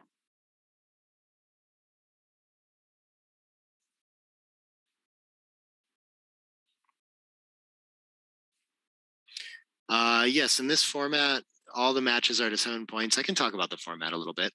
It's up to, I mean, tournament by tournament. You can play matches to any number of points you want. I think the highest I've seen, I can't remember if Monte Carlo plays to 25 in the finals. Of course, like some online events do that too. You see longer matches like that sometimes. 7 points is like right on the cusp between like a regular length match and a short match. Usually in a lot of tournaments, they'll be short for a main event, but this allows us to get a high volume of matches in. So it's kind of like the nice, oh, look at this. He doesn't cube, gets the 4-1, could double hit, doesn't take the opportunity and just tries to play for the racing game instead. I get the logic of it at the score, but misses an opportunity. And now, kind of as we talked about with the board improvement, he barely has a cube and Ali has an easy take now at this score. Where at any normal score, you would just have to pass. Is this going to be resolved enough? Okay, we're back into double pass territory. Oh, so brutal.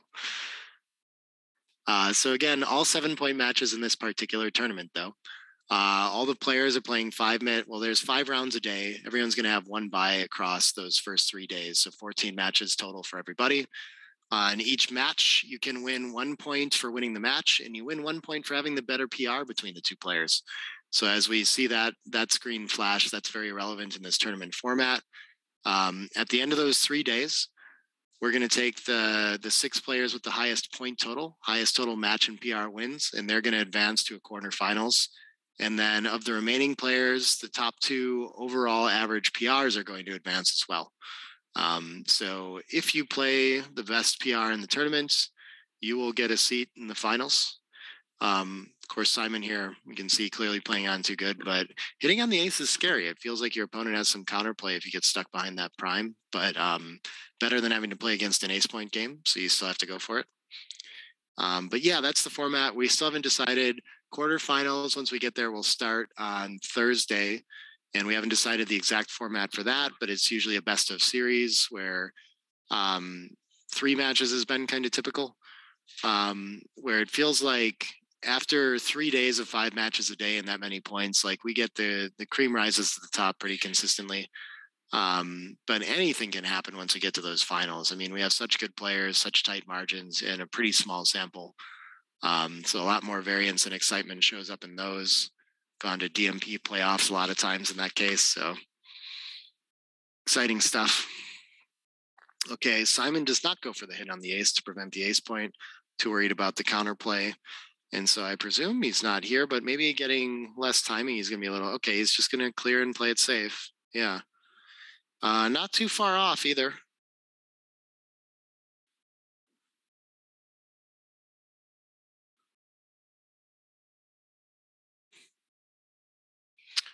Oh, cool. So Simon's stuck playing a Phantom Ace game now. I expect this is a small, what is this? Okay, 3s. So we're going to shift and clear from the rear. Yeah, looks great.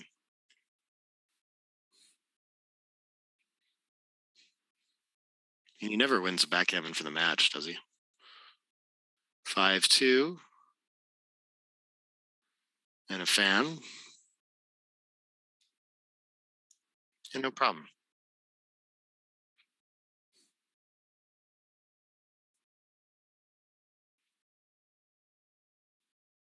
Three, 2, keep clearing from the rear, leave no shots. Seems reasonable. Ali's going to keep fanning. Okay. Make it seem like there's backgammons in this. Simon does not get a roll closer. Next set could leave a shot, though. So fanning one more time is kind of okay. And Ali's going to be off the backgammon for sure. 6s. Oh, could potentially save the gammon even. That'd be wild.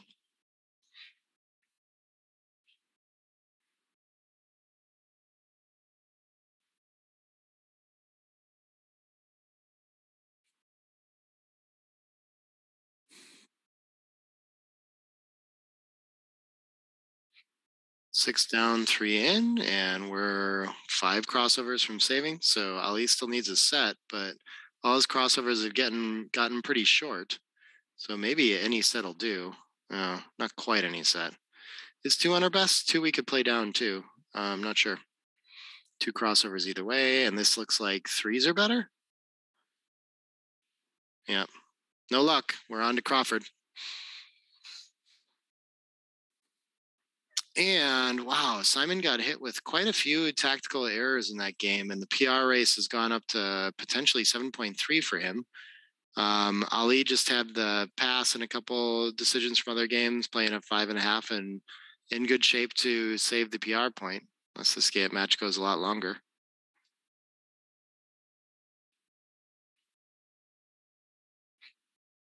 Okay, opens with 6-3, and Gammon's not terribly relevant at these odd-away scores, so they're both going to be playing DMP mostly just to win, not worrying about Gammon's too much.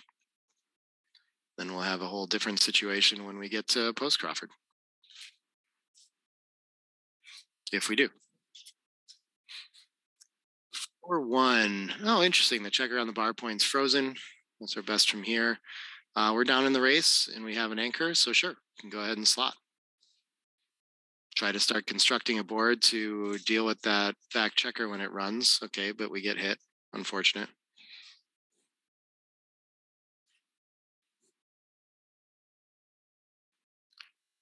4-6. Okay, yeah, I can't really afford to come out into a triple shot. Keeps a little more contact staying back on the 21. Bring an active builder down. Gets pointed on anyway. 5-6. This time the 6 is pretty awkward. What do we do? Yeah, okay. 9-3. 13-7 just to make a point seemed reasonable with the anchor too. 4-3. Yeah, they're playing quick. Ali is happy to just link up blots to points and try to consolidate a racing lead in this one. Keep it simple. 3-2. Oh, he can make an extra defensive point. Okay. I'm instantly looking at making the 5 point, but yes, this is nice. Really restricts movement quite a bit.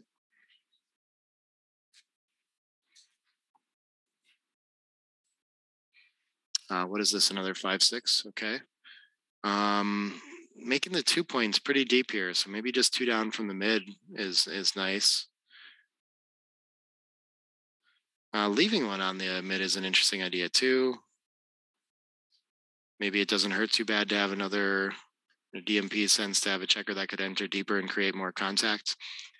Okay. Ali keeps getting simple advancing checker rolls. 4, we're going to slot the best points we can. 5-4.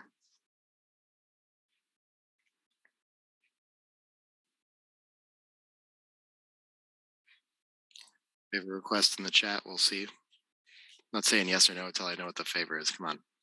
I think I'd prefer to slot the 5 with the deuce than make the point. I'm not sure. We could make 2 points though. These are so awkward. He's really just rolling weird numbers for building his board. And yes, this looks like the sort of keeping the checkers on high points kind of play. It's a good find. Awkward. 2-4. We can make the 8-4 and then maybe 3-1, I guess. I don't know. And this is so weird. Why can't it just be simple? Why can't we just make the 5 point? All right, Ali gets 6-1, is just going to dump to the ace. Still looking for things like 5-3 and sets to clear. Okay, finally the ace makes it, and then we play from the rear with the other one, I think. But look at this. Okay, heads up play with the 5 to know that it might be time to leave the 18. Yeah, you don't tend to like both of those anchors together. They don't cover enough ground together. It's hard to be hit here, and when opponent has 2 blots behind, so... Good find from Simon. Playing 8-3 is just a little too deep with the spare too. This is a nicer place for the spare though. So 13-6, and we're happy to keep that extra contact on the 18 until Ali cleans up his position and his board behind the anchor. 4-2 could make both points. Maybe it's important to do that, but 8-2 gets the crossover. It's got that feature. 5-3. Now it's getting a little riskier, and I don't see a more productive play with the 5-3, so sure, come off the 18. I like it. 5-4. Yeah, seems real natural. Fill-in points. Double ones. Okay. Simon trying to have the board for any unlikely shots. Double fours. Double fours leaves a shot. Wow, he's finding them all. Ali is against these holding games.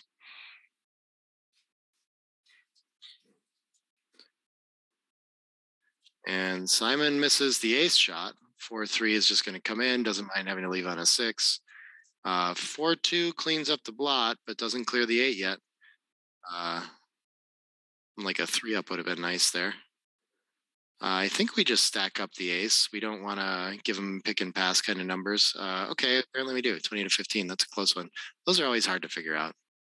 They take some calculation, but Simon just went with his instinct and missed a small one there potentially. Of course, you never know if it's plus approved either.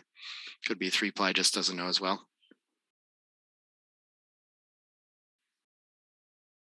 Most favorite. Marc's focused on the tournament. I don't think he's going to figure anything like that out while we're here, but we can talk about it. I thought the input was just that it's pretty expensive to do that. We'll see. I mean, I'm sure they'll figure it out if selling on Amazon is positive for them. Of course, they'll do it, you know. Take advantage of any. Selling boards is nice. Oh, which reminds me, this is the new version of the Earth board. I'm sure most of you that have been watching for a while already recognize this, but a little nicer wood, different hinge design. I even noticed the joints on the board are a little bit different, have a different piece trying to hold them together. Really sharp looking. I noticed the difference a lot more, like the stain and finish is a little bit different than the original in person, more noticeable. I don't know if that shows up on the stream the same. Man, they're really nice boards to play on though. I like the one I have now. All the players, I feel like, especially in a tournament like this, seem to recognize once you play on this board, how much nicer it is to be able to reach across the dimensions. Just that, I don't know why no one thought of making a narrower board like that, but people just love it when they play on one.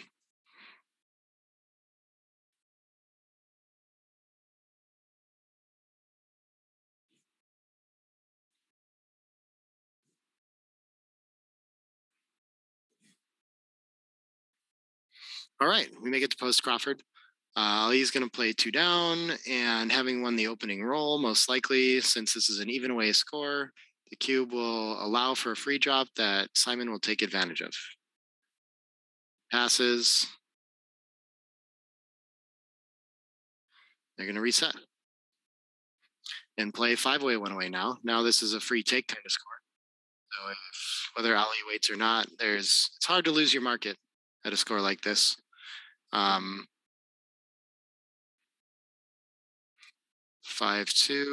after the 3-2 split. Yeah. Okay. Double pass. Yeah, just making sure we got the transcription on that. And Ali is just going to send immediately. So you technically can wait without making an error at this score. And maybe it's good for the PR too. A little bit annoying to have to consider. Ooh, the 6-1. Instantly sees that we got to take advantage of that split.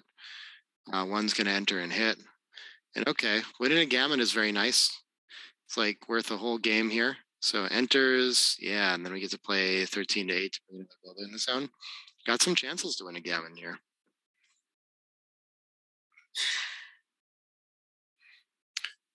Five, 3 enters 2, okay.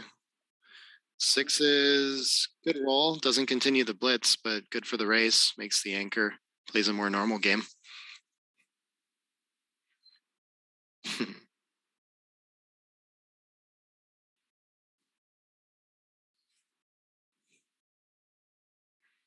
2's got to make the anchor too, to just give up on those blitzing flans. And then I guess he's trying to figure out if he wants to hit loose, try to make a fight now when he's outboarded a little bit, or just make a boring 6-3 kind of play.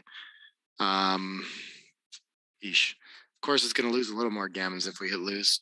Got to figure out if it wins more and he decides not enough more. And is just going to wait for the anchor contact. Aces is a poor roll. 8-6 is a little bit better, but he goes for the 4-2 shift instead. Doesn't veer out. Double 5s, I think. Okay, I'm surprised that he just instantly sees to go to the 10, and XG likes that too. But I thought since he's still going to be down in the race, there's some merit to just trying to stay back, build the board, but I guess maybe he's going to be out of timing if he does that. He could come to the outfield and make the 3 and come down with 1 or something, make the 3 from the midpoint. That looks reasonable to me. Takes a lot of pressure off the position too. This is interesting. I would have thought we wanted more contact in this, but I guess the contact of the bar point's good enough. That kind of makes sense too. Okay, so 2-1. I would have thought make the board too, but Simon finds best play again. He sure does know a lot of things that I don't know. I've noticed that streaming in his matches for sure. What is this? Aces is going to make the 5 points and 10-8, right? Man, lots of weird options here. I'm just thinking I'm playing for contact on the race a little bit. I want to start by making the 5.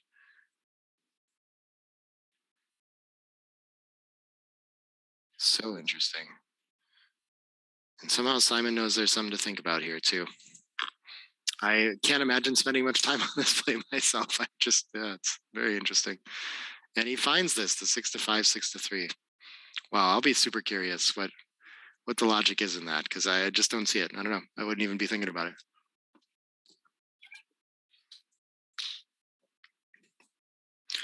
Nice play. Okay. So now we're in a bit of a losing race, though, for Simon, unfortunately, for him. And Ali should have no problem clearing the mid. Okay, 6s makes it even again.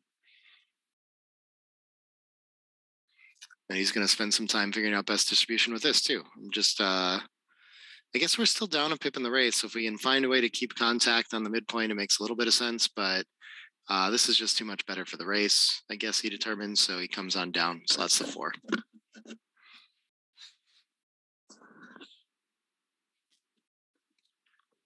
What is this, 6-3? I think we're going to make the 4 and the 5. Yep. Really important to try to get heavy stacks on the 6, 5, and 4 point as we bear in. Less desirable to be sending checkers deep.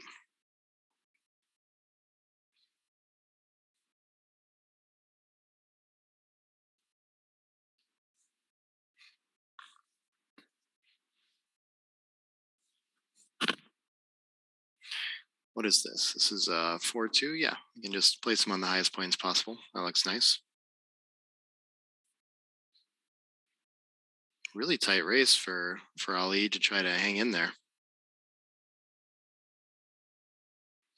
This is the dream as the leader.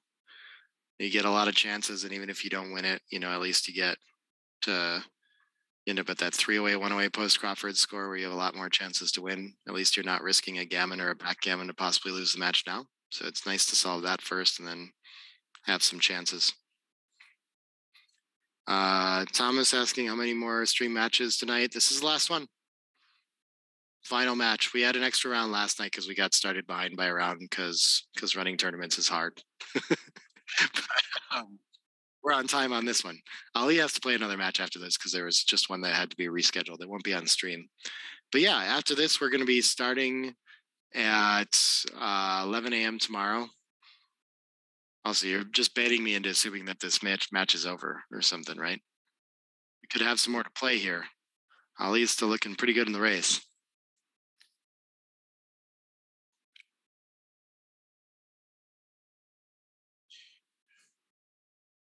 I think we've got the results thing worked out, and Bill and Tara helping out a bunch with that offsite as well as Mate's whole team.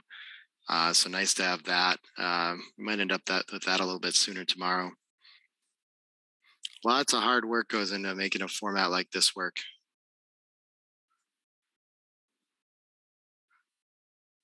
Olsen with all the graphics and stuff. You see him walk over by Hussein every now and then.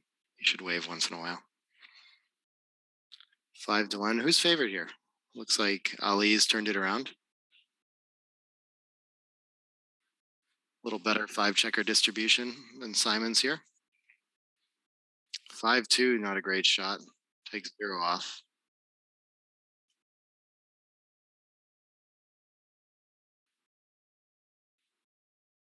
I need a set to get back in this one, I think.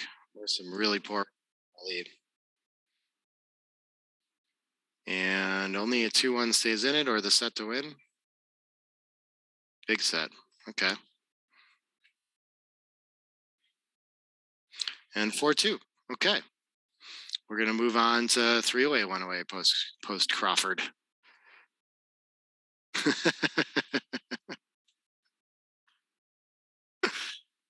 There's more backgammon to be had.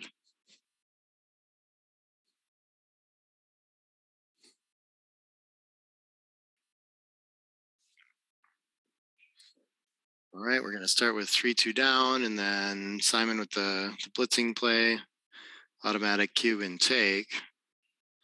And now Ali's going to be hopefully leaving the back checkers alone and just working on improving his front position. But he's down on the race, and Simon has so many extra checkers in the zone. 6-5, a bit unfortunate. Best he can do is go to the deuce. And position's getting awkward for Simon very quickly. Ali's prime is gearing up nicely. 6s, yeah, this is all this can do, and we already have a semi-dead checker on the deuce. 5-2, he's going to keep making plays to continue his prime. Looking to build that 5 point as soon as possible. 2-6, yep, nice shot for Simon. Big racing lead, and if he can just not get hit here and be on his way, he's got good chances, good racing chances, but that's going to be hard to do.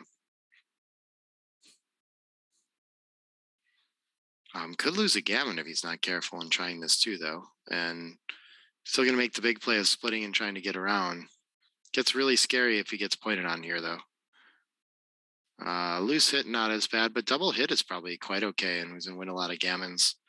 Yeah, this is a scary... Gammon wins the match, and he finds a way to fan. Wow. Ali looking great to close this match out now.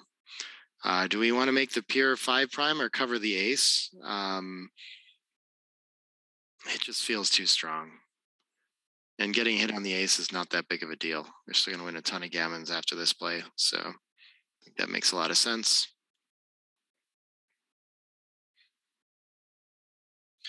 5-6. Yeah, just get the checker moving. That seems fine. Well, the gammons are going down a little bit as this kind of stuff happens. 5-4. That's really awkward. He's going to clear the 7. Okay. 8-3, 6-2. A little bit better to keep those 6s blocked for one more roll.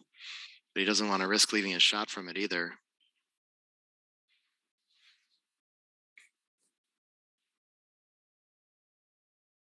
What did he roll there? I missed it. 6 something. Okay. 4-2. Ali finally gets to get the back checker moving. Maybe Simon will get some awkward opportunities to attack. Nope, he'll just play 6-2. This is an ugly looking backgammon position for Simon.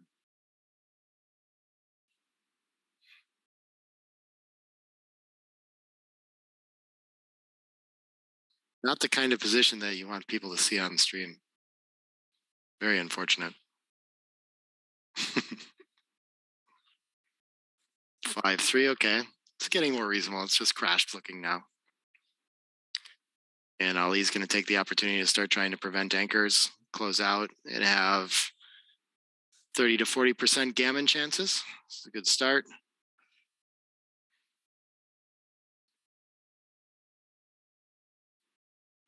All right, if Simon can roll an ace, that's going to save a ton of gammons, and he doesn't. Ali closes him out.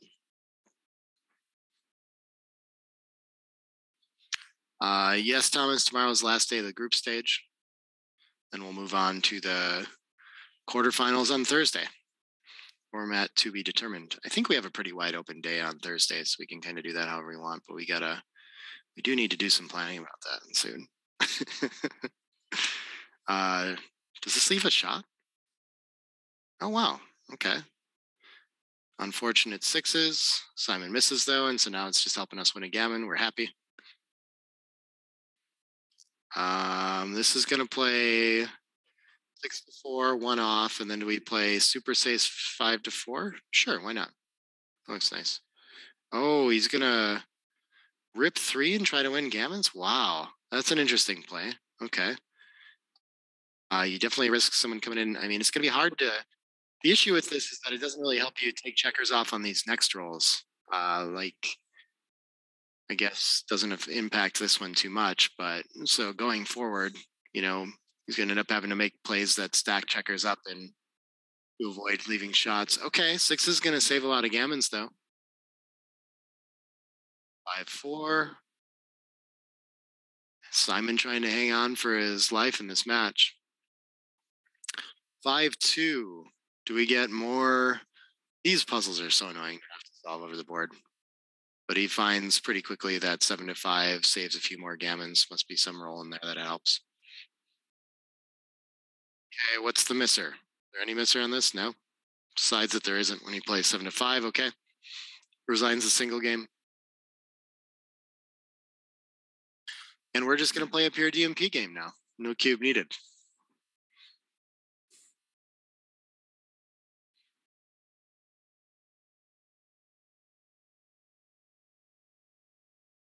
Nice. I was saying getting the Galaxy logo showing there. That's important.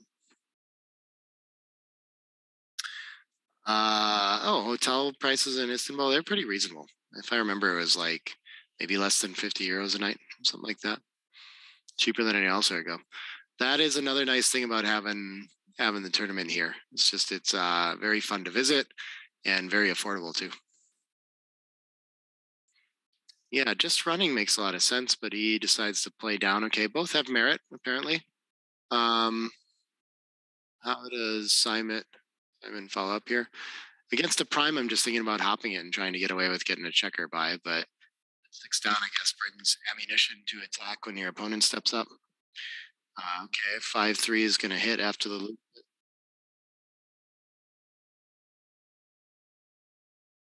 4-3 is going to anchor up. Okay. And so I think small advantage, just racing lead for Ali. But of course, Simon's got that anchor and will be in this game for a long time. 4-1. Now that he's got the anchor, he can just keep going for the attack. Why not?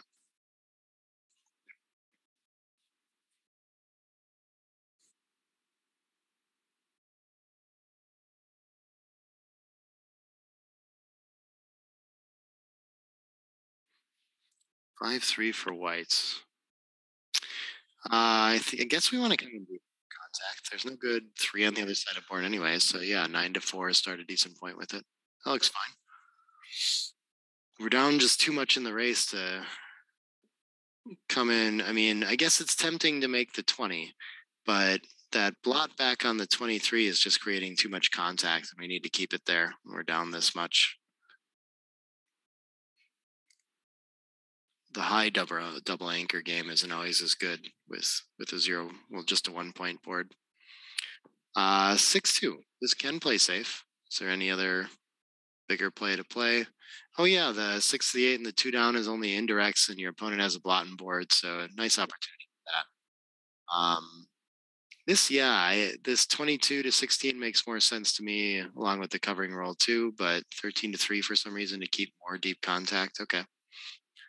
Well, now he can just enter and possibly make the 23 or even enter on the 24, I guess. It's nice.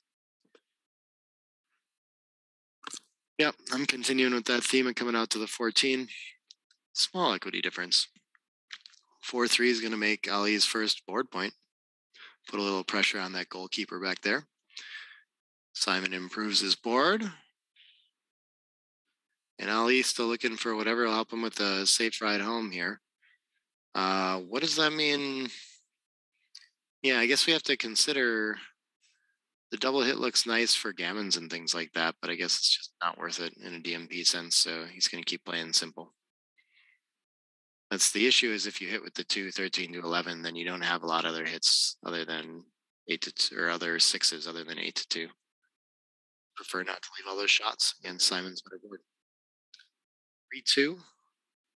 He wants to keep contact out in the outfield. Okay. I need to move that 14-point plot. Oh, the 3-2 could have just covered. That's really interesting. 6-2 this time hits pretty safely. Only a 5-6 is going to return. And the 2 gets to make the 23 point now. Okay. Simon's increased his contact value by quite a bit and has the time to hold the 2-4, I think. Not ideal timing, but Ali's far from ideal Baron structure against it too. That open 5 point is going to be a real problem. You can't make it soon. 6-3 hits, okay. And yeah, Simon's board is looking pretty ready. And this is a large piece of the turnaround. 3-6 hit and escape. Nice shot for Ali, of course. What is enters with the 2 and hits with the 5? Okay. Simon keeping the pressure on. 1-5 looks like a pretty bad roll. We're starting to bury checkers now, and now Simon's a big favorite in this game. Ali leans back, frustrated with the outcome, I guess. I think 23-21, we got to start getting moving, but oh wow, that's a big mistake. That's really interesting. This mobility makes a lot of sense to me, but it must just allow Ali to attack behind the anchor or find something to do with 5s and things like that he wouldn't have otherwise. 5-1 wouldn't get the pick and pass and wouldn't get the opportunity to maybe fan, step up with the deuce, all these kinds of things. So okay. Seems like that would be a lot smaller. Very interesting. And wow, Ali playing really sharp in this match too, all the way below a 3 now.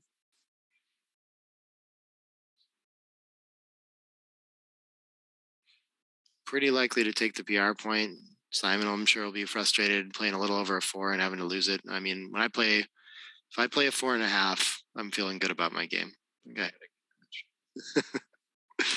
Oof. Ali just needs a 6 to be a huge favorite. Can't quite find it yet. Simon just needs to enter, and he'll be doing fine.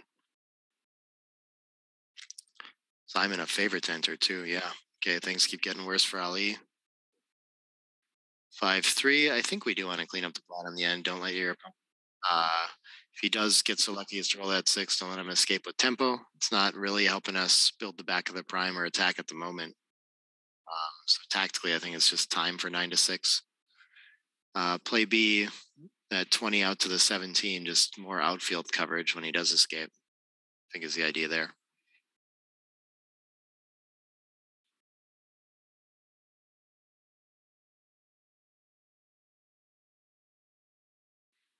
And does choose to lift the blot. Okay. 6-4. Okay, is he happy he lifted it? Maybe, yeah. Probably more shots than he had otherwise. 5-3 is good. It's going to hit. Ali looking to come in at the edge of the prime at least, if not hop out. Wrong 9. 4, I think we like at the back of the prime. That's nice. And then we start to try to get a checker closer to covering it. The other nice part about 13-9 is that when your opponent hits on or enters on the 3, instead of getting to just camp there, you have a 6 to hit him off the edge again. So slotting the back of the 5 prime is a common theme. Feels strange to create 2 numbers that you might really regret it, but the upside just tends to be much bigger. Yeah, very exciting. 2-1, we like where our checkers on the 15 and the 13 are right now, so I guess we start moving from our anchor now again to 21. Guess you create, no, I don't see a problem with double 3s either. I don't see a call to slot the front or anything like that. So what is there? I mean, I guess we could play 21-19 and not want to advance and give him a place to play a 3 behind. Okay, I'm going to keep the anchor though and hope that it creates some awkward blotting numbers like that. 1-6. Could have had a double shot on that instead. Probably a little nicer. 5s. What are we doing with this? It'd be nice to buy time to hit another checker. But I don't think we can really justify hitting loose 6 to ace in this position.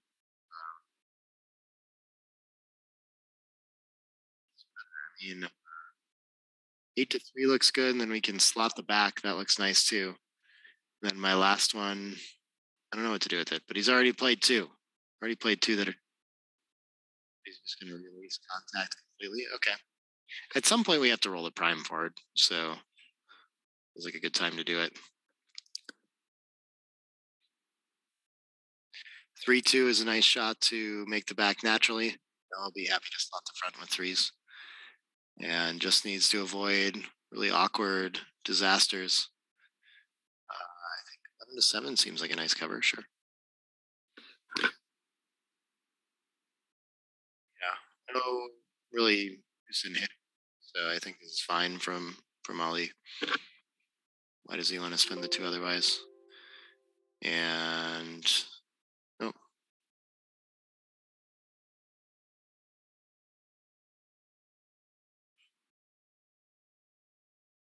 Okay. Saying that the 3-2. Oh, got behind a little bit. 4-3 after that.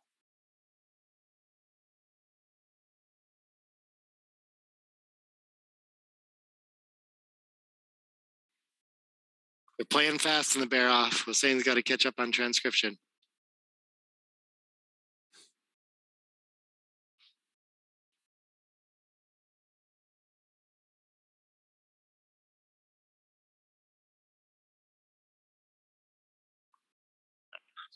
This time, okay.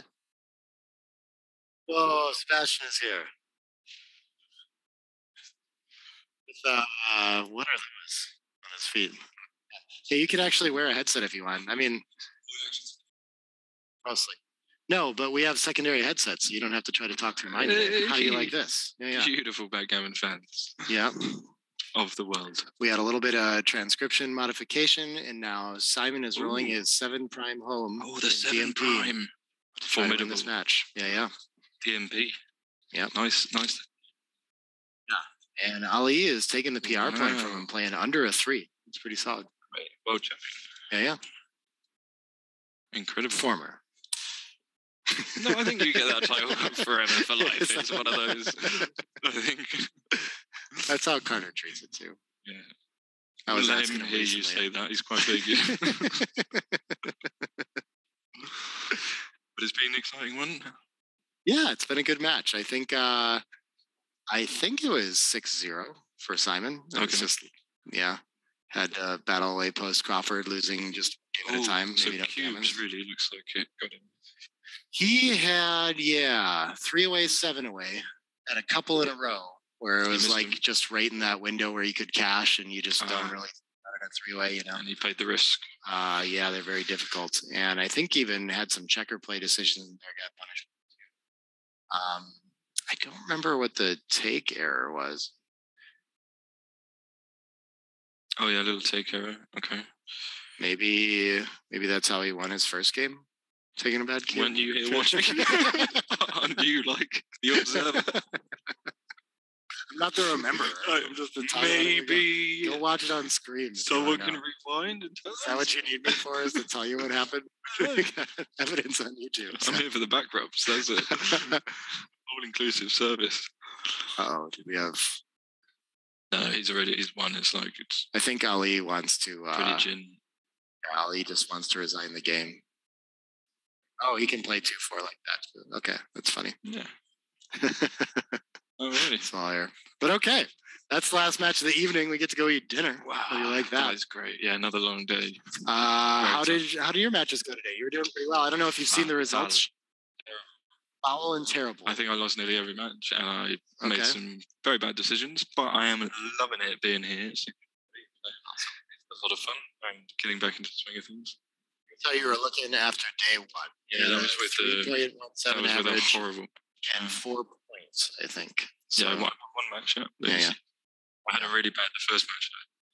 So first match today? First match today. Okay. It was like 4 over 4. Okay. So that's a really bad one. To get that as the average, it is. To get that, if we're trying to average, what average. Mm-hmm. So actually, I was okay. It's just frustrating when you make mistakes that you know and you kind of feel the position, like kind of go against things, go against what you're telling yourself, and kind of convince yourself of something else. Yeah. Those are the mistakes I get frustrated about. Everything else is fine if you don't know. That's just a learning opportunity. A bit more deeply. Yeah, that's the worst feeling when you look at a position and say, I should know that. Well, yeah, you're like, I was going to do this. And then somehow you sell yourself some random play. Yeah. But yeah, everyone's playing great, so it's fantastic to see all these. Yeah, we're sifting through the leaderboard here. Sander after day 1 with the lead with the PR race, 2.15. 2.61s. There's always PR ties somehow. It's just amazing to me. Oh. We've had DMP playoffs because the qualifying PR was tied before. No way. In contender tournaments. It's just wild. Yeah. That is crazy. Somehow they just converge when you argue. Right, because everyone's you that always good. I don't get it. almost always have a number of decisions. Right. On like different equity. Yeah. I don't know, we man. need more decimal places. I've always been one for less decimal places, but now I'm on the side. I'm rooting for more. Yeah.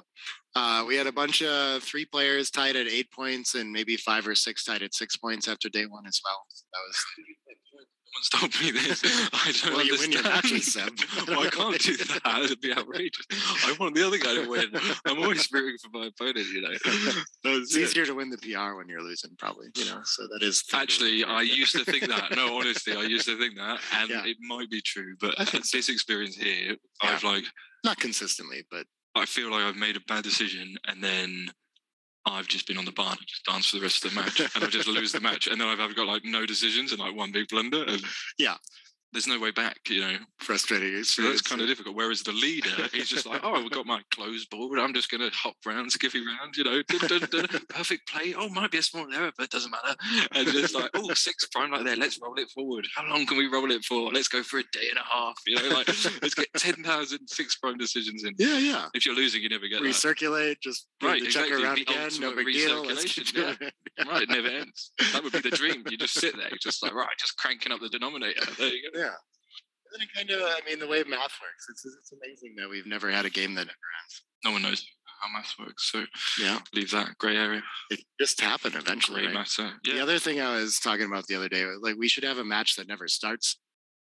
We just keep rolling doubles. I've done plenty of those. Yeah, we did like play. 6 at the start. Like, I just want to say, like, draw, tie, just leave it there. Go for we lunch. should have a cap. Yeah, that's an important rule to have. Yeah. 100 miss rolls on the opening roll. I think they should allocate like extra bonus points. Like, you know, if you spin a double 6 and one lands on the bar, that's like a bonus point, or maybe half a point. Oh, you know what? Did I ever tell you about this? My crowning accomplishment. I rolled dice and got them land on the bar. On purpose? No, of course not. On purpose. How is that an accomplishment? Everyone's done that. No, has everyone done that? Yeah, they just you know. I've never seen it before. I thought no, it's never going to happen. I don't want to take it away. I've never seen it either. I don't want to take away your crowning glory moment, but all right, yeah, that happens a lot. Well, that's enough of good stuff. Firing the dice at the board, you'll see what happens. You want to aim a little better, but yeah. Well, thanks for everyone for watching. We're going to start with more matches tomorrow at 11. I'll look up first match tomorrow. Lots of love, best wishes to everybody. Yeah, thanks for joining me, Seb. First match tomorrow is going to be Marc Olsen again against Ito Levy. That's on stream. He did get 2 matches, totally rigged. Big die through everything. All right, bye everybody.